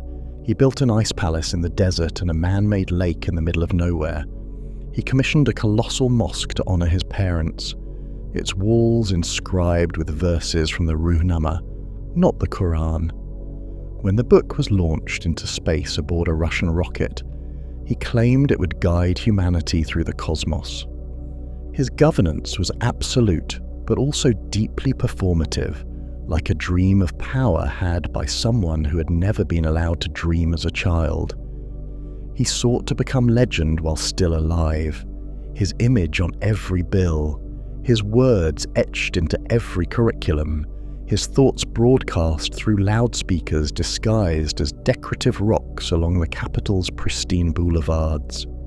His face, broad, impassive, unnervingly serene, was everywhere, watching, enduring, sanctified, and the people obeyed, not always out of fear, though fear was present, but out of something older, the habit of reverence, the inertia of silence. The Soviet system had trained its citizens in the art of submission, and Niyazov rewrote the script without changing the stage. He ruled for 15 years with no opposition, no election worthy of the word. Turkmenistan became a country sealed in amber, suspended in the dream of one man's making. The internet was barely permitted. Foreign journalists were turned away. The outside world, when acknowledged at all, was treated like a threat to the delicate balance of his vision. But vision erodes. Even gold fades in the sun. By the early 2000s, whispers of discontent began to rise.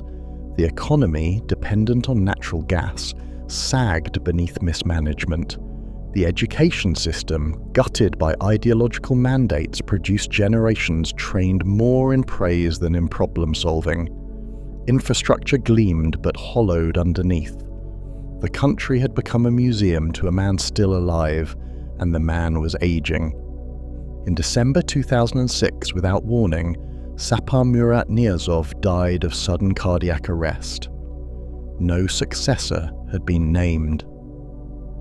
The country he left behind was an edifice without scaffolding, a myth without a storyteller. The mourning was immediate and ritualistic.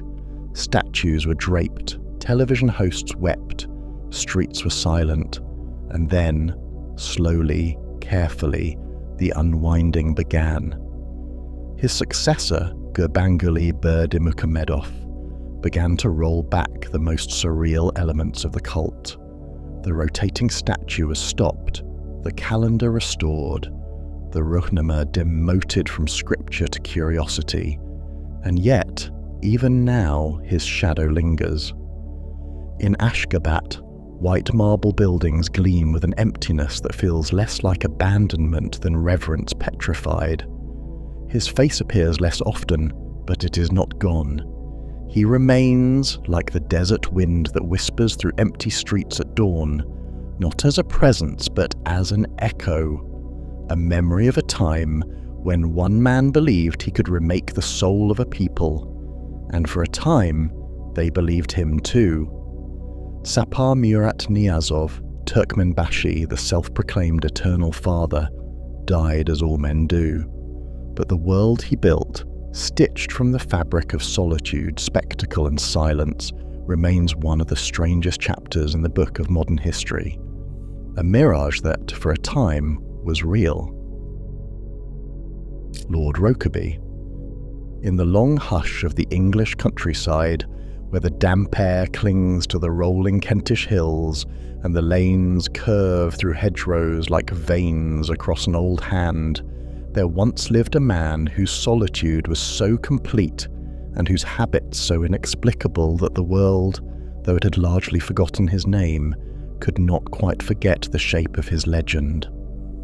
He was born Matthew Robinson in the year 1712, the son of a well-bred family with distant titles and deep orderly obligations.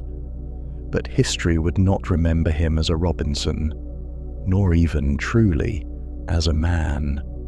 It would remember him as Lord Rokeby, a creature of beards and baths, a ghostly figure said to roam his estate like a watery oracle, half drowned in the pools he built, reeking of salt, beard trailing behind him like a banner of defiance against everything polite society held dear.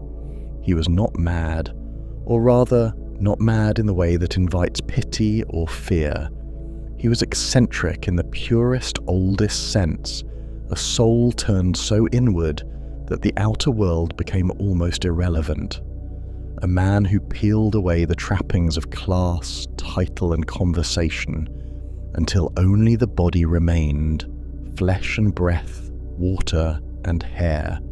He was a baron, yes, but he lived like a mystic, a philosopher perhaps, though one without disciples, a hermit with a title and an estate, with the means to vanish on his own terms, and vanish he did. In his youth, Matthew Robinson showed every sign of becoming a conventional English gentleman. He was educated at Harrow and then Cambridge, where the ancient stones of Trinity College pressed centuries of learning down into the skulls of the ambitious. He studied law, he entered Parliament, he engaged in letters and political debate. His cousins and sisters were married into prominent families. One sister, Elizabeth, would become the celebrated blue-stocking intellectual Elizabeth Montagu, famed for her salons and support of the arts. But where Elizabeth embraced the bustling world of letters and guests and tea poured in quiet rooms over copies of Pope and Milton, Matthew withdrew. Bit by bit, year by year, the world became less interesting to him, or perhaps too loud. His political career waned, his social appearances dwindled. He left behind the city and retreated to his estate at Mount Morris, a quiet house near the town of Hythe, where the sea whispered to the land through pebbled shores and fog-drenched mornings. It was there, in the hidden folds of the Kent countryside, that Matthew Robinson dissolved into Lord Rokeby, shedding not just name, but the very customs of his century. He grew his beard long, not trimmed, not shaped, but allowed to fall as nature willed it. It flowed down his chest, then to his waist, and beyond. It became legend. Children whispered that birds nested in it, that he spoke to it, that it held secrets. He ate rarely and sparingly, often only once a day, preferring raw beef and sips of brine. He believed the sea had healing powers, that salt was sacred, and that the artificial corruptions of cookery and spice were poisons dressed in fragrance. He stopped wearing the clothes of a gentleman. He wore robes. He wore rags. He wore, it was said, nothing at all beneath the robes, though few dared confirm it. But most of all, Lord Rokeby bathed. He did not bathe as other men bathe. He did not wash in water, rinse and dry. He did not view it as cleanliness or as duty. To Lord Rokeby, immersion was a form of communion, a return to the element of birth, a baptism repeated daily not for salvation, but for life itself. He built a glass-domed bathhouse on his estate, a round structure filled with filtered seawater, heated by sun and coal. Inside, he would sit for hours, motionless but for breath, submerged to the neck, beard fanned out like kelp.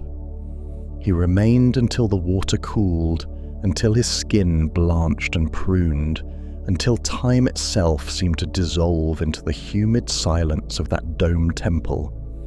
In the summer months he walked miles to the coast, his long robe dark with sweat, his steps unhurried.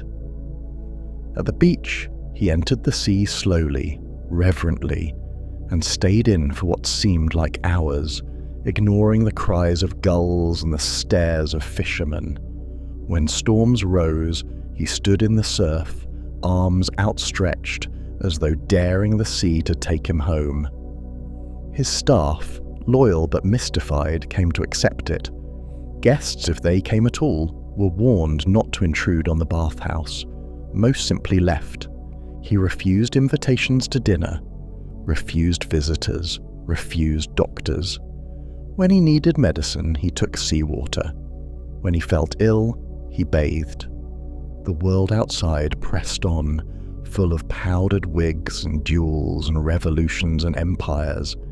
But inside Mount Morris, time drifted like steam over warm water.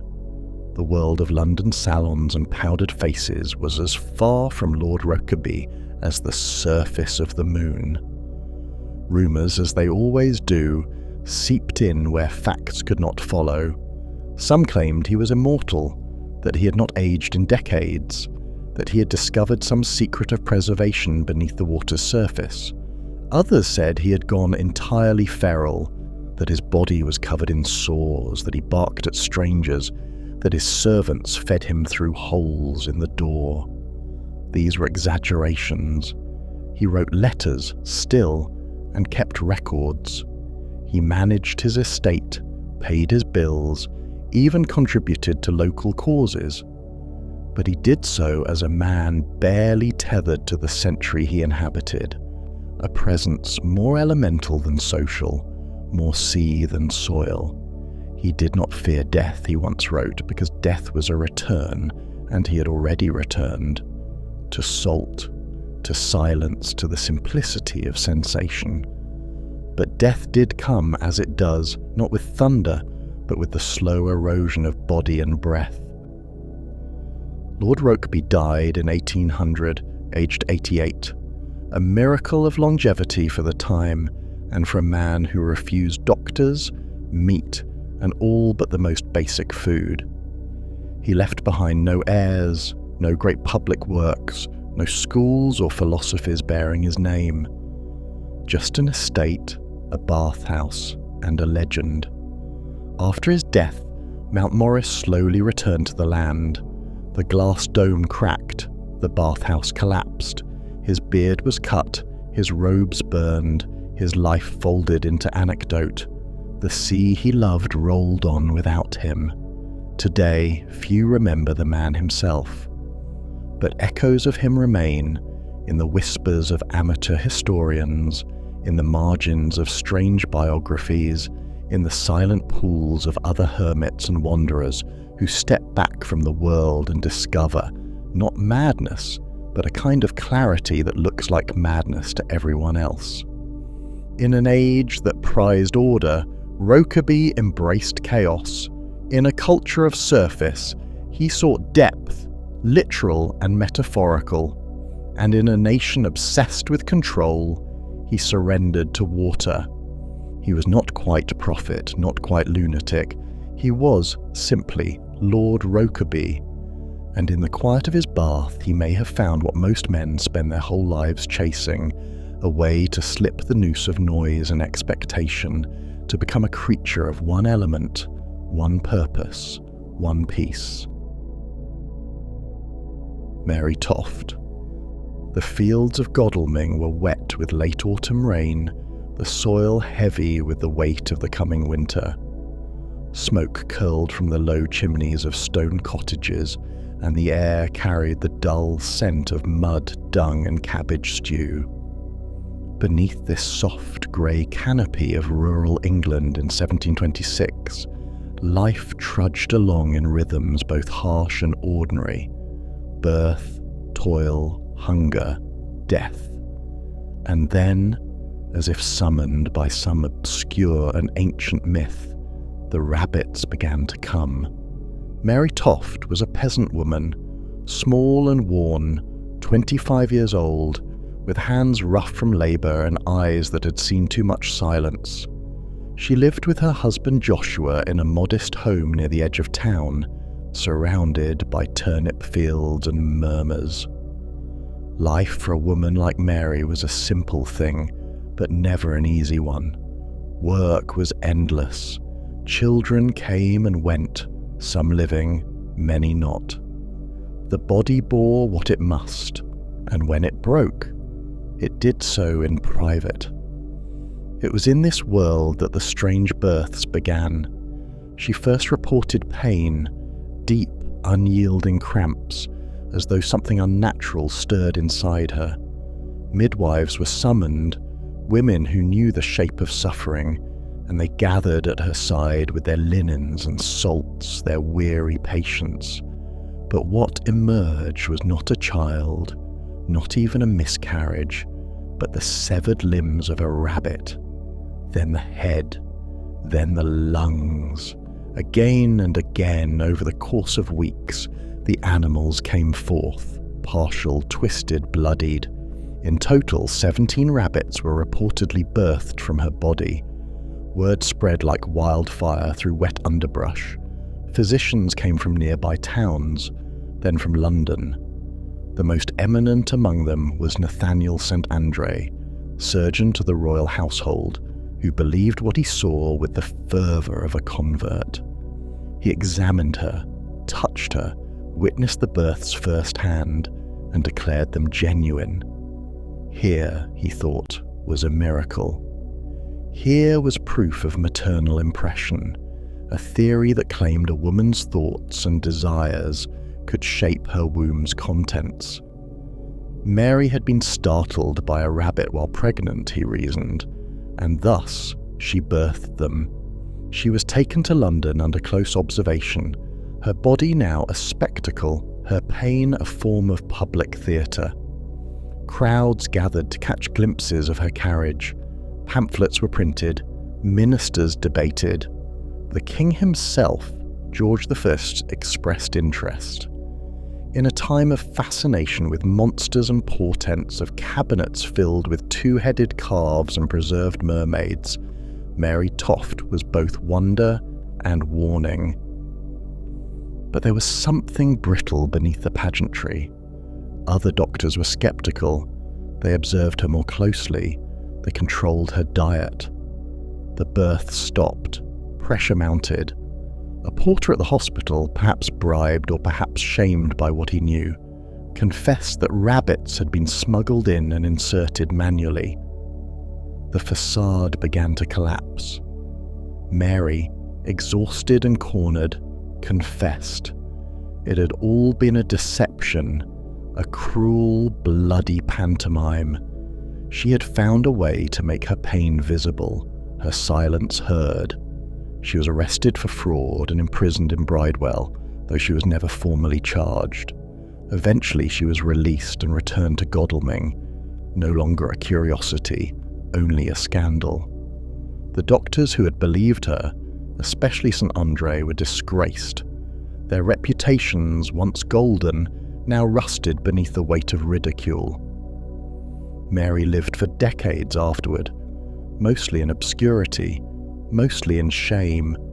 She bore more children, buried some, and disappeared into the folds of history, remembered only when summoned by satire or scandal. Her story became a footnote, a punchline, a grotesque curiosity in the annals of medicine. But beneath the mockery lies something darker, more desperate. Mary Toft lived in a time when women's bodies were mysteries to be solved, controlled, or punished, when female pain was rarely believed and childbirth was a private terror endured behind closed doors. Perhaps she found in her deception a kind of power, however fleeting, a way to force the world to look, to listen, to reckon with the body it usually ignored. Or perhaps it was simply madness, grief, hunger, the incomprehensible pressure of poverty and loss. There is no clear answer, only the image, a muddy cottage, a crowd gathering outside, and within it, a woman bent in pain, cradling something that should not be. Iron Mike Malloy, in the slack grey lull of Depression-era New York, when breadlines curled like smoke around tenement corners and the steam rising from sewer grates warmed more hearts than hearths, there was a certain bar on 3rd Avenue in the Bronx where a man like Mike Malloy could vanish quietly into the amber murk of cheap whiskey and long afternoons.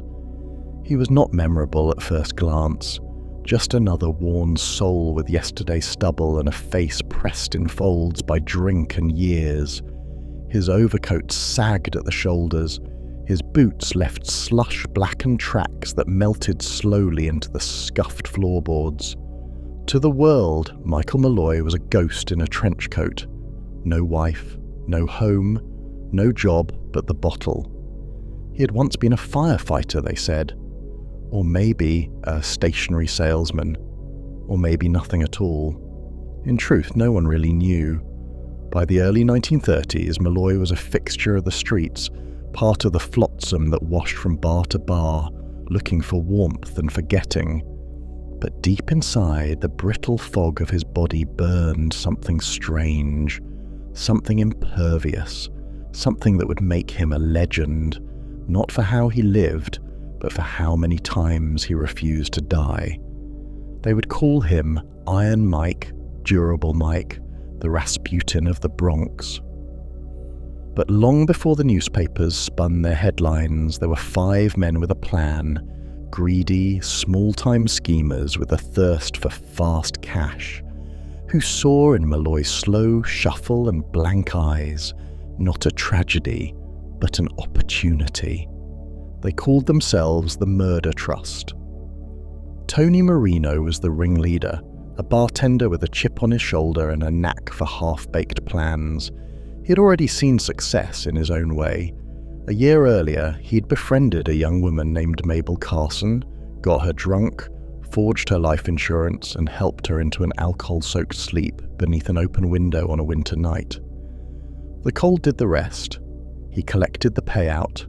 Now, he wanted to try again. He shared his idea with 4 others. Joseph Murphy, a former mortician with a crooked smile and a taste for the morbid. Francis Pasqua, a dry cleaner with underworld connections. Hershey Green, a cab driver with fists like shovels. And Daniel Crisberg, whose talents began and ended with being in the wrong place at the wrong time. Their plan was simple. Find someone with no family, no ties, and no future. Get him drunk. Take out life insurance policies under fake names. Let the alcohol do the killing. Enter Mike Malloy. He was perfect. Already halfway to the grave, or so they thought, Marino offered him free drinks at the bar, an endless tab, no questions asked.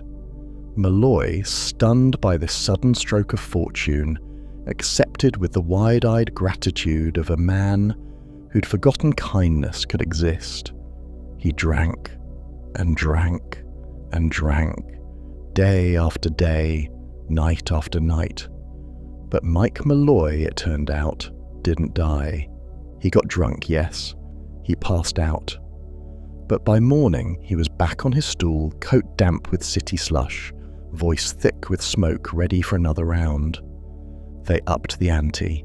They gave him wood alcohol, methanol, lethal in even small doses. Malloy drank it like lemonade. He smacked his lips and asked for more. They mixed it with turpentine, rat poison, horse liniment. Still he drank. Still he came back. The men stared in disbelief. It became a kind of horror show, a parody of murder. They fed him raw oysters soaked in wood alcohol, spoiled sardines laced with shrapnel, a sandwich of carpet tacks and broken glass. Malloy chewed, swallowed, slept, returned. Whatever walked in that bar each morning, it wasn't quite a man. It was an iron machine wrapped in meat and booze, and so they turned to more direct methods. One night in midwinter, they dragged Malloy, nearly comatose, into the bitter Bronx night and laid him out in the snow. They poured water over his chest, left him to freeze. By dawn, they were sure he'd be found stiff and blue. But hours later, Mike Malloy staggered back into the bar, mumbling thanks for the hospitality, teeth chattering, coat frozen solid. Next, they hit him with a speeding car. Twice. Pasqua drove. Green watched. The engine roared through slush and smoke and bone. Malloy disappeared beneath the bumper and didn't get up. They left him in the street, satisfied. He spent 3 weeks in the hospital. No one claimed him. No one recognized him. When he was discharged, bruised but breathing, he returned to Marino's bar like a stray dog to its abuser. By now, the men were frantic. The premiums on the insurance policies were coming due. Their patience was fraying. Even the underwriters were asking questions. They had to finish it. On February 22nd, 1933, they did. Marino and Murphy poured a final round laced with enough methanol to kill 10 men. As Malloy drifted into unconsciousness, they stuffed a hose down his throat, attached it to a gas jet, and turned the valve. Carbon monoxide filled his lungs, and this time he didn't wake up. They forged the death certificate, claimed he had succumbed to pneumonia, claimed the body, filed the insurance claims. But their story didn't hold. The police had begun investigating. A tip, perhaps from guilt, perhaps from gossip, had reached the ears of detectives who were tired of seeing so many penniless men wind up dead with paperwork signed by the same 5 faces. Malloy's body was exhumed. The cause of death was unmistakable. All 5 men were arrested. 2 were executed. The others received long prison terms. And Mike Malloy, whose life had vanished into the cracks of the city, became suddenly immortal, not because he lived long, but because he died so many times before his death took.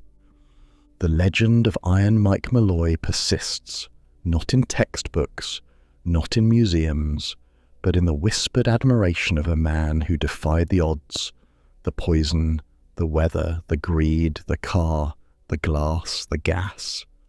He was no hero. He left no great works, no family, no quotes carved in stone.